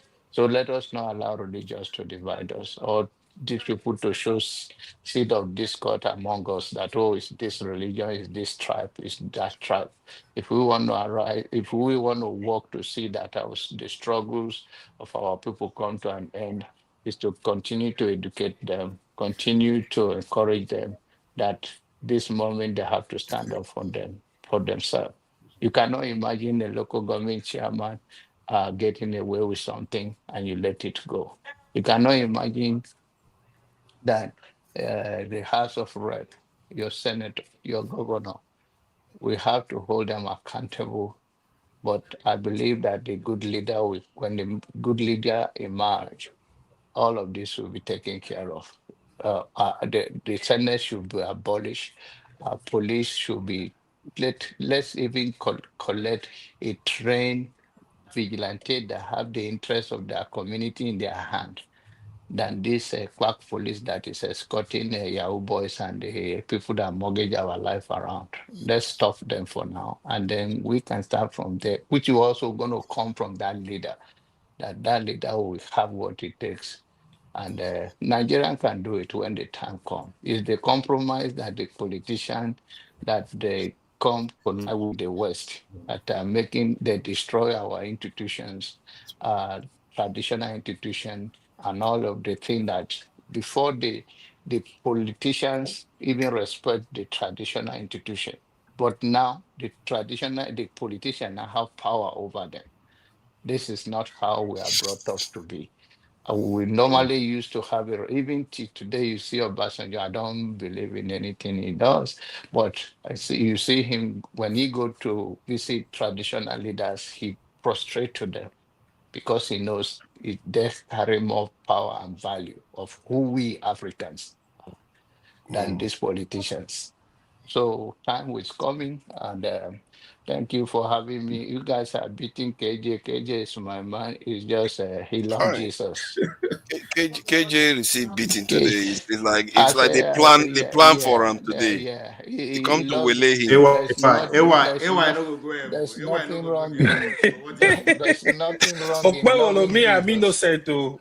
He loves Jesus, and Jesus loves him. all of And them he's plan. my Me, man I'm any day, innocent. anytime. I love KJ any day, anytime. Thank you, Benaba. I would have had problem if I didn't have data by my side. But as was demanded, I put out the data there for them to see. And if you want more videos, I can also send you videos. I don't have to, make noise.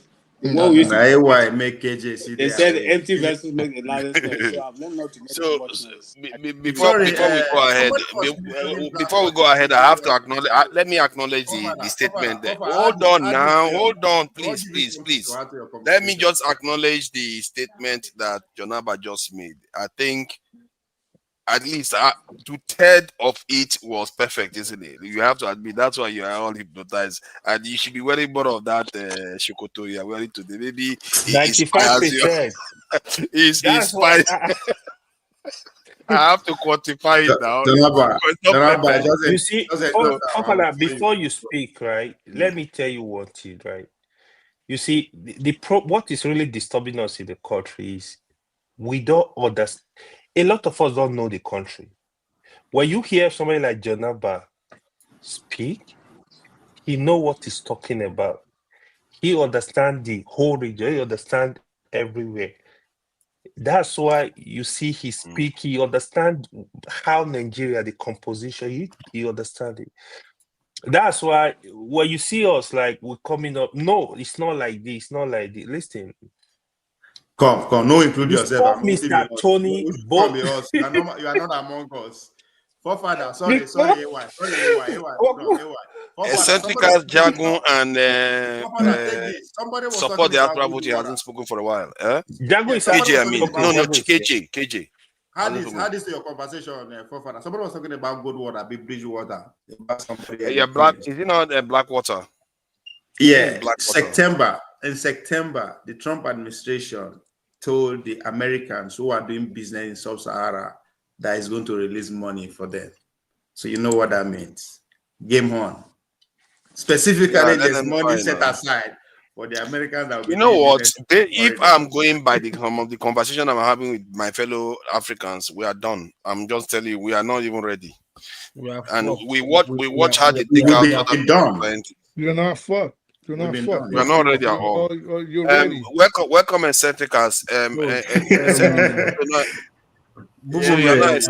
know I thought we are fucked. Trust me. Listen, I'm watching it. You're not fucked. Sorry. Let me just go with Eccentric. Eccentric, thank you for joining us. Let's welcome Eccentric to the listing. Eccentric, it's been a while now. What's up? Yeah.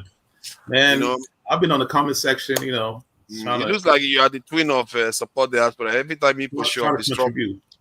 Okay. I say every time you see local, there's always some fight. No, exactly, man. I don't like to be on when he's on, for real. Oh, God. Okay. So what do you make of what you have? Eccentric, you are supposed to send me an email. Let's stop talking. What did I go and do now? Quick now. Please let them This guy's an elder. Can you let it go? Acting like a kid. What the hell? You're an elder. Shut the fuck up, man. What's that supposed to mean? Hold on, let me take them out. Hold on. Hold on for a second. Hold on. You know what I said? I didn't even know it was between both of them. I said two of them are troublemakers, and it turns out that they were making trouble with each other. Oh my God! Forefather, you should put yourself backstage. You should put yourself backstage. No, I thought they were just troublemakers individually. Not it looks like they're troublemakers with each other. Forefather, wait, put him backstage so I can talk. You know what I mean? Why should I put him backstage? I'm just kidding. Eccentric, you are supposed to send me an email. Eccentric. I'm just kidding, man. I'm just playing with him, man. Yeah. Welcome. Yeah. It's been a while, man. It's been like months. Yeah, it's been a while. Nice one. It's good to see you guys, man. Good to see you guys. Listen, good to see you too. With all the disagreements and everything, if I see you guys, I'm like, these are my brothers, man. My fellow Nigerians. You know what I mean? Exactly. Apart from KJ, obviously, as you can see, KJ. Except KJ, yeah. KJ is so bad, man. Yeah, KJ is American, man. KJ and I. Eccentric, you are supposed to send me an email. Dude, I haven't got your contact, man. I need to get your. I've been trying to, get a hold of you, man. You know what I'm saying? It's hard to get a hold of you, like the vice president. You know what I mean? I have to go through your secretary. Anyways, so here's the thing. I've been saying this so many times. Like, Nigerian problem. Listen, when I was young, everyone complained about Nigeria. The same thing. When I was a kid, my grandpa, my dad, they all complained about the same thing, and we're doing the same thing. We are in the same cycle. Like, it's crazy. It's like a bad dream that's like repeating itself over and over. It's like a karma. It's like a karmic wheel. Like, we got to jump out of that wheel somehow. Personally, I look at it like this way. What can I contribute as a person, right? I believe that if you throw like a little rock inside the ocean, it will make ripples. The ripples will travel, right? We all think like we don't have anything to contribute. You know what I mean? We say the government should do this, government should do that, and then we sit back, right? Okay, there was a school in Lagos State, right? I worked with the lady that owned the school. You know what I'm saying? I worked with the lady. I was like, hey, look, I got this damn stuff going on. I want to do a pilot test. All the kids that do well in your school in mathematics, sciences, I want to give them some money, right? I gave some kids 20,000 naira. They were happy as hell. 20,000 naira it's money I could spend just not doing anything. You know what I mean? Like, it's nothing. If you convert US dollars to 20,000 naira, it's nothing. And the kid got it 20,000, and they were so happy, like, wow, right? But then a few weeks ago, I was like, hey, a lot of kids in Nigerian school go to school hungry, right? They don't eat breakfast. What can I do as an individual, like, that can make an impact? Like, that's how we need to start thinking. I believe that, listen, someone talked about, like, we were we live in the United States of America, not by our choice, right? We're here working and whatnot. But I believe that there's a reason why we are in the foreign countries, right? You know, I believe that, you know, if there is a force, you know, like all the gods that you believe in, they put us here for a reason, so we can make impact back home instead of pointing at the government. The government's not doing anything every day. We can do something, right? We can't change the country, but we can make a little bit of change, right? If I do it, every one of you can do it. I can, like, for instance, I can give breakfast to like 20 kids every 2 weeks in a school. The kids from poor families, right? I could do that. I mean, it can cost me, like, let's say 100,000 naira every week. 100,000 naira is how much in US dollars? Like $60. That's gas money right there, right? That's gas money right there. So we all can do that. So are you saying that individually people should be pitching in?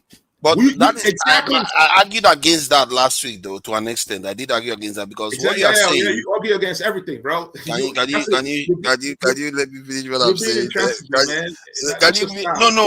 But you said it yourself. We've been doing this. We've been doing this. Dude, I'm tired of it, man. But what you are saying includes that too. People are doing what you're saying. Everybody here have people that are catering for. I can assure you. No. Listen. I give money back home. I send money back home to friends. You can't give a man. You can't all that stuff. That's not part of it. You know what I mean? Like, you can't give a man fish. You have to have objective. No. You have to listen. Listen. There's an objective, right? Listen. Where I work. I got 2 jobs, right? One of my jobs, I'm a manager, quality manager, right? I write quality manuals. I write all the procedures and everything. I read about. You have 2 jobs, and I don't have one. I have 2 jobs. Don't worry about it. You know, I write procedures, right? You can set. You know, I know how to write scopes, objectives, and all that. You know what I mean? If you want to do something, you have to plan it. You have to put it in writing. You have to write the scope, write the objective, write the SWOTs, SWOT, strength, weaknesses, you know, blah blah blah, and the threats. Opportunities and threats. Exactly. You have to look at all these things, right? You have to map it out and then do pilot tests, see how it works. It doesn't mean that it's going to be successful, but the intention behind it is what matters. You know, we're not going to change the country. Listen, we're not going to change the country. That's delusional thinking, right? But we can be that little rock. Why not? Why do you think we can't change the country? Listen, we can be that little rock. He started off saying that he's been hearing it since he was born. Now he wants to carry on the wheel. Let's carry on. Dude, I'm telling you, like my dad and his friends, they'll like form a circle in the parlor, living room, right? Parlor in the living room, right? Talking about Nigerian problem. You know, this government did this and that. Back, like nothing has really changed. Like things are going worse. If you draw the graph of Nigerian like development, it's like going on a negative slope. You know, going from left to right. It's a negative slope. Things are worse. But you still ain't answered why you think we cannot change the country. We're not going to change the country. Listen, it's kind of like a delusional thinking. Listen, I did a little bit of psychology, right? People that think they can change something kind of have a little bit of narcissism. Well, why? I try to. No, you got to be humble, man. It's humility. There's a humility in that. But you know, why? What? Do you think who has ever changed their countries? In a position to, you're not in a position to attain power. You're not close to the corridor of power, or do you think you don't have the finances, or you don't have the experience? It's not power. That's what I'm saying. But what I'm saying. So why do you think that? Why do you think you cannot change the country? I mean, I understand if you speak on an individual basis and you're speaking about just yourself, right? So the problem you don't know, Go. But you don't know what level of influence anybody here has attained or they have. You don't know anybody's background. Maybe they are close to the corridors of power, or you got what I'm saying. So you don't know this thing. So to say, all right. I'll take that back. All right. You know what I mean? The problem of the country is multifaceted, right? It's not just one thing. You're not going to say, hey, the Nigerian problem is this thing. It's Tinubu. That's not true. That's false. That's a false take. It's not one thing. It's multifaceted problem, right? we can pick up an area and we can set up an objective. Like, this is my objective when it comes to the STEM thing. It's, hey, we need Nigerians we need to encourage Nigerian kids to love science. I don't care if you want to do anything else. If you want to be if you want to do freaking economics, I don't care about that. Science, pure science, right? Chemistry, freaking physics, all that, mathematics. That's my focus. We need to encourage Nigerian kids to love science. You know what I mean? Because that's how countries like North Korea, when it comes to technological advancement, North Korea is way too advanced than most countries. Like, you know, we need deep science. We do science, well, we don't do deep science that involves groundbreaking work. It's encouraging the culture of it, right? It's encouraging the culture of it, also making all the. That is the genesis. What do you think Nigerians need more? People that, would you say? I'm going to ask just quick questions, right? Yeah, so would you say Nigeria needs more doctors, or would you say Nigeria needs, say, more construction workers? Meanwhile, before you answer that question, don't forget that you have a Minister of Innovation that speaks certificate. No, that's good. Minister of Science and Technology and Information, speaks certificate. That's great. That's great. So would you say Nigeria immediate need rests in improving its? I mean, I do understand, right? Before I go on, that these two aspects are actually important. But would you say Nigeria needs more doctors, or Nigeria needs more construction workers? And I have a reason why I'm asking that. More doctors and more construction workers? Yeah. Oh, it's got to be more lawyers. Not a fan of lawyers. What the Cedric said. What Nigeria but which one would you choose? STEM. Doctors or is what Nigeria needs. More doctors. We need more soldiers. When I say construction workers, of course, I also mean like artisans. But he's talking about science. You're asking about construction workers and doctors. No, it's a good question. It's a very good question. Yeah, but it's not relevant to talking about. Well, it's relevant. What is you think? Attack all the time. Like, no. Come on, guys. I mean, it's relevant in the aspect of we're speaking about a subject from many different aspects, and Nigeria is central to everything that's been said. And after we spoke about the depths of science that is needed, that's right, from further development, and a bit of uniqueness, depending on if we can break through certain levels of the sciences that are available to us. You gotta understand the objective. If I may just finish. No. We need soldiers. According to bro. I'm just talking about the consciousness of the question asked. Let me land now. Well, it's very rude just to cross me off. I'm speaking. Wait. Let me tell you. No, bro. I'm already speaking. I'm already in flow. The objective. My goodness. The objective is to encourage. No, bro. Don't do that. I think it's very. Especially don't do it with me, please. Do it with someone else. Now look what you're doing, man. What I'm saying, if rudeness allows. What I'm saying is simply, it's a good question based on the fact that they are both important. But in a country like Nigeria, that we can't see the development that has taken place over 60 odd years, we can't really see. But listen, the root of it all, right? The root of it all is interest in science. That's the root. In order for we understand where you're coming from. We understand. But Jago, you are just entertaining something that you shouldn't be entertaining for somebody that's supposed to be logical. He's talking about deep science, then you are asking him about construction workers and the doctors. Wait, guys, please. This is the aspect. Wait, Centricast, just wait a moment. We're gonna be back to a clean. Well, let's have a clean conversation. Okay. In order for you to have doctors and construction workers, you need to have the culture of science. In the country. Nobody's arguing with that. Nobody is arguing with that. Exactly. For goodness sake. Foundational. Where are the soldiers? Where are the soldiers? Where are soldiers? The soldiers. You are disastrous. You know the way pettiness reigns is disastrous.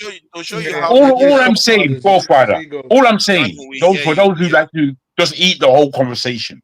All I'm saying is that it wasn't, to me, it was a good question based on the fact that a country like Nigeria needs development. Serious development. Now, the fact that we have so many doctors, so many lawyers, so many of these professions, and we're still where we at. We don't have people who are skilled with their hands. Thank the you. finishes in Nigeria. When I say a brand new hold on. Are you trying to tell me that we have too many doctors in Nigeria? No, not in Nigeria. We have too many doctors of Nigerian who are qualified and left. Thank you. What I'm saying, wait, don't argue with yourself. Don't argue with yourself. I don't do that. What you're doing is failing to understand. You see, you're just talking over me. Now, let me ask you. Okay, well, how do we need more this in the Fulani herdsmen, or do we need? It's not relevant to the point that he was making. You didn't even ask a question. You didn't even ask a question. I'm saying that do we need all more you've done is interrupt me. All you've done, my friend. Let me ask you now. Do you need I don't want to argue. Bro, I don't want to argue. I just, I'm another one who hasn't spoken. Relevant to the conversation that he's having. I thought, the thing is, it's not that don't be like that. There's not one person on here. You're on here with your aspects and the way you speak, and there are other people who are on here. So you are stopping me from allowing him to carry on, saying that he's correct to ask a question that is not tied to the point he's making. Well, all I was doing, if you allowed me, is doing it with or for the sense of the conversation. I think I don't know why we argue like this. It's not rocket science. You are the one bringing the argument. I'm not. All I was doing was agreeing with someone, and I should have been allowed to land with what I said. Maybe you would understand better. I know, but you because have landed on it, to be fair. I know where you have landed. You didn't allow me to land, and I came in at a clean point. I came in at the clean point when nobody else was speaking apart from me. So I wasn't rude and cutting anybody off and doing none of that. I wasn't doing that. Just allow people, man. Let me say something. Saying that we have more doctors, but we don't have more doctors in Nigeria. I didn't say that we did. I did again. I didn't say that's what you said. I didn't say. I said that we have more qualified doctors of Nigerian background in the world. Is what I said. Many of them. Oh no, not after. That's what I meant. So I repeated it again, and now I'm repeating it for the third time. Well, don't be I'll tell you I have a question for you, Jagun. I have a question for you. Someone else asked doctors is not the reason why a nation develops. He's talking from the context of trying to develop the country. No, it's just the talking. You see, because we're having a discussion, he was bringing a new talking point on. A talking point where, Eccentric gave his point of view of what's important. So my man came with a different point. It's not that he was obfuscating from what Eccentric has said. Which I actually acknowledge that. Yeah, of course. I'm not saying they Come on, man. Let's go up, man. Let's go up. The way we discuss our plan. Let's move on. We wanted to move on. You kept dragging it back. No, it's not that, father. That's a rubbish argument. Hey, guys. Let me please land. I'm saying doctors are also important in Eccentric, and I said that up front. But I'm saying, which one would you say? Because we can't just have a society of engineers and doctors and dentists and aeronautic engineers. At some point, we need artisans, especially in a situation where our society is not industrialized. That's not the point. That's not my point. Well, that's my point. If you're saying we need more doctors. The way he said it now, the way he said it now, he contextualized it by saying, yeah, we can have all those advanced stuff, but we still need this other stuff. That is different from just saying, do we need more doctors? Not for me. I understood it straight away. Construction workers can build skyscrapers, they can build bridges, they build everything. Exactly. And that was the choice given. But that is not the point he just made just now. I did say that, but the problem that's terrible, forefather. That is so bad of you. Because the thing is, I understood what you're just saying now is that I understood him, but you didn't. And so you took me on a big argument down the road for nothing. Of course I understood it. But remember, I was listening to Eccentric. You just listened to him. I've heard what Eccentric said. Hold on. Tell me what Eccentric was saying. Pardon? Jagun, tell me what Eccentric was saying. What was I saying? I listened to everything Eccentric came. He came on very coolly. I was here listening. You were putting me in the back, and I was doing whatever. Essentially, just came in cool. He says he. Let me say something. Wait. Seneca was He talking spoke. about the fact that Don't we tell need. him now. Why are you telling him? Wait. This is the problem. He didn't even know what Seneca was talking about. That Who, we me? Oh my God! Yes, Why that's didn't what Are I'm you asking doing me? now. was right here. Yes, I was about to answer. Let me answer now. Let me answer. Don't answer for me. I was saying, Eccentric came on cool. He was speaking about his own passion, what he does in terms of his living, what he's done in terms of cash that he can put on the table that would keep a good 20 to 40 individuals. It's no skin off his nose. We're in the West, and he's got time for that kind of thing. And then he said about his love and passion for the sciences and how the sciences are very, very important. Now, I don't know why you think I'm not listening when that's what you do. Don't put yourself where I am. Okay. Now, Don't run around. Hold on, AY, please. Let's get to the bottom. No, it's real. I mean, what you're talking about now is a waste of time. I'm a listener. Let's try to listen. I listen to you. Now that you've gotten there, how is that now? From that point, how do you ask that of a question? Which kind of question? The question about doctors and construction workers. I felt it was a good way of opening up the paradigm of just one aspect of employment and of education. The education and employment we need in order to build a state is multifaceted. Wait, don't argue. You ask me a question. No, don't do that. Forefather, don't do that. You've already answered. I don't know. But let me land where I want to land because I'm not under any inquisition. You're not. Okay, you're Next time I'm not going to let you interject anymore. No, that's a you are taking forefather. You don't have a lot of time left. Forefather, man. I can't believe what you're saying to me. Please, 30 seconds. Let me say something. Wait, before you do, sir, I beg your pardon because I wanted to speak based on what I wanted to say, but then I was interjected in such a way that he now let me know that I knew what I was talking about and he didn't. Now he wants to penalize me. Move it up. That's very unfair. That's very unfair. I mean, I don't know what's wrong with you, forefather. Let me say something, please.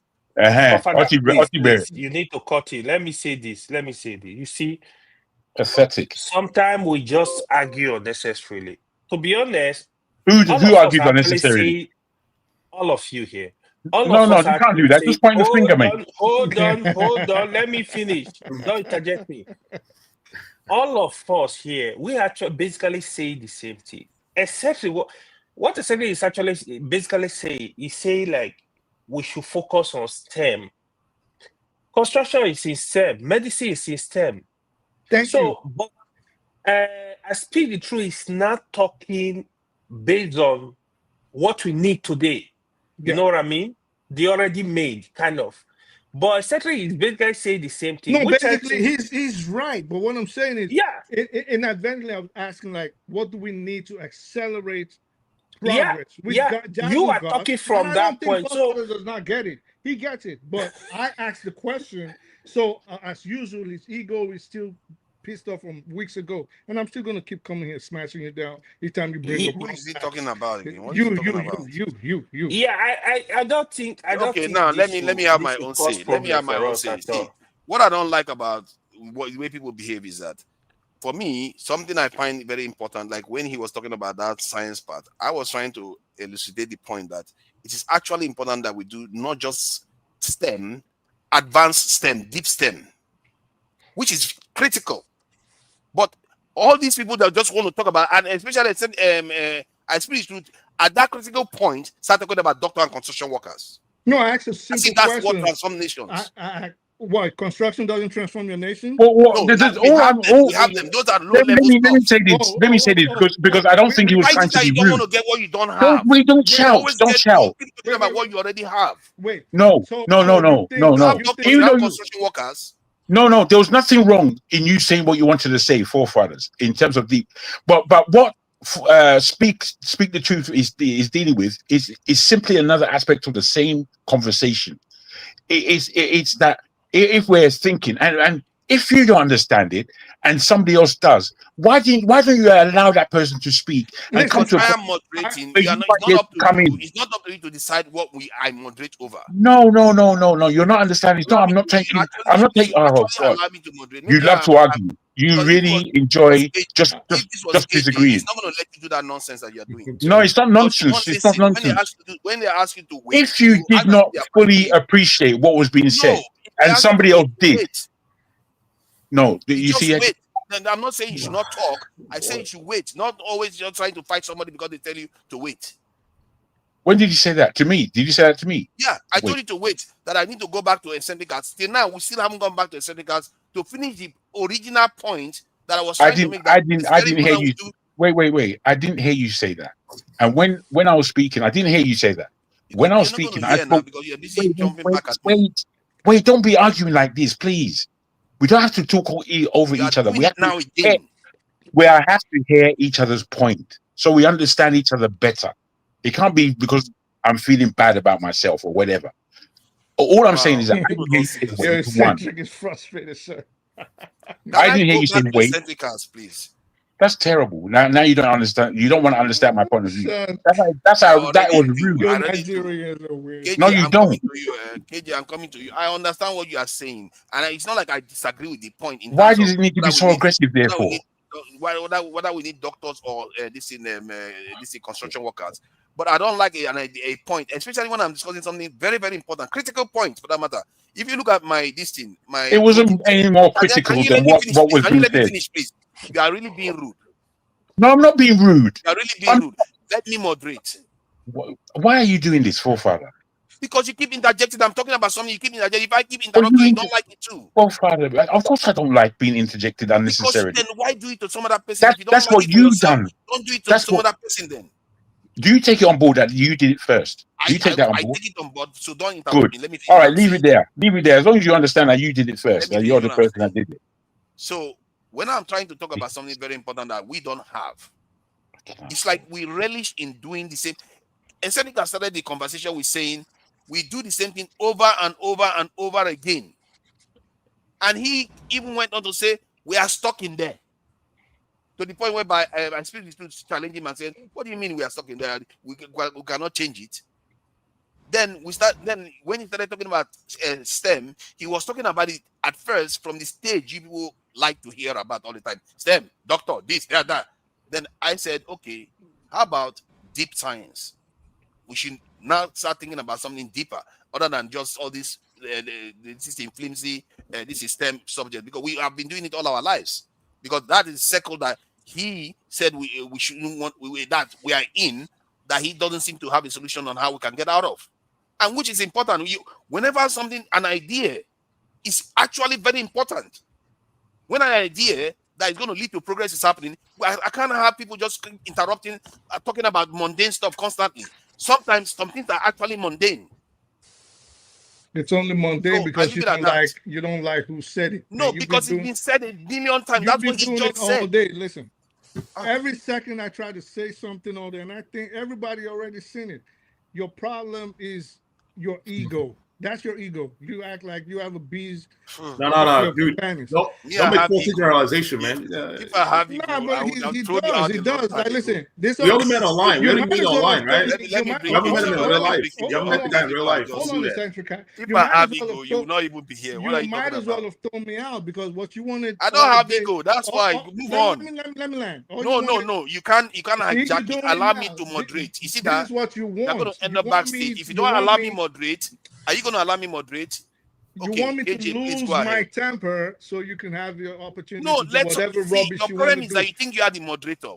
I don't. I haven't spoken all day. Okay. Thank you so much, Forefather. I've sat through and I've enjoyed both the ones I agree with and the ones I do not agree with. For Jagun, you wanted me to give you data and numbers. I've placed it on the chat. So for anybody who thinks I didn't have what I was saying, I've given many more instances of what and the news medias are reported and those on ground are investigated. I do not have to put my credentials on the line for anybody to believe what I'm saying because I've not come here to personally aggrandize myself in any way. And remember, that's not me. I didn't say none of that. No, it's not. I'm not talking to you, sir. Don't worry. I'm not talking to you. I'm just talking. No problem. I have not come. I'm not being paid. Talk to the mask you refer to now. They're not beating you now. No, I'm not referring to anybody. I'm making a general statement, sir. If you don't mind, I have my mouth. Then they shave my head in his absence. Are they here now? You want to shave my head? You know. So I'm simply saying that to say that sometimes these things are things that some of us have worked on for years and we're following it. It does not matter. Some people come here and we talk about Christianity. Some of you are not Christians. But you even talk more Christian than we have talked about. We don't attack you. We allow you to say what you want to say. But when something is touching on the areas that you are sensitive, you don't want to hear it. You go and begin to insult people. I don't think that is nice. I think this is a platform that sit up. You are supposed to be sitting up, man. What kind of everybody is this one? You know, everybody gets to have his or her say. The mere fact that you insult, or whether on the typing on here and we allow it, doesn't mean that you have relative to insult people. So from now going forward, if I'm moderating and you put in a word, whether you are typing it or on the screen that does not fit this platform, I will remove you and I will not put you back.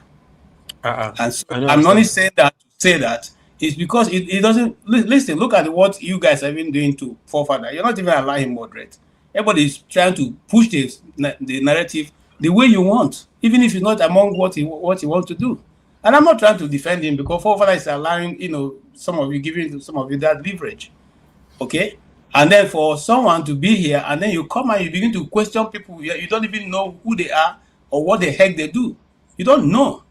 I don't have to come to the international media here where you are. I don't even know who is watching. And I begin to tell you what I've done. Of what use will that be to you? Are you paying me? So please, when we call, let us try and respect one another. If you don't want to respect people, try and open your own and go there. Or you can ask Rudolph. You come moderate and see. If you hold it, I can bet my dollar on it. If you hold the moderation for 1 month, I'll pay you for it. If you can hold it. So let's not come here and make it look as if people who are sitting here and trying to moderate, you can talk to them anyhow. And I'm not, if what I'm saying is funny to you, it's okay. You have your mouth. But I'm simply saying that, of course, if I'm moderating, I won't tolerate that. I know you wouldn't tolerate half of the stuff that I need to sign off because I've had a KJ, before you go, wait, please, KJ, before you go, if that's what you're doing, can I please say this? I knew that you have been waiting for a long time. Who gave you permission to speak now? I'm speaking to KJ. Don't do that, forefathers. This is military precision now. You can't keep doing this. We just can't act so erratically all the time. There's no hope. Let's behave ourselves. And I think KJ has a point. Maybe I've let it go. What? Can you let me finish what I'm saying to KJ? But maybe you should KJ, tell me. Some respect. Maybe you should show some respect to the table and say, wait. Can I ask KJ a question? Because I did say that. That's what I said. No, you didn't. You didn't talk to me. You were talking to KJ. No, I was speaking to everybody. Because KJ made us say, wait, forefather, don't become pedantic. Don't be pedantic. You wouldn't do that. You see that? Don't know. I'm saying do not be pedantic. It's not necessary, especially with me. Wait. But you are the one that don't make me put you backstage. But you're arguing with me like I'm not a senior somebody. I'm not trying to boost your ego. I'm not trying to boost you are the one. You introduce this chaos. You actually introduce the chaos. Wow. Normally, if I had even I speak to the main cam, he remains calm. And remember, we've done this. I haven't been not calm. We've done this before. So what before? We've done this before, whereby I ask you to be calm. Let me finish moderating. You don't. I am being calm. We're talking about right now. I listened to everything KJ said, and yes, I said this was my first thing. I said, wait can I answer that? Wait for some other time. I said, oh dear, bro, you're being. You should have a look at yourself, bro. How you're being now towards me. Don't worry. I'm ugly. Whatever. Not that you're ugly. Well, maybe you are. I don't know. But you are today. I don't know why you're being.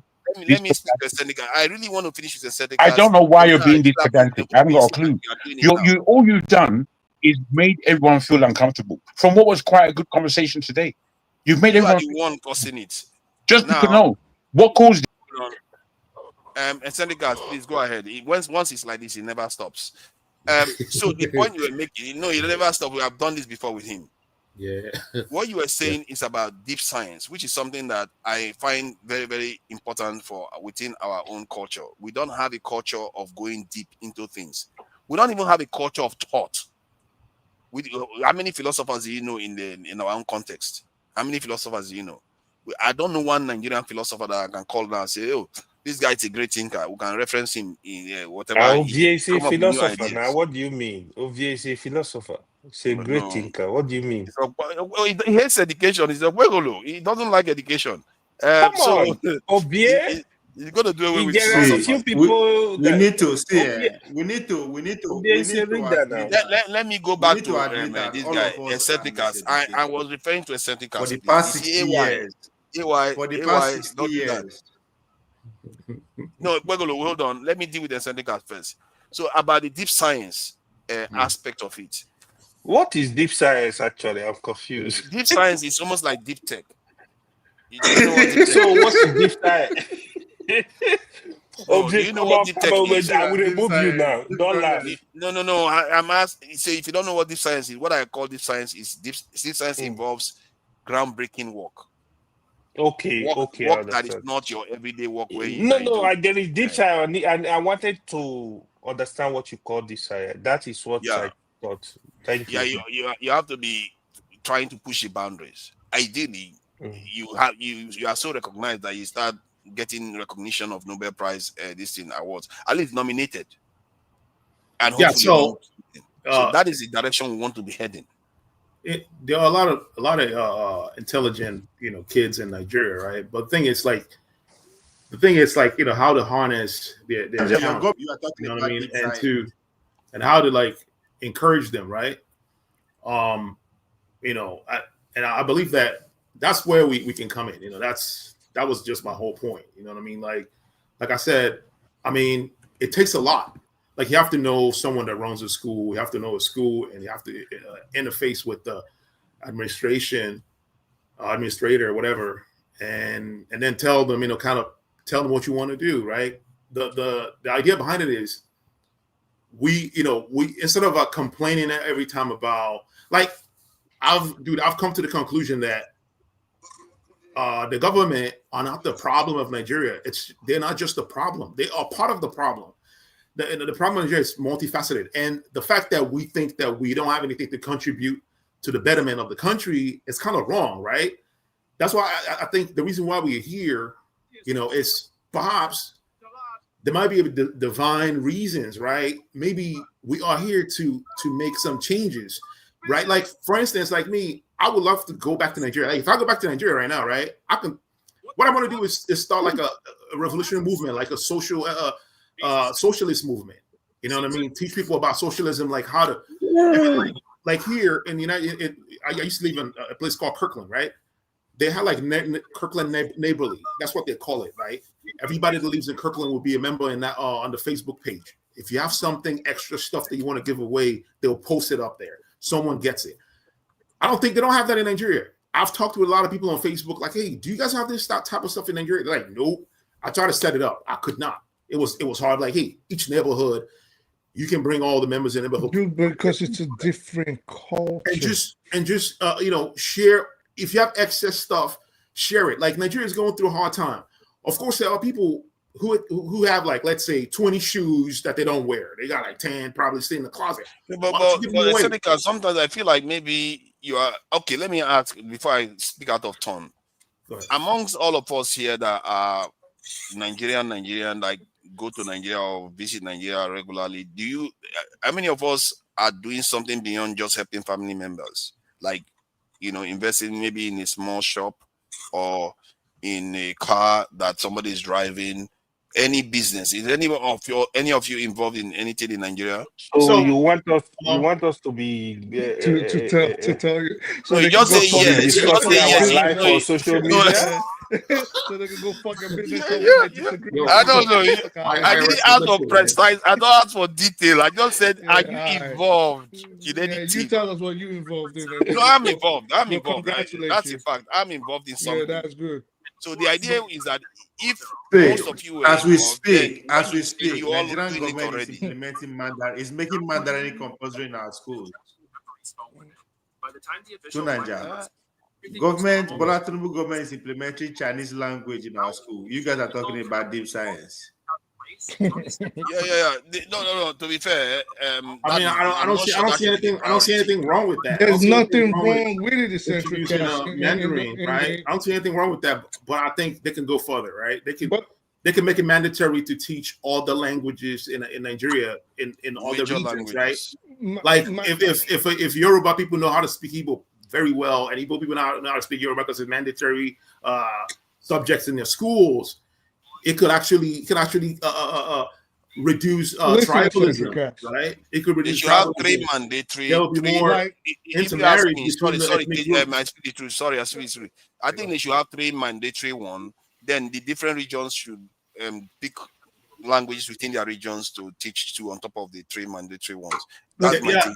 Hausa people should be learning Igbo and Yoruba. Yoruba people should be learning Igbo and Hausa. Believe Igbo it or should not, be learning Yoruba and Hausa. It should be mandatory in the schools. It will open up opportunities, and it will because most of the problems that we have is due to ignorance. When we listen to outside person, we hear them talk, we don't understand what they're saying, and then we make faulty generalizations about them. But once we learn their language and can integrate in their society, you realize, hey, they're just like you. They wake up in the morning and they want to eat, and they're normal people. They just want to bang. They want to bang. They want to go to work. They want to raise family. But there's a disconnect. You know what I mean? Because we don't share languages. But I mean, we share food. Most of the food in Igbo came from Yoruba land. You know what I mean? Like all this food, right? We share food, but they could go further than that and make it mandatory to learn languages. But anyways, last point, right? In addition to integration, which I've always proposed on here, which I've always said maybe the government, because one of the things Nigeria lacks is that aspect of unity and a sense of nationalism. All right. So of course, it is imperative. Whose music is that? It would be nice if they turn it off. So of course, it is imperative that we seek some kind of oneness. All right. Now that might include whose music is that? It's local P.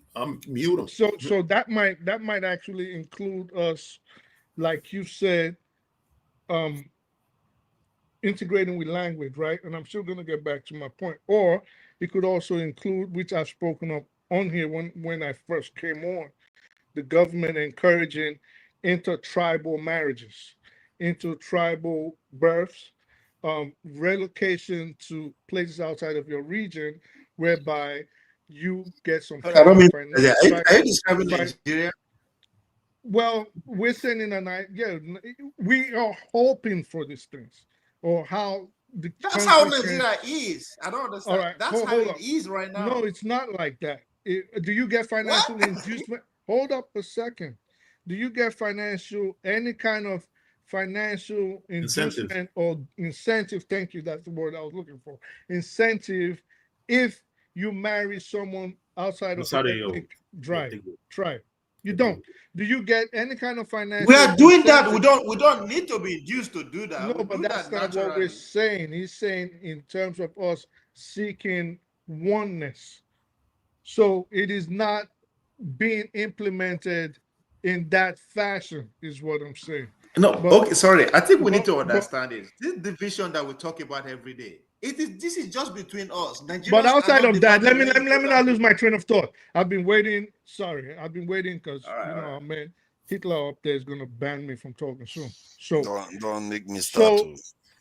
So my point is this: Nigeria, believe it or not, we have enough doctors, lawyers, and engineers, professional, properly trained ones, to carry out our needs for the next 20, 30 years.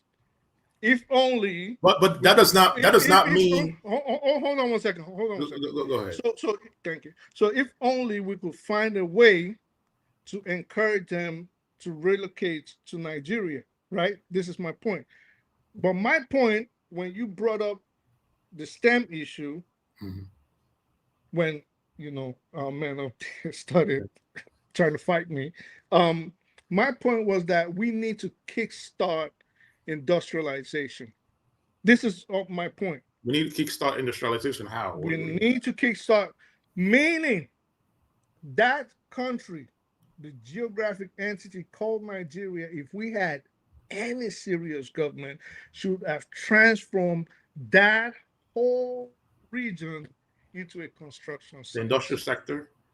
But that's like a private, like, since you're running a capitalism, right? The capitalist system of economy, they expect the private individuals to invest in those. You expect the private individuals to carry out these things that you have not made an enabling business environment conducive for investment. No. I think that's what you have to free yourself from that. Can I quickly say this? Jago, hold on. Wait, now let me just add to it. Don't do that to me all the time. Let me just add it. It's for you. Give me 20 seconds, man. Yeah, man. You do this all the time, man. I just wanted to come in. You can have a system of government where a system of government where the government can actually invest, can actually build listen. their own. What is being said? Government. What is important? Go ahead. Is of the 230 odd million people that we have in Nigeria. Yeah. It's fair to say that with the state Nigeria is in, there should be no unemployment in that country. That's the fact. Now, if we have that in a premise in our head, which means that we are going to have a fine and not equal, that's a well proported, well adjusted employment force. What is the cause of unemployment in Nigeria? Wait, now hear me out. You have to hear me out before you ask your bastard question. Please. Oh my God. He gave you his time and you're not bastarding him, man. This guy's not calm down. Honestly, something's wrong with you, bro. Jago, no, they people always say that after they've aggravated me for half an hour. Now let me say this. Something wrong with you. I mean, let me just say this. Leave it. Damn. What I'm trying to put to you in understanding that we should be having a conversation and not biting each other. There are things that have just been said that I think need to be understood and listened to. And it seems that we don't want to hear and understand that we're speaking about actual development. Now, where you came from scientifically was fantastic. Absolutely nothing wrong with it. Where somebody else comes from in terms of talking about artisanship, which is our actual heritage. But now in the life that we're living as Africans, we don't have any artisanship. We've forgotten most of it. We do have artists. It's disgusting. There's a guy who there's a guy that comes on. Artisanship not dying though. No, it's not, and it never will. You see, the thing is with people that think like this, they think that there's always going to be a forward. If a nuclear bomb comes and we're all broken back down to our basics, we still got to build. There is no need for a freaking lawyer. I don't need a lawyer at that time. I don't need a lawyer. Yeah, but I will need someone who can work with. Jago, the lawyers are going to. The lawyers are. No. I need you to understand these sentences. These sentences. Wait, please. These remarks. You're gonna know how to. Wait now. You have to know soil chemistry. Brad, right? Can you do your job of being an authority here? Okay, let's give you 1 minute to round up. 1 minute round up, please. Thank you. My. Listen. The country, we know its population. There are numbers. You're the man who thinks scientifically, which means that you're a man of numbers. When we're speaking about 250 odd million people, with the youngest, as part of the African heritage, we are the youngest populations in the world right now. Given the work that we have to do, it means to me, everybody can be employed. Everybody. If there's a plan. Me in my head, I've got a plan. So when people speak, I see what's being said that fits my thinking, that fits it. It's not easy to deliver a plan here because I'll be harangued to death without anybody listening, which is fair enough. Who told you you'd be harangued to death? You'll be I questioned would about be. the plan. I would be because I know how everyone thinks here. However, all I'm saying is that when we're a collective like this and we trust that there are some of us who have things to say, there are some of us who are sensible, there are some of us who have deeper knowledge than we do on certain aspects. I think we should give them some credence. And in that, when we're giving, because they're speaking on a subject that we know, we listen. And in listening, we might learn, so that so that the conversation isn't so fractured. All I was doing from what Speaks was saying was wanting to develop the conversation, which is what the question was for. But because we don't trust each other on this platform, we think that somebody's going to break out farting whilst the fragrance of fresh roses in the air. That's not how it goes. That's not how it goes. Okay, if I'm to gather from what was said, I think you have your own perspective from that of eccentric, as I guess, and I don't disagree with you. I don't disagree with you. So, as I said, where eccentric was coming from, that was the opener to the conversation. It was an opener, and we all enjoyed his opening. It's only that the second person to speak now, we decided that wasn't a good enough comment somehow. No, you guys argue. Let's not go around just that. Talk, argue. I just wanted to moderate. Forefather will not let me speak. To an important point, and I was getting dragged back over and over again. Okay, no worries. Forefather, sorry. I will start dragging you now, so you let me speak because the way Jagu and let me ask you this question because I think maybe we are moving into more ethereal areas now. You know, when Einstein said ideas are greater than knowledge, I've always thought it was a good quote and accurate, but to every day feel the impact of that statement, you realize how true it is. And I feel within our own society, we are relying heavily on knowledge. My brother, forefather, if I may remind you that me and you had this argument, and I put to you, is knowledge greater than faith? And you spoke about knowledge being the stronger. Now you are quoting from Einstein the same shit that I was talking. Day he has argued against ideas. Oh my God! Even the slower one has joined the queue. See, the slower one has joined the queue. See, the point I was making. See, wait. Oh, can you just stop? Let me deal with one at a time. The slower one. See, you were talking about faith. Faith is not the same as ideas. Imagination. It's imagination, though. It surely is. No, it takes imagination to believe in something that may not be real. No, you're just going to be talking, just trying to defend yourself, and then you're going to be, you're going to get angry, this is what I don't and like. Then you're going to kick someone out. Oh, you see now, you're just interrupting me now. You don't want to engage the point. You just say, okay, just said it, and if I oppose it, like, oh no, you're just opposing it for the sake of it. No, tell me why what I'm saying is wrong. I'm not saying. I think the quote. I think the quote that you just said from Einstein is a very fantastic. It's a fantastic quote, but it's the same that I gave you a couple of months ago, and I'm glad that there are people here who remember that conversation. You want to check the definition of faith versus ideas? Bro, I know the difference. Come on, we're grown-ups. We're grown-ups. Why are you saying it's the same? Because I tell you, bro, in the English language, there are things called variables in words that can mean the same thing or have a share of this of a similar discourse. We can check it where they have a share of similar stuff. He didn't say ideas. Yes, they are synonyms. They're called synonyms. No, it wasn't imagination. Yeah, I'm talking about imaginations. Yeah, and that's what Einstein said. Imagination is greater than knowledge. Yes. Yeah, but he's talking about faith. You see, imagination. Jago, once they come up with anything, you will just take it up. You don't want any other place to talk. To be honest, it's too much. You're getting sick of me. It's like you don't hear what's being said. I understand you're getting sick of me, man. I know.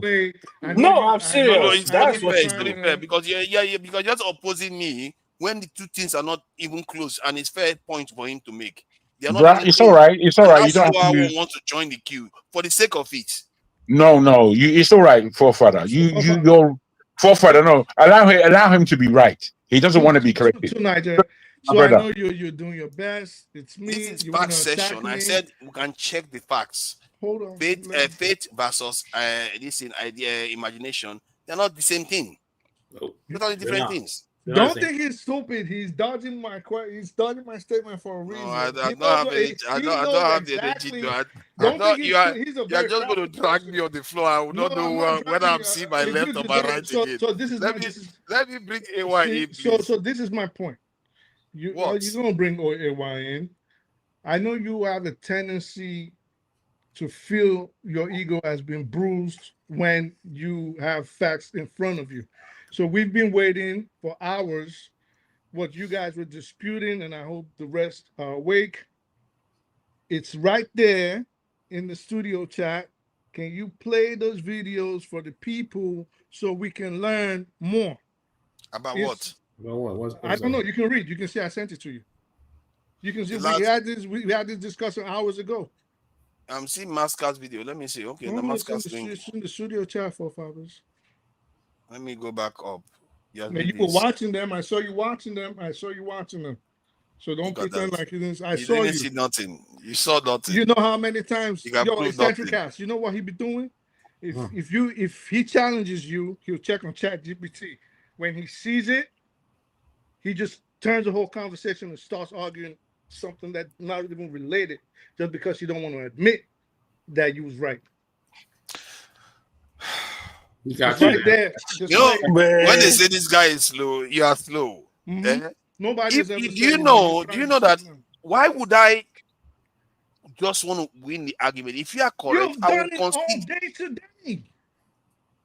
Because I don't believe. Because you've not convinced me. You and your little brother. Look at your little brother. Your little boy. I'm not gonna say your little brother. You're getting agitated.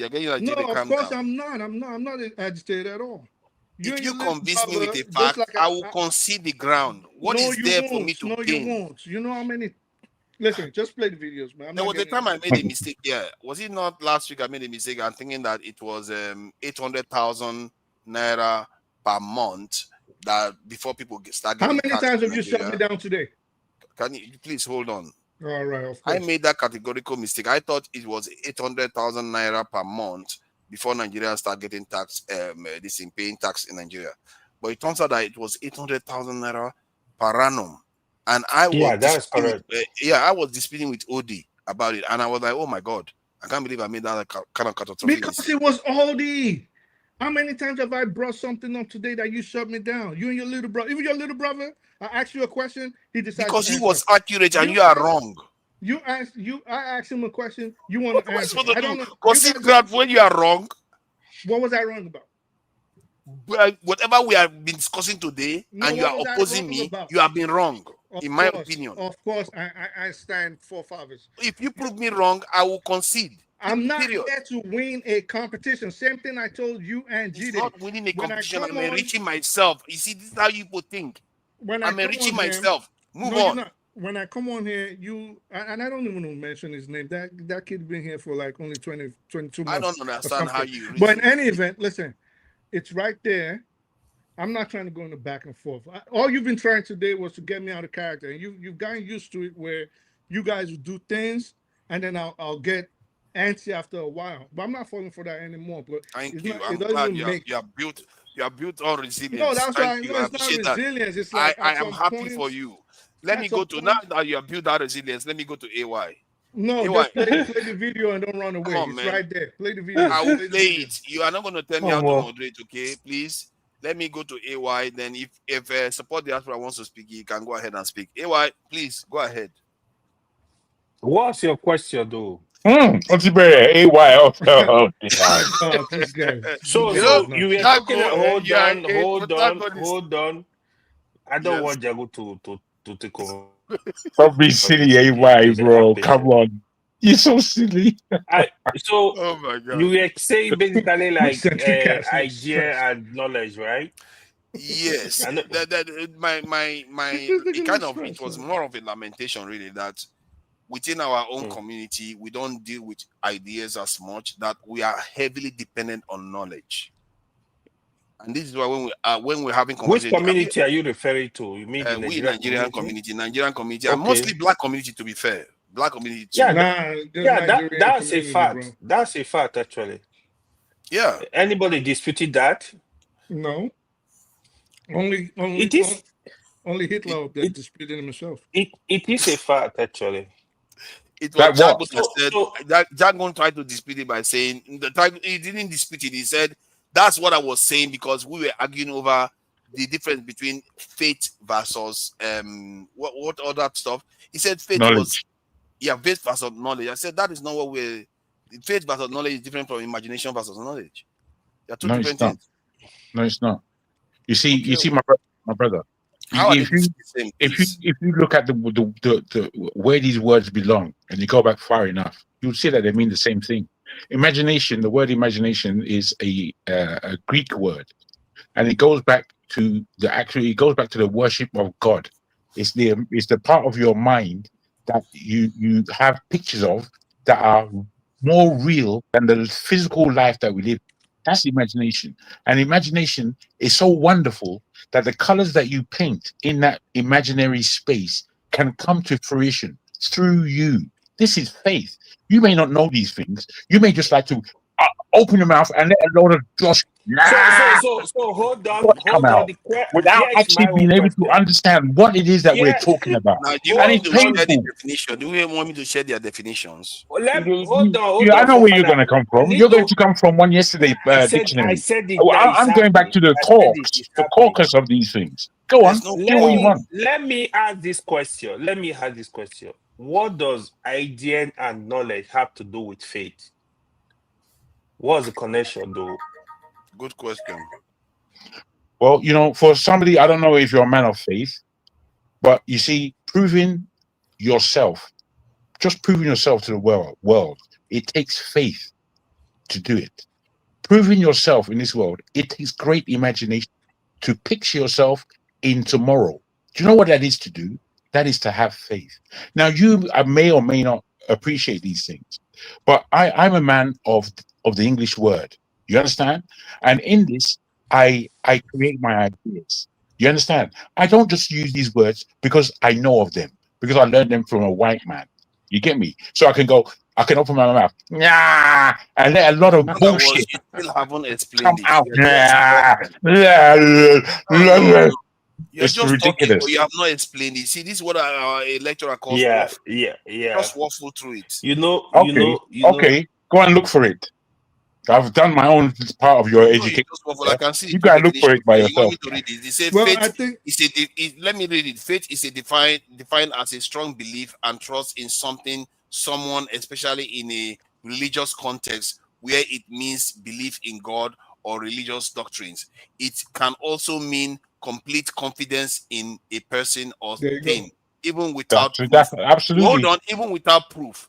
In practice, faith is not just an intellectual belief, but an active trust and confidence that something that is often demonstrated through action, loyalty, and obedience. Now, that is diametrically different from. We've heard what you said. Read the other one now. Let me read it now.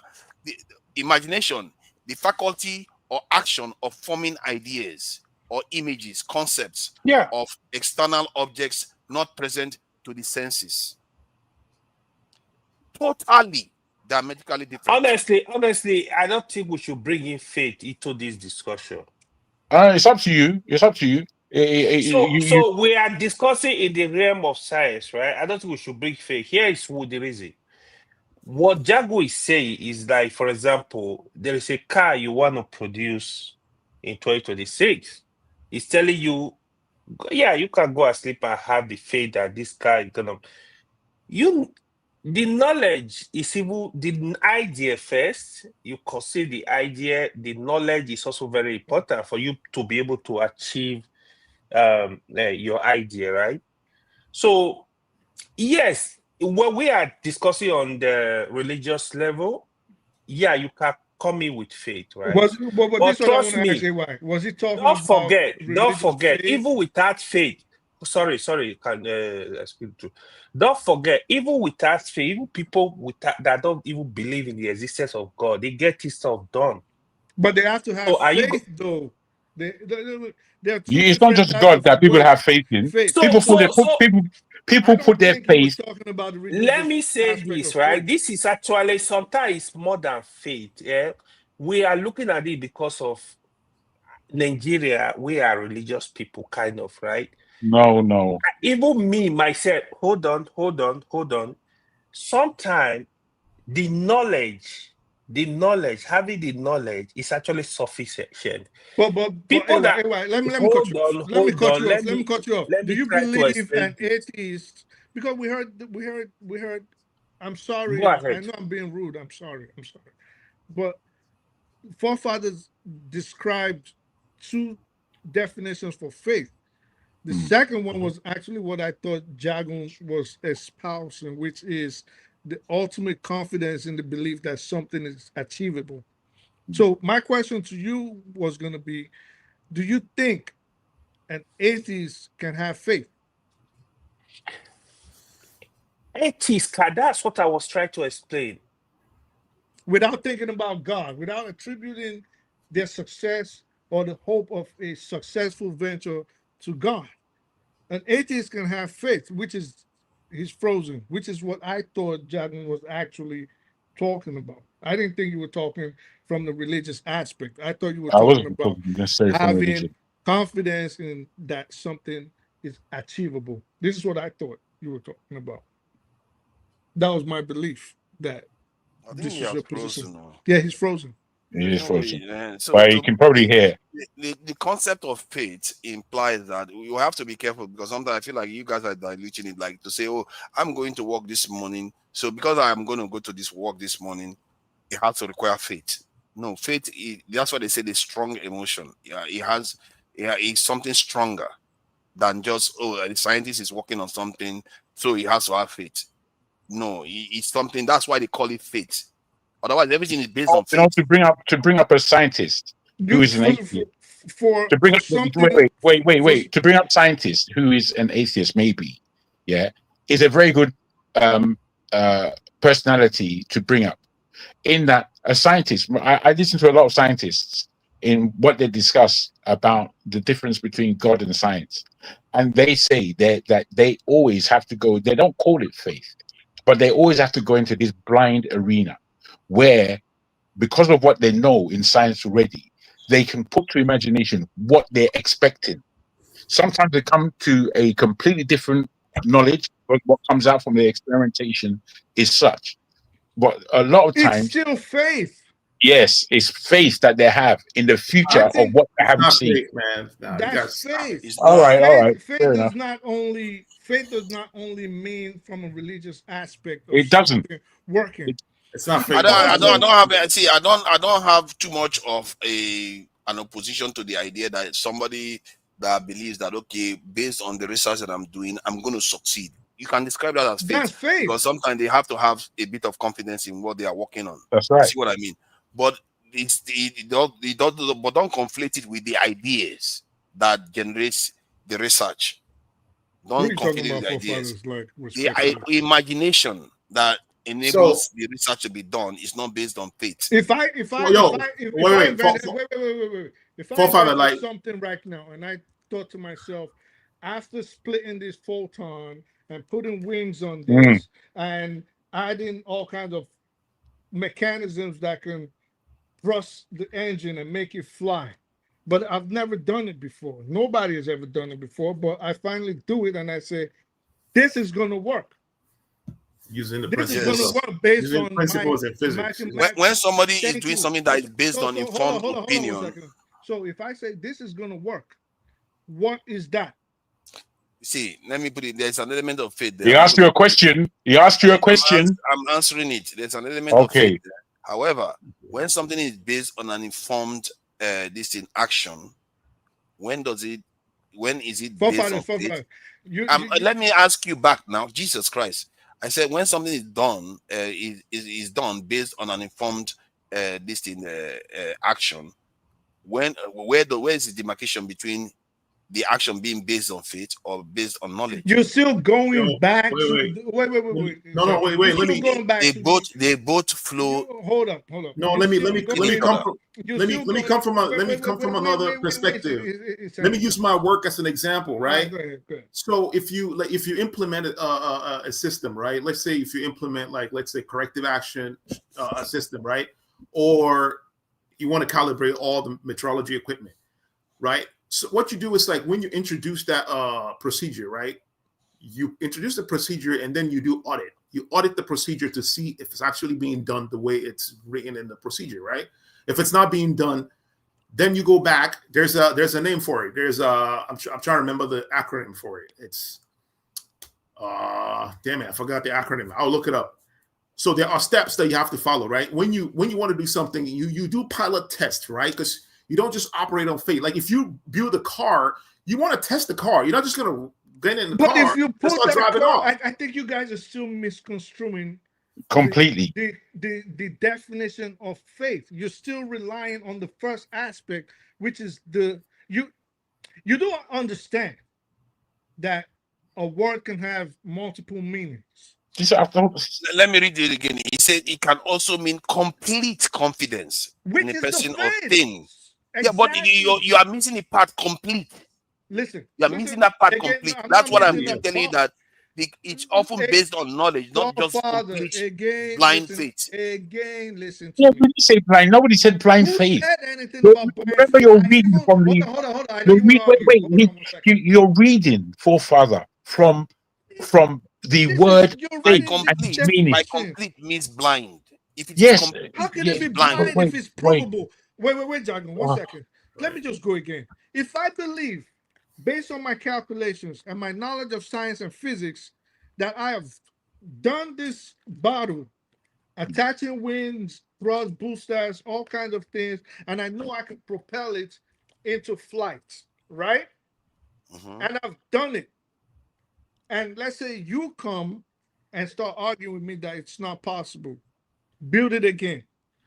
I have faith now that it is going to work. But the process of building it, right? You have to go through the test process.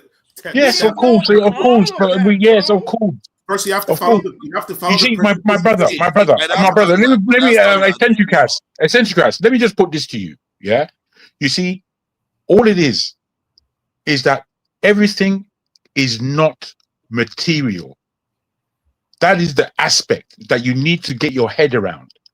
Before the material is understood or being able to become workable, in your mind, in your imagination, with your will and your faith, you can make shape, form, sense out of this material. Thank but you. You having that, you're not doing anything with that material. That's why you need the knowledge of physics, right? You have to understand. No, after the faith comes the knowledge. That's what me and this guy was arguing. Hold on. Why are we being binary? It's obvious. I've already said it. Why do you have to be binary all the time? Both of them can feed off each other.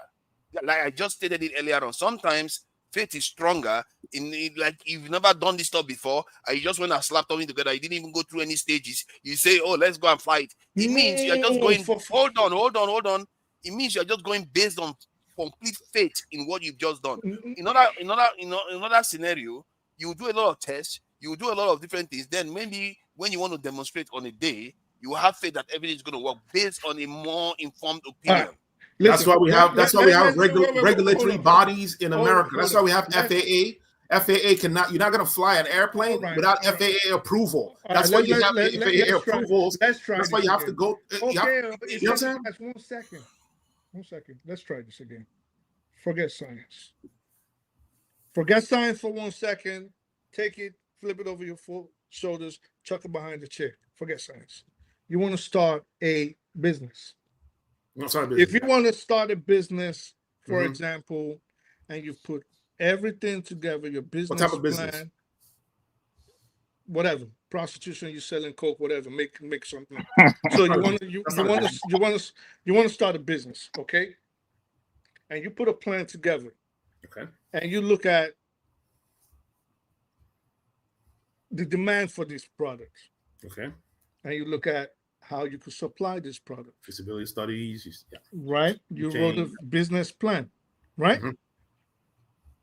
You got the money, you got the funds, you talk to the investors, you got everything down pat. But you've looked and you said but they would like to see your business plan though before they fund it. Go ahead. You're going into the nuances of all this, but that's not necessary now. So let's say you No, we need to know who the CEO is. Who's the CEO? Well, we need to know. They need to know the organizational structure. They need to Stop it, bruv. Stop it. So you looked at all of this, and you've looked at all of the points, and you've looked at everything. You said, well, listen, I think I can make a killing off of this. I can monopolize it. Make projection, okay? First. Project, okay? Before you go into that business, mm-hmm. would you agree? Now, this Mm-hmm. is not saying you will inevitably succeed. You Okay. might actually fail in this venture that you're getting in. Mm-hmm. Don't you have to have faith to enter into that business? You're gonna use calculus second derivative. Well, use a second derivative to do projections. It was right? a simple question. Wait. It was a simple. You're question. projecting, right? You said projection. You make a projection. Hold up. Go Don't ahead. you have to have faith in yourself and in that business that it'll succeed before you get into it? Your fate is based on all the studies that you've done. You've looked at the market, right? You've looked at the need, the market needs, right? Listen, you look at the market needs. You look at the competitors. You look at the competitors. You look at the pricing. I think he has managed to relay you a little bit that you are entertaining his argument. Let me clarify something. Calm down now. Let me clarify something. It's okay for me to ask my What I'm trying to clarify is imagination versus faith. That was where the conversation was. And when we are talking about imagination, if you want to start a business first, you have to imagine the idea first. Okay. And based on what you are capable of doing, you will have faith on what your imagination has just delivered you. And I don't know why we are going back into faith, because this one seems to be quite obvious how these things relate to each other. We shouldn't have to be debating them this much. But the idea, like I said, my original point. Give me 1 minute. I'm coming in and out. Let me just submit my original. But what kind of rough people are these? My original point was that that we rely too heavily on knowledge instead of ideas, which is a very, very important point. We have to start going towards ideas, so that we can start having new ideas on about where do ideas come from? Ideas come from within individuals now, and based on your experience. Pardon? Within individuals, ideas come from within individuals. Yeah, it comes from the mind. Individuals' mind. We know that. So okay, the reason why I want you to be more accurate. When I say where do ideas come from? If you said it comes from the mind, then I would have to put further to what is the mind, because it's not the brain. Oh my God. Mind is not the brain. That's a rabbit hole, dude. This is where we are. This is the arena that we're in. We see the actual concept that we discussed. We move from that and start talking about one minutia in it. No, it's not that. It's not that. The forefather. All I'm trying to get. You have already agreed in the wait. Stop grubbing. You have already agreed more time that there is a relationship between imagination and faith. There's a relationship, and I'm just saying, as you look at these words and you understand what they are, you see where they cross. You see the similarities between them. You see that they come from each other and they work with each other. I would not encourage that. They're not similar. But the whole idea of being, let's say you're an inventor. And you because you exercise your mind a lot, it's not that you are actually thinking about any one thing, but then because you are in your imagination, you now saw how useful a can opener would be. But there isn't such a thing in the world as a can opener. Right. You're the first one to think of it. And as you're thinking about this can opener, wow, a shape comes to your mind. And as that shape comes to your mind, you think, you know what, I'm going to test this and see if it works. Bang, hey presto, you the first person who Invented a can came. opener. Yeah, that's what it Based is. on what? Based on what? What makes it real? Where What did made it that come can opener into? come from? Is the idea And he had faith and that it was going to imagination. And work. the idea is also you have I to know the was speaking about the I also have relationship this between the like two. you have to Why study would the, why would I explain in the you first have to know place the that I'm mechanics of speaking? you have to know the mechanics of Wait, bearing. my friend. You have to know We're the coming across a. you have to We know came the across a mechanics. query. You have to know the We mechanics came of across. bearing. Wait. Instead of just speaking, Wait, we you have came to know across the a. you have to know the mechanics of bearing. If a bearing is You going know, this way, the next one will be going you that know, way, and the other the one will be argument going you this guys way. are making is like the Bro, similarity you know, between. if you're gonna teach, man, I think you might be a quite boring teacher, bruv. You know, if we're on a certain level of talking, and then you just bring it down to basics. Yeah, mate. You're Listen, too old for that, man. Well, Jago, you look like one of those students that keep troubling teachers You're all too the old for time. this, oh, man. I used to ruin. I used to ruin The teachers. Man. similarity between Ruin. knowledge, idea, and faith is Too old for this, bro. basically the similarity between ubiquitous and being omnipresent. Same thing. Ubiquitous. You mean? Wait, what? Huh? You meant Lost them, ubiquitous. bruv. You just lost the two of them, bruv. Yeah, this nigga's crazy. So These two fishes, they're not coming in. So We can't reel these ones in, bro. Oh, stop it there! Like I don't know what ubiquitous. like it's means. like you mean ubiquitous. So the way you said it, I didn't catch what it sounded Yeah, a bit because you're awkward. British. Like and he's we're not here in used the to United saying it, States. you know. Yeah. Okay, but you got the word. British, yeah. Hey, AY, please go ahead. AY is But in anyway, Nigeria. Let's give him. it's Let's a give AY similarity this. between Let's those give words. AY the mic. Sorry, AY, you kept coming in. Okay, let me. Yeah. You guys need to give me privilege, you know. Yeah, What privilege? So, but Jago will not let me. Now he will take the time now. Oh, AY. So look at it, right? So from what I don't know what you guys have really discussed regarding this faith thing, right? But what you actually discuss is science, right? To be honest, we're actually looking at faith the way we're discussing it here from the religious angle. Like, oh, we're not hold on, looking up to God, like this is the faith we have, like having faith in God. This is what I think we are looking at. But the real people doing this work, the scientists that don't even believe the existence of God, they talk more in terms of confidence in what they are doing. They acquire the knowledge. They talk more in terms of producing the result, being confident in what they are doing. No, I'm going to achieve it. This is where I'm going. It's just like solving mathematics. So anyhow, when you are, I don't know, maybe a few of you saw mathematics here before. So when you are solving difficult mathematics, all you do, you keep cracking your brain. Okay, you are stuck. You can get stuck. Say, okay, how do I manipulate it? Where do I go to arrive at where I'm going? You have the answer in your mind, but you have to keep going, making sure you don't make mistakes. Okay, you get stuck. You have to think, okay, what do I do? How do I move from here? So that's the way this guy thinks. So the deep science we are talking about is doable. We have the human resources. That we don't have problem with that. It's just a bit of training, a bit of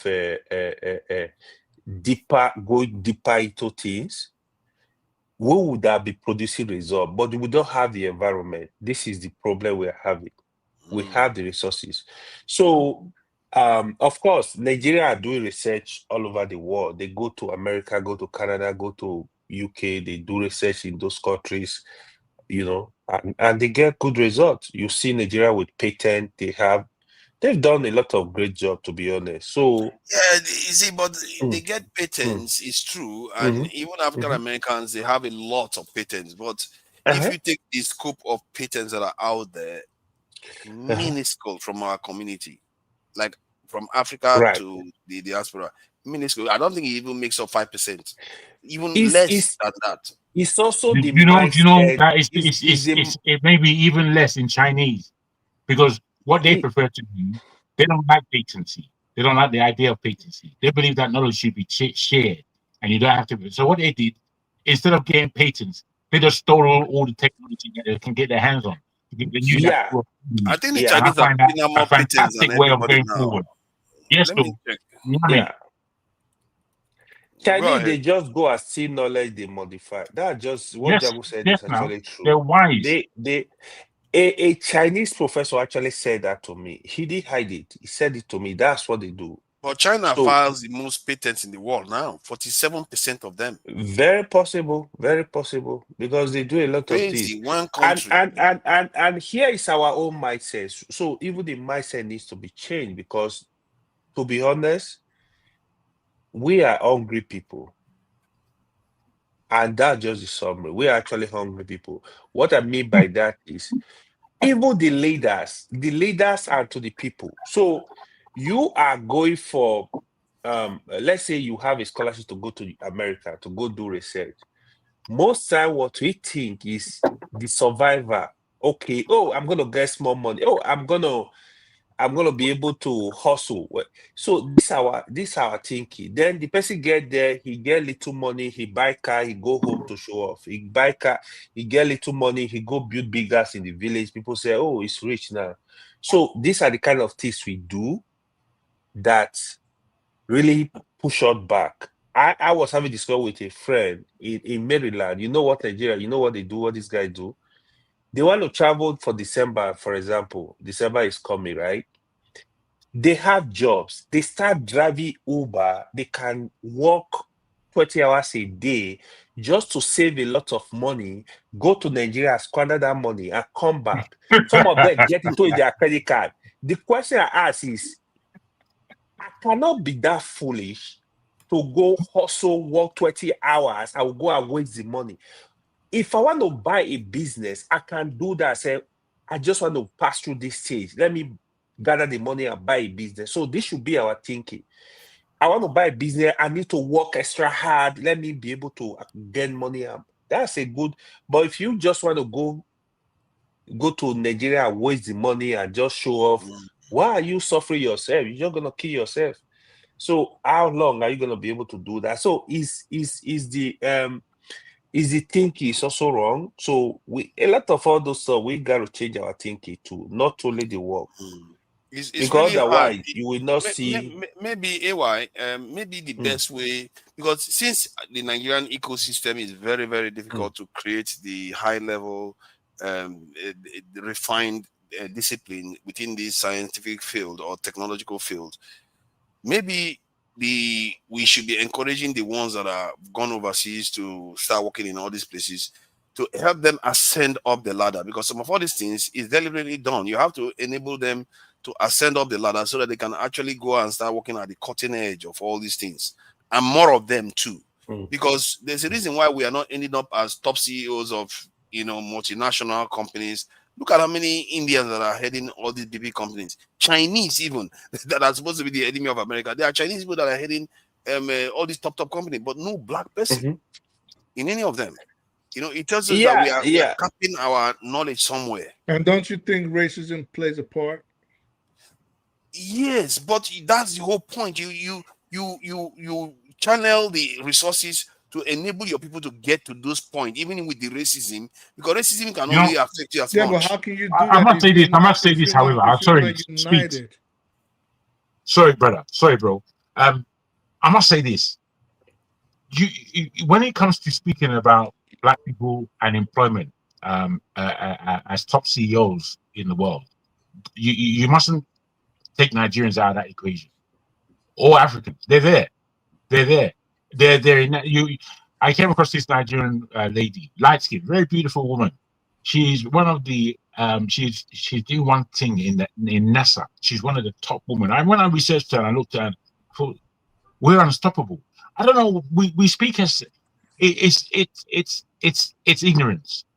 We don't their know. own lived life experience and the rooms they go in or the rooms they cannot go in is what they think. And this is not. Yes, but it's what they think happens all around. To think black people are not heads. We're there, bro. Fortune there was a Hausan, there was a one Hausan guy, Hausa, not even Fulani, Hausa Gongo. He was one of the head scientist with the Kremlin. I forgot what it was that he developed. Oh yeah, the one that developed the cure for cancer. Thank you, my brother. Mm-hmm. You, There was a Yoruba guy too. A Yoruba guy too was involved. you see that? Mm-hmm. You get me? We don't know our power. Is what I keep saying. Look at what I'm showing you now. Say 50 CEOs, class of 25. So if you look at for tech CEOs, this thing, let me see, tech CEOs. Let's see whether we see any black person among them. If you are lucky, you get one. But this one's there's no one here. Let me try to zoom in. Do you see Indian there? Chinese looking individuals, different people. But do you think that there's no black person qualified enough to hold any of those positions? It's possible that there are some. Or it's possible, but I think that there is something else. No. So yeah, it's possible, of course. But I think there is something else. Hold on. I think there is something else holding them, because if enough of them made it high enough, some of them will, even by potluck, end up in position. Or it's also possible that it's a boys' club run by people that think they are on the same hierarchy in terms of race, and they will not let a black person in. How about that? Yeah, but they allow Indians, Chinese, and all the rest in. My point is that yes, there's racism. I hear what you're saying. Yes, there's racism, but that is the whole point. If the Nigerian ecosystem doesn't allow it to happen at the cutting edge, because it requires a lot of resources, then you may want to piggyback on, because that's how most of these people did it. Even in Taiwan, that started building semiconductors, they got the knowledge from this in America, IBM, and all of them before they went back to Taiwan. Which now means from the scratch, you have to go down to the very bottom from the scratch and start building up a sense of unity, a sense of oneness, a sense of allegiance, where you do not look at yourself as a Barbadian, a British, Black British, or Nigerian, or Black American. Now you just look at yourself as whatever term those of us of the melanated color decide to call ourselves, which is what everybody else has done. Even in the business world, and I've said this here before, take the Jews, for example, or take the Spanish, for example, or take the Asians, for example. A dollar travels so many times within that community before it leaves. Not so with any black group. We get that money, or they get that money, because I'm not going to include myself in it. They get that money, and the first thing they do is how will they give it to people that are potential adversaries and oppressors. They want to buy the latest cars. I think in my mind, why this is very critical, especially if you look at in the world today, where these cloud billionaires and fewer people are controlling more and more. If you don't have your people at the top, like they are not even present here now. If you don't have your people at the top, we're just going to end up at the rump, at the base of the district, and then these guys will still be controlling everything. And this is why I keep emphasizing the idea of high level, the refinement of whatever we do. We have to compete at the highest level. How do you suggest that? Like I said, one of my suggestions is if I was the Nigerian government, and this is one of the weirdest things, I don't know whether the Nigerian government or most African government do. If you have your diaspora abroad, engage them and empower them. Yes, your people are suffering in Nigeria, but empower them where they are so that they can gain more knowledge, because sooner or later you might need them to come back. Empower them where? Wherever they are. If they're in the West. Wait. Let me just ask a question. Does this make sense to you? Bring the camera back. Just hear me out. Does this make sense to you? Please. And I'm still going to go to the question about what do you mean by, maybe I should start off with that before I go on. What do you mean by empowerment? Empower them. Okay, an example of this is what the Chinese do with their people that are overseas. They look for ways to, like, let's say they need access to some certain course that they need, they would not have been able to do. They will give them access to it. If they need cover for anything, like some kind of support, reference, Even simple passport that Nigerians often have to suffer to do sometimes. Those little things, you help your people. Sometimes the Chinese actually fund their people here to buy businesses here, buy intellectual properties here.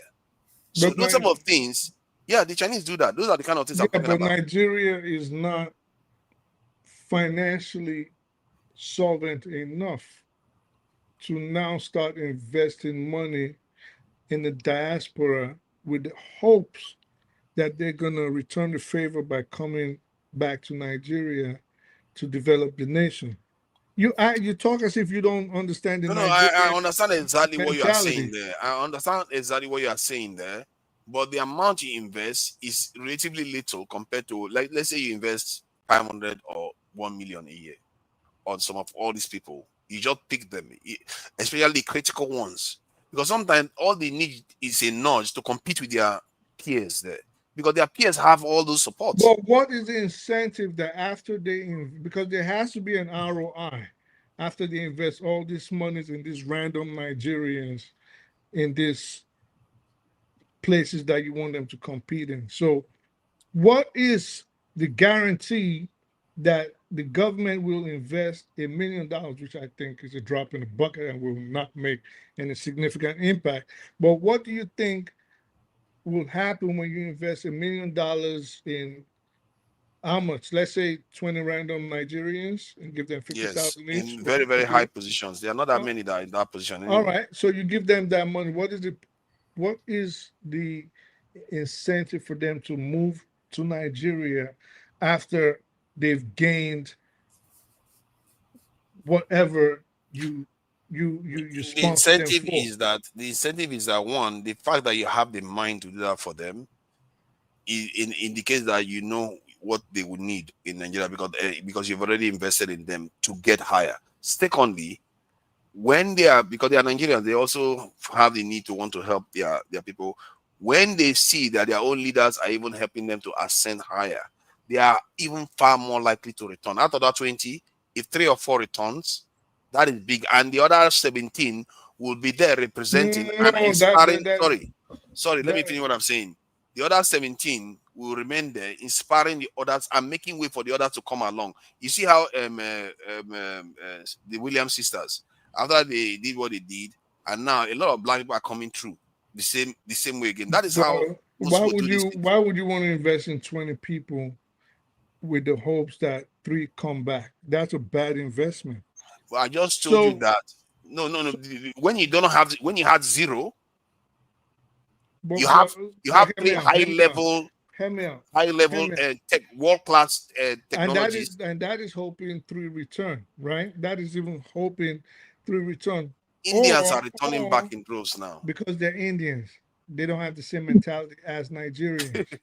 All right? Because they're Indians. So maybe what you should be doing, again, like we started off this conversation with, is making your home conducive and enticing enough to a point where you don't even have to try to incentivize anybody to come back, at least not financially. I see what you are saying is the logical way to think. However, when you make your home strong enough and solid enough, the ecosystem is good enough for them to do that deep research, but they don't have that deep knowledge yet. You need people that already have it and have it at the highest level, like the way the Taiwanese did. They returned and they were able to build the most sophisticated foundry in the world. So you need them to be educated at that level so that when they come, you can do both. When you create the ecosystem, now you have the minds, because the ecosystem without the mind, maybe that's why the Nigerian government doesn't even build those hospitals, because they worry that the doctors that are going to put there, they don't have the mind. So now when you build that ecosystem, now you have the minds to bring in that are Nigerians to come and work on those things. That's why I think there is nothing wrong with it, because you are not to mention, even without that, there is also the aspect of a gateway. Now, instead of gatekeeping, you have gateway for other Nigerians or other black people to ascend. There's a New York saying, right? And I'll try to wager $1. I'm not sticking it on my neck, but I'll try to wager $1 that eccentric has probably heard this saying before. We say good dope sell itself. I don't know if you ever heard that before. I think something like that. I've heard something like that before. So, meaning if you've maybe in recent years, you've probably seen a Rolls Royce commercial. 10 years ago, you would not see one. Or in recent years, you've seen a Rolex commercial. 10 years ago, you would not see one. Why? Because they sold themselves. You don't have to advertise something that's good. Good dope will always sell itself. So Nigeria just needs to get its act together. The moment Nigeria gets its act together, you don't need to advertise. People will flock there. But thinking you're going to pay $1 million to 20 people, and then you expect them after they get their training to run back home to no electricity, a situation they have to jump out of 4-story building so somebody don't put a bullet in their neck. They're not going to do that. Come on, we just said you also, the leader that will do that will also know that they need to sort themselves out. You have to understand these three principles that I put under my. You see, when we keep saying we don't have solutions, I keep telling you that is the solution. Whatever is going to kill Nigeria, that's what it's going to be. That is what everybody did. You can't escape it. So that leader is going to build those things. I don't have any issue. I think that definitely needs to be done. What is the use of having brilliant minds and then they come back to Nigeria, they don't have the ecosystem because they can't work by themselves. You need people. You need people to follow your instructions. You need your equipment. Who is going to tell them what equipment to buy? Those are the people that will tell them the kind of equipment they will buy. Those Taiwanese, you know already, and I think you already know that in terms of the machines that they use to make these wafers that they use for microchips. These machines are so sophisticated. It's crazy. They are groundbreaking machines that they have to manufacture. So those people cannot come back to Nigeria and say, "Oh, there's nothing there," and these people are knuckle draggers. They can't even do anything. They will go back because that skill will be wasted if they come to Nigeria. So I agree with you. You have to create an ecosystem for them. The Taiwanese also had a sense of urgency and a sense of nationalism. Their survival. You don't see Pepe now. Their survival was based on a situation where they had to develop and get to where they are today, attain the technological advancements that they have today, or the Chinese would have wiped them out by now. Hold on.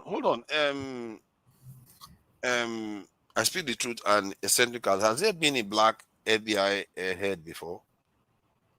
No. So an Indian beat a black people to become head of FBI. No, I actually think there was one. Hold on. No, that's quite surprising. No, but at least there's a Nigerian guy that's head of Interpol now. That's because they couldn't catch him, so they just brought him in. Head of No, it's been there. It's been there for nobody cares about the head of Interpol is a Nigerian guy. I think the head of FBI. They always give them all these ceremonial positions. That means they're appointed. They're appointed by the president. I don't remember the last time Interpol arrested anybody even. Bro, they arrest people. If they put you on the red notice, not arrest now. What they do is like where's the Interpol now? What is that job? International police now. What they do like repatriation of criminals when there's warrants for them. If they put you on the red notice, they're going to they put you on red notice. So once you move, they track you down and they do the. But they appear to be very weak. They appear to be very weak. No, well, it's weak. They appear to be very weak. No, they're not weak. It's a jurisdictional. I understand. It also goes with which countries have influence. You always got to remember. I think a lot of people make this mistake and think everybody's equal. Citizens are not equal in this world. There's no equality. That is true. But I want to ask another question. How about CIA? No black person has headed it. No. Man, that one never ever. Well, why you keep saying never? We have to start doing this. I'm not saying in the past. The CIA, the head of CIA is appointed by the president. So see, in the future, there will never be. The president appoints the head of CIA and FBI. Next time, the Democrats should demand that they head CIA. But it's not a black. It's not a black or white thing. It's not black or exactly. It's not black or white. Yeah. But funny enough, it remains white. I'm not buying it on It's an American thing to keep the culture the way it is. Yeah. AY, this is support the diaspora vote, and I was shocked when an African American lady, I've forgotten her name actually. I like that lady a lot. She said that in America that black people have not been involved in a plane crash, a commercial airline plane crash in American history. So is she wrong? No. So if that is true, you guys are competent already in many areas.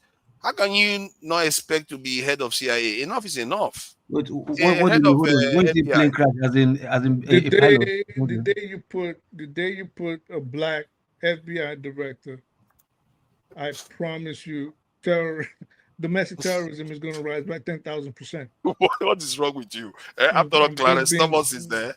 Clarence Thomas will come there. The whole country will collapse. A white guy. Exactly. They will find a white one. See, I really think that black people need to start showing up in places they used to be absent.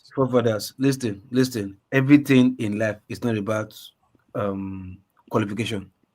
There are some things that are meant to be. It's true. Hey, look, you're not supposed to be there. You don't have business being there. As in, like how I put it now, there's still a thing in the white world where just keep it white. Just keep it white, no matter what. Just keep it white. But is that so though, or we are not fighting enough in that direction? We are not even conscious of it. We don't even need it. We don't need it. Exactly, that's another term again to use. Why should we fight for it? Why should it be a thing?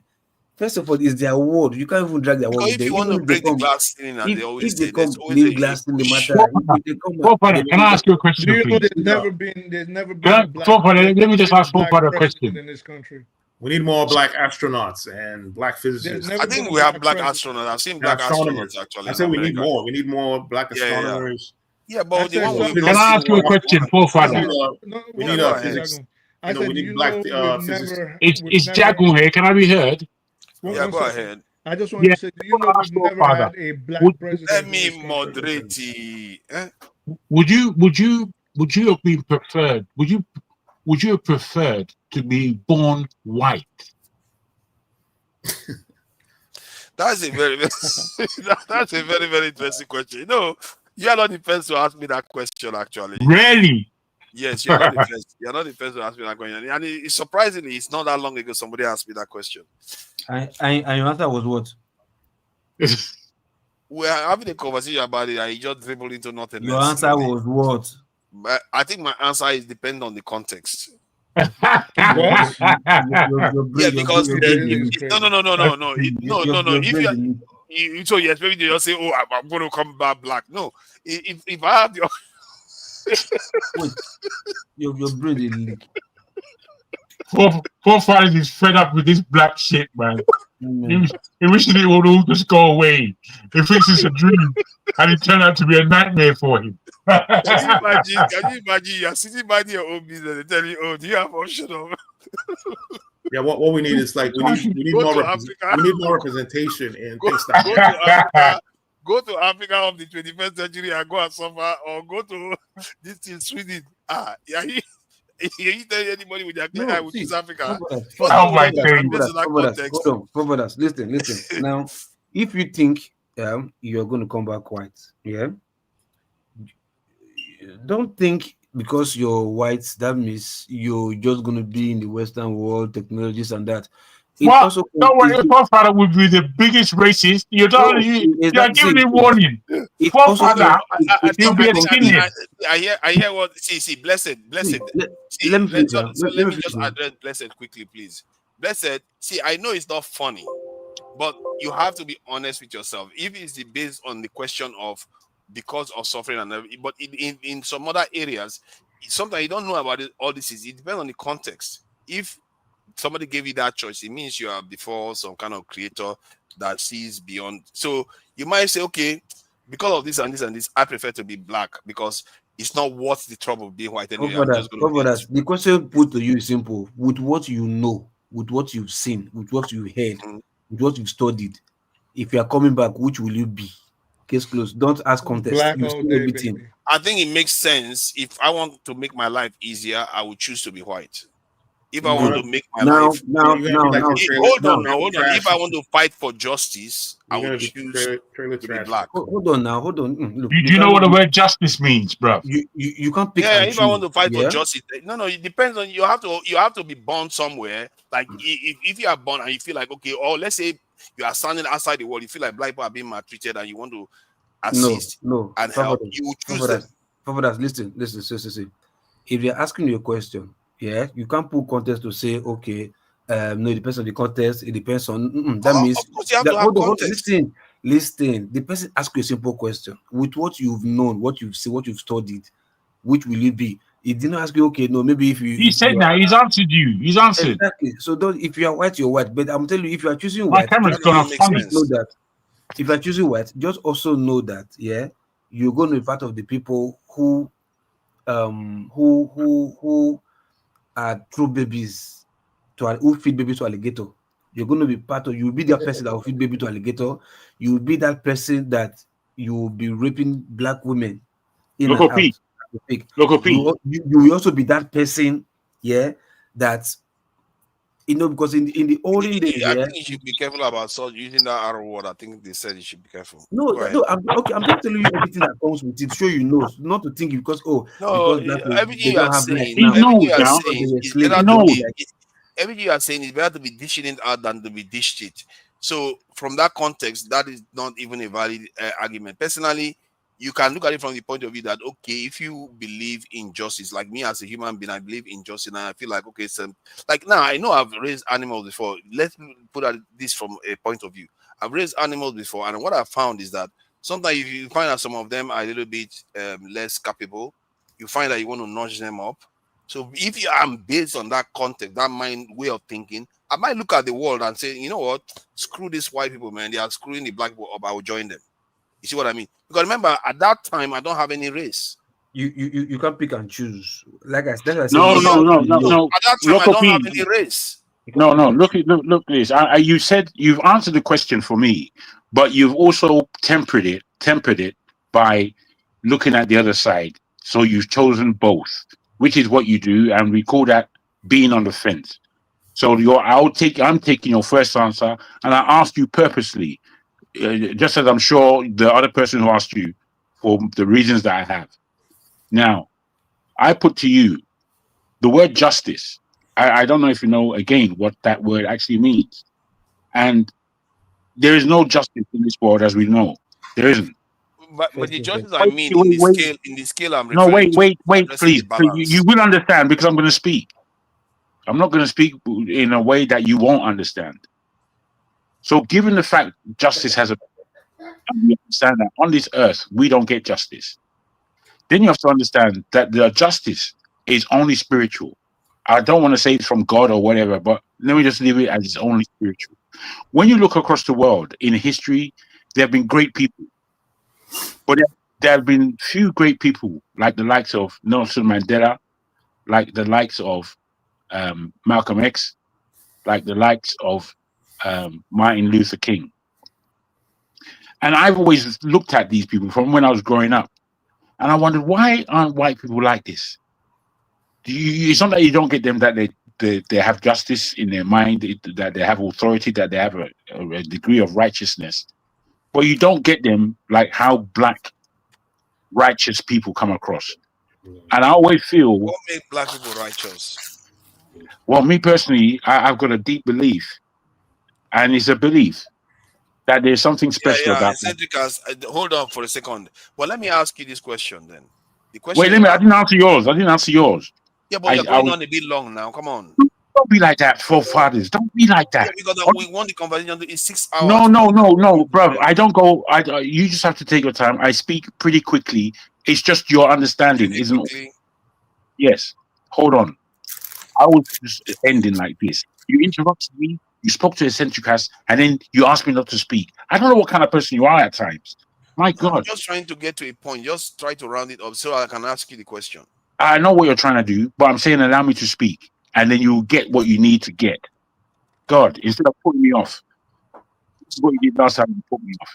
I'm saying that righteousness and black people, I believe, are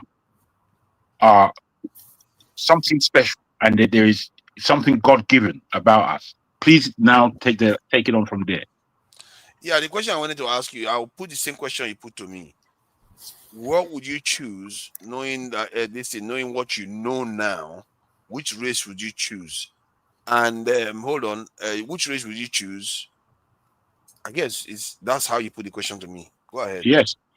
I mean, me. Yeah, And the reasons. I won't even just be black. I will be Nigerian again, and I would want to be Yoruba again. And I feel that there's something unmistakable about my birth. I think there's something unmistakable about who it is I am. I think there's something unmistakable about the fact that I've got something still to do in this world. I have a use. And I believe that that's something, and that little breakdown I've given you is owed to a creator, my creator. So with that, I'm just so secure. So there's no real reason. You just believe something. No. The reason there are many reasons, and it speaks about. I'm speaking about righteousness. You see, whether we understand it or not, we as human beings are on a journey. And as we look through history and we look at our next door neighbor and we look at the people that there are around the world and the fact that they are where they are and we are where we are, I have to give that some reasoning and reckoning. And when I give it some reasoning and reckoning, I feel that there's a place along the line that black people failed miserably. Now, look, this is interesting. You see how people are saying black all day. You see, that's the thing about people. Human beings don't know themselves. Why you stop me? I don't know why you stopped me. I want to moderate, please. Hey, no, not that. I'm thinking there's a reason why every time you already answer the question, but you keep going on and on. No, it's not like that. When we're having a discussion, I'm. Yeah, but it's not fair now. If you want to have conversation, I'm not saying that you shouldn't stop me. When you stop me, I stop. Just goes on for another 3-4 minutes. When you stop me, I stopped. When you stopped me, I stopped. And I thought you were going to come out with. I thought you were going to come out with it straight. I wanted to address this point he's made here. See, because I think this point is blessed.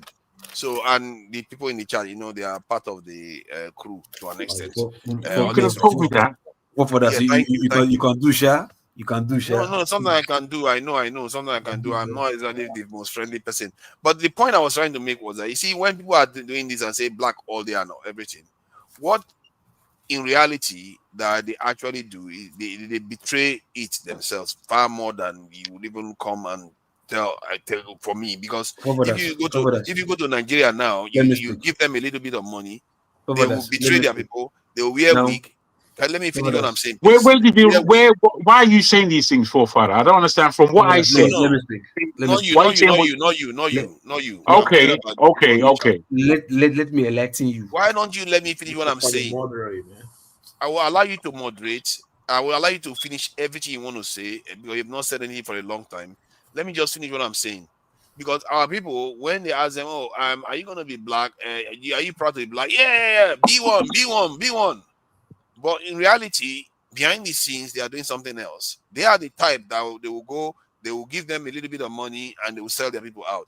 This is why our country is not where it is. If we're actually doing the B1 we like to believe in, we're not going to be doing that. We would have renamed our country, would have done so many things that we are not doing now. So in reality, they are just pretending. In reality, that's why I don't like people are very, very suspicious like that. But it's just what they are, to be fair. Okay. Now, first thing first, white people, are they racist, or are they born racist, or they are taught racism?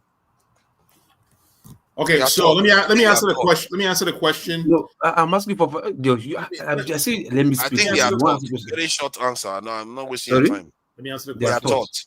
Okay, good. So they are not born that way. Yeah, they are taught that way. That means they are conditioned to become like that. Yes. Now, this attribute you're talking about, Not all. black people. No, although that okay. Oh, what do you mean not all? Some people are born to Not be all racist. white people are born racist. That not all white people are conditioned to be racist. Okay, some are what? Some are born racist. Some are more racist, others are not. Some are actually They fight racist against it. now. Listen, they are not born racist. They are taught racist. Yeah, they taught Yes. racism. They're not born. None of them Yes, is born. they Not are taught so. it, All, yes. anybody that's racist, they are all taught. The same thing that you see in white Now, people call now, racism. You see, find it in every other group of people, right? Jesus Christ, oh, For man. instance, It's only fair to let him contribute a little bit. For instance, we do I nepotism just in started Nigeria. to speak. I have not even said anything. I just asked a question. I No, said, you asked a question. I'm trying to. No, he's not going to talk for long. 30 seconds. Just say that so I can carry on, please. What we Jesus call Christ. racism, right? It's the same thing as tribalism. Yeah. Ethnocentrism, right? In Nigeria, people do nepotism in Nigeria, right?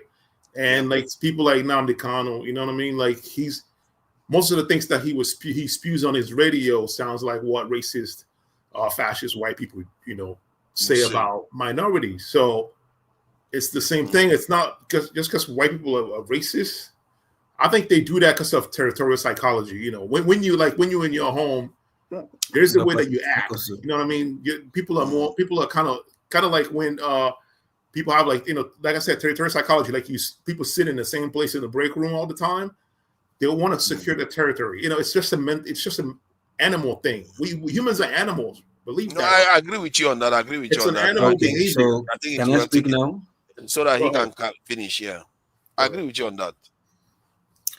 Okay, so why I ask you that question first? If they are born racist, they are taught racist. Yeah, that means for them to be taught, that means they are conditioned. So circumstances made them to be like that, not just because they are like that. Yeah. So same thing goes for the other side of the fence, which is black people. Yeah. Whatever you think you don't like right now about them, you think they get money and this and this and that. It was never like this. In the 80s, they were never like this. 70s, they were never like this. You get my point? So the more things are going worse for the country, conditioned by maybe external forces external forces most likely. You understand? Conditioned to become what they are doing, even the weak changing and whatever. There was a time where there was nothing like lip filling. You understand? People getting botox in the lip to look like to have thick lips. White people are known to have thin lips. Yeah, majority of them have thin lips, but you can see most of them right now have no lips. Some have like no lips, but most of them, what are they doing? They are injecting their lip to have lip filled just to look like black people because it now became a thing. You get my point? So this thing that you say you don't like about black people, if they were not conditioned to become who they are right now, they would have been the perfect race as they created, put in the perfect place with the perfect natural resources. You get my point? Just because they are conditioned and maybe deceived, maybe oppressed, maybe overpowered, you understand, and forced to become what they are right now. It's natural. I don't know why. I don't know. I think you are arguing against somebody that didn't make any statement like that. I didn't say I hated. Hold on. You are saying this thing that you say you didn't like about black people. You are saying something that I said. I didn't say anything I didn't like about black just now. You I said based on ease of life. Based on ease of life.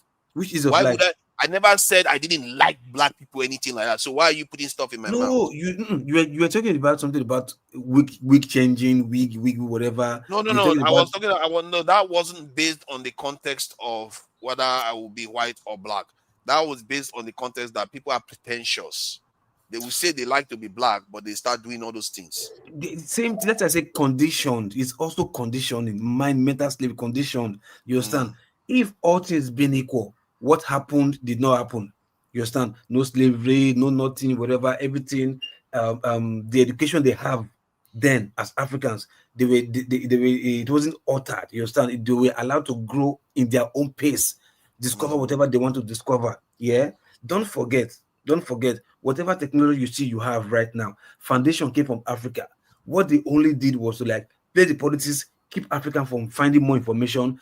They took their own little information they have and went with it and did more exploration with their information. Also paying much money to keep Africa where Africa is, not to find more information. You understand? But thereby causing conflict for them not to have peace to maybe think or settle or grow. You understand? They will come just like what they're doing right now. They tell you Boko Haram is or herdsmen is ravaging the north. So everywhere in the north is not safe. But what happens to the mining? Why is it that where they are doing mining and where they are doing bunkering, where they are doing whatever, everything is not in Boko Haram is never attacking there. Boko Haram, no herdsmen is going there with their heavy militia ammunition and weapons. They don't go there. You understand? But in the battlefield, they kill all Nigerian armies or whatever, but they don't go to those people that are doing illegal mining with Chinese and doing illegal gold or whatever. You understand? All the cobalt and lithium they are using to do all your cell phone batteries, they are getting it from northern Nigeria, but they are doing it safely, getting it out there. So that's how it is. You understand? They keep they cause conflict. Keep your knowledge in underground. Why they come export your knowledge while you are busy looking for money to eat and how to get power, they come and steal you and they go explore with it. You understand? So when you say like white people this and that, have it. If all things being natural, the way the creator designed it to grow and move, the people to move, Africa, in fact, I don't think there would have been more whites existing, because if by today, look at what is happening right now, just only 3 African countries that stop France from getting the natural resources. Look at what is happening in France. Now imagine if this was done like 50 years ago, like no 50 years ago, or imagine if there was not that Berlin conference that they had, if that never happened and Africa was just the way it is. You understand? What do you think will happen? Even the country we're living in right now, look at the economy. The economy is even dying. It's slowing down, and they're looking for ways to cause chaos or whatever. The economy of the country we're living is dying. Now imagine this happening 50 years ago. What would have been the outcome of this country right now? So sometimes if you are talking, sometimes they just think. Don't just condition because you see they show you film trick right now. You're seeing film trick. You think that's how it is. But brother, what I say right now is I understand everything you are saying already. It's film trick. I understand everything you are saying already. It's gone. And if we, it's all right. I think he's been here. He did signal that he was due to leave, so it's only fair that. Yeah. So, but regarding what you said, I don't disagree with it. We have been conditioned. When I was growing up, I couldn't draw a black person's face because you will only be able to draw a white person's face because that's all you see on TV. When you are drawing, you can't draw anything else. That's all you see. Because and I can see that even right now in Africa and among black people in Africa, that Nigeria seems to be the image they have in their head. You know, that it tells you I didn't know that was a thing even. But when you go and meet fellow Africans now, the way they talk about Nigerians, you begin to understand the kind of image we had of Indians when we were growing up, the Chinese, because we watch their movies. Because they watch Nigerian movies now, they have Nigerians in their head. I've seen it. They give Nigerians a little bit more, that instead of everybody come with 0-0, they give you a little bit more. They give you a little bit more credit just because of those movies they've seen. They give you a little bit of extra credit. If you are a bit shorter, they give you a little bit of height on top of it. If you're a little bit too fat or whatever, we understand. They still hate you though. Yep. They hate us, but they can't do without us for some reason. Really, they love us and hate us at the same time. If you really want to know what they think about Nigerians, be in their circle or their midst when they don't know you're Nigerian, or just like Nigerians, if you want to know what they really think about it, other tribe, don't even let them know you're not. Just listen to them. And you can see but think about it. And you can see how. Isn't that how the way we behave about white people? We say we don't like them. Sorry, now I just want to interject with what you're saying. Isn't that what we say about white people too? We say we don't like them, but many of our people, when they stand in front of that white person, they give them that extra. In short, if they were giving Nigerians 2 slices of the bunch of, let's say 10 naira, if the white man comes 100 naira straight. That is how they give them extra. Yeah, I don't behave like that too. I don't. I don't hate them. Black person, they get scared like they want to rob them. It's the same conditioning. It's the same thing. It's just the same mind conditioning. When you see a black man, is he going to rob me? Is he going to shoot? Is he going to? It's conditioning. It's the same thing. But it's really odd though. Let me ask this question because what you just said forced me to think about this. Like, amongst all the races in the world, which one do you think hates the black people most? White. In reality, like when we encounter them. White. You think so? 100%. Everyone else. You see, wait. If I may. You see, the world has been reintroduced to black people through white eyes. So when you go to Europe, Middle East, China, all of these countries, you can see that they learn racism towards us from the Oyinbo directly. You can see. It's very you may have a point there. I'm not. Yes, it's not their first choice. It's just like when black people would go to Vietnam, okay, and the Vietnamese never met a black man. They never had a problem with us. Yeah. But then the GIs would go in the clubs and then they'll throw them out. And then, oh, you make trouble here. Go leave, nigga. Hey, this dude never been out of Ho Chi Minh. How he even know the word nigger? Yeah. See what I'm saying? And then you find out it was always the white Marines that was gonna go spread these rumors about the black soldiers. Oh, don't let them come here. This is infested. They troublemakers. You know what I mean? And there's actually a whole documentary on that. I'll probably look for it. Well, you're not going to play it, of course, because like this one that you refuse to play, even after 8 videos, if you see something you don't like on it, come on, man. You do hold grudge, you know. Move it's on, not a man. grudge, it's there. No, you gotta move on. No, hold on. Don't you feel sorry for me? Yeah? No, because you like to. You can't be I sorry for me. don't understand this Nigerian thing where they ask for evidence, then you give them the evidence, but they don't like it, so they try to hide it instead of educating their people and saying, "Listen." But I already agree with you on the point, and I think you won the point already. I'm not here to win anything. This is the least place. I think, like my wife said, maybe this might be like some kind of therapy for you. I'm not here. What am I going to win here? So I think I just come here to have fun with my brothers. Cool. See what I'm saying? So I'm not here to win. Yeah, it's been a nice conversation today. But I'm saying, apart from your interjections. I'm just saying, the truth will always make you uncomfortable, and there's a Nigerian aspect of always either ignoring the truth, or they bury their heads in the sand, or they rip up the book when they don't like the truth. Now, we went through an argument here, which we will go again tomorrow if it comes up. School the people. Educate them that they cannot keep falling for this deceit that there's something called Judeo-Christianity. We have people on here, Tony, who I love and respect, that was insistent on it. And I understand he's coming from the messianic point of view, but teach your people that these people don't like you. These people hate you. You're not one with them. You are a means to an end. You mean the Christians? No, the Jews. The Jews. What do you think I'm but saying? the Muslims don't like us too. You are practicing Islam. No. To be fair, on Tony, you see, I think he has a particular understanding of it. I think if you were to sit down with him and explain many things, because there are many, when you say the word Jew today, it has so many connotations. And when I look at the word Judah and Jew and Hebrew, I really give it an African or black aspect. I do.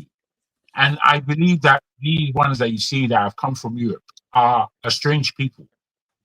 So sometimes if you're talking about them, I think it needs to be kind of clear. Okay, listen. This is what I'm saying. This is what I'm saying, Jagan. Okay. With Tony is fucking. Oh my God! Pardon my French. Tony is very educated. Tony is very. I mean, I've seen him lose his temper a bit, but Tony is a very mild-mannered, yes, to a large extent, a very classy man. Quite well spoken too. And he's a very he's very similar to myself. I agree. I think you are more incisive, but sometimes you do lose, composure. And Tony is he's a very reasonable man. Mm-hmm. But in the end, Tony is also a very religious man, and I understand that. And one of the easiest ways to pick an enemy is to attack their faith or to attack their political beliefs, their political leanings. But regardless of that, the truth will always remain the truth. Fact will always be fact, regardless of how you know. I would agree. I would agree on most. See, no. This is the title of the show. In fact, only fact will always be fact. So it will all facts will always. So facts will always be facts. That's why. That's the only reason. In that situation, everybody, whenever new facts, credible, verifiable evidence is presented to you, you have no choice but to discard that which you believed was right. Prior, so you yes. got to unlearn. Let me entertain you a little bit. I understand what you're saying. We are supposed to be rounding up. We are going to round up. What you say about Tony, I think, is accurate, and I think the point of his religious aspect is what you were talking to for him. But I think when you were speaking, I don't know correctly that you are speaking about a particular kind of Jew. But I was speaking about would you say anybody that calls himself a Jew? I was talking No. whether I was talking this about political. You're talking about this political Jew right now. No. Let me answer, please. So I'm supposed to be closing. You are creating another. Let him answer now. I was talking about the religion itself. Okay, that's it. Those that use the Talmud, those that believe in the Noahide laws, those that believe in the Tanakh, the 5 laws of Moses, those that use the Torah, which also include the Sephardic Jews, the Mizrahi, the Ashkenazi, and which one is the last one? I was Sephardic. No, I mentioned the Sephardic, the Ashkenazi, the Mizrahi, but in essence, the Jewish religion. Okay, so now I was being disputed. I was, of course, did that have a race connotation with it? Sorry, I just can we round this up? But this it doesn't matter. Okay, wait, let me just end. So this is what I did, because Christians think that they have some sort of affinity with the Jewish religion. I know forefathers are getting upset now, which they feel they have an affinity with the Jewish religion, which they don't. If you ask a traditional Jew, and say, can you worship in a mosque or a church? There's no two ways about it. He will worship in the mosque without problem. He will not step foot in a church. Do you believe in the same God as the Christians? He will say no. Do you believe in the same God as the Muslims? Yes. So these were the points I brought up. They disputed it. So I brought evidence. Forefathers demanded evidence. They all demanded evidence. Of course, I showed it to Tony. I gave it to him in the private chat. I gave it to forefathers, but I knew for a fact, because I've gone through this with forefathers, that he was going to hide that and not play it for the people like he promised. And we cannot keep deceiving our people. We cannot keep lying to our people. Let them know the truth. You have to uncolonize your mind. And you cannot do that the people that have the information decide to hide it. Let me just address the point. The point is that the video, you already won the point because it's been verified. Before you even brought the video, I confirmed that based on what I checked online, that it is true that Jews are more likely to go into a mosque to pray than to go into a church. That is a fact. So thank you for your time.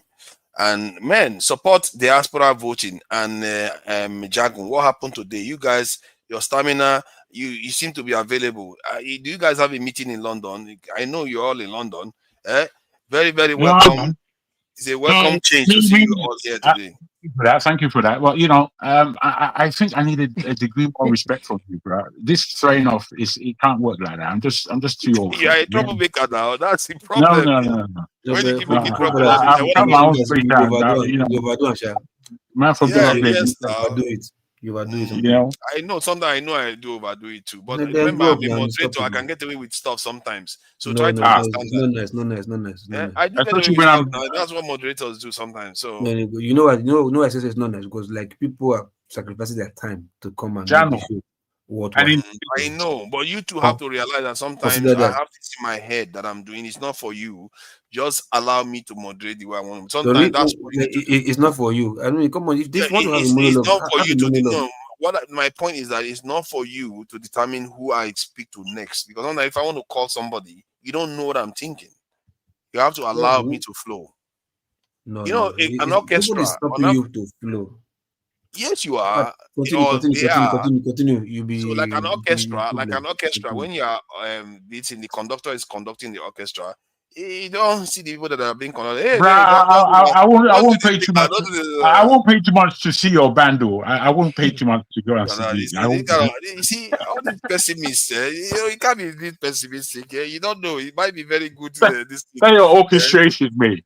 It might be very, very good song. It might be very, very good song where I will be conducting. You just be playing the music, ching ching, and then you press one bad note, clink, and then everyone will. Don't be so pessimistic. Don't be so pessimistic. I might be better at conducting than moderating a panel, So I really appreciate you all for spending the time with us today. I speak the truth, even if you get cross most of the time. You are always taking it and coming back. I really appreciate that because you do share a lot of knowledge, things that I didn't know today about Jews going to mosque to go and pray. You never, wonders will never cease. Now they want to kill each other, but it's all right. Thank you for coming in. I appreciate that. Jagun, as always, I appreciate you for coming in. And no matter what happens, we are always getting along. This is what I like with the people here. Nobody takes things personal. We get on with it and we get back to this thing and start talking as usual. That is how it's supposed to be. And support the diaspora voting. I do miss calling you Local P though, but it's all right. This support the diaspora voting. One day we are going to see it come to fruition. And let me say thank you to the people in the chat. Blessed, I see you there. You've been there all this while. I've never had one good thing you said about me though, but it's all right. This is what I get every time. It's normal. Mark Enelli, well done for hosting. I can't believe he's actually telling me well done because the show is ending. That's the only time they compliment me. Thank you. I will take it to. Thank you. I really appreciate it. Okachatin, I see you there. Thank you for joining us, Okachatin. And Tiffany M, I see you there too. Thank you for joining us, Tiffany M. And John O, I see you there, John O. I'm not sure I've seen that name before, John O. Thank you for joining us, John O. Let's see what he's got to say. I don't get what he is talking about. I'm sure he's talking to me. Nobody gets me. It's all right. Thank you for joining us, John O. Kyogene DJ. Kyogene GD. Thank you. I see you there, DJ. I see DG, not DJ, DG. I thank you for joining us, Kyogene. That sounds like a do name. Uzo Chukwudi. I see you. Thank you for joining us, Uzo Chukwudi. John O is there. I know there is Jagun is there. Oji. Nto official channel. Somebody has a channel that they call Nto. Okay, that's just there to throw people. Thank you for joining us. And let me thank the people that for real. I see you there too. The people that donated, Joseph Oji. I appreciate you for donating the $5. I really appreciate it. It's not people don't donate enough that as much as they should really because it supports the channel. And also remember to like, share, and subscribe so that people can actually see the video. The YouTube algorithm tends to shadow it if you don't give it enough likes. And maybe we should be doing making more effort to remind people to actually like this in the video. Eccentricas, I really appreciate you. You are on the panel. You came on the panel today and you also donated this in $5. Thank you for the this donation. We really do appreciate it. And Eccentricas, wherever you are, don't be a stranger. Remember to come back. Maybe one day we'll actually talk about technology fully, so that he has a chance to fully illustrate and talk about most of the technological stuff he wants to do. Aladdin K, I see you. My apologies, Aladdin K. You have been here all through. I know I've seen you here, and I can't still be sure whether you said anything good about me. You know, I'm a human being. You know, some of these people, they are just heartless, but it's okay. We take it like that. What are we going to do? They're heartless people. They don't think I'm a human being. So thank you all for joining us. Till next time. Bye.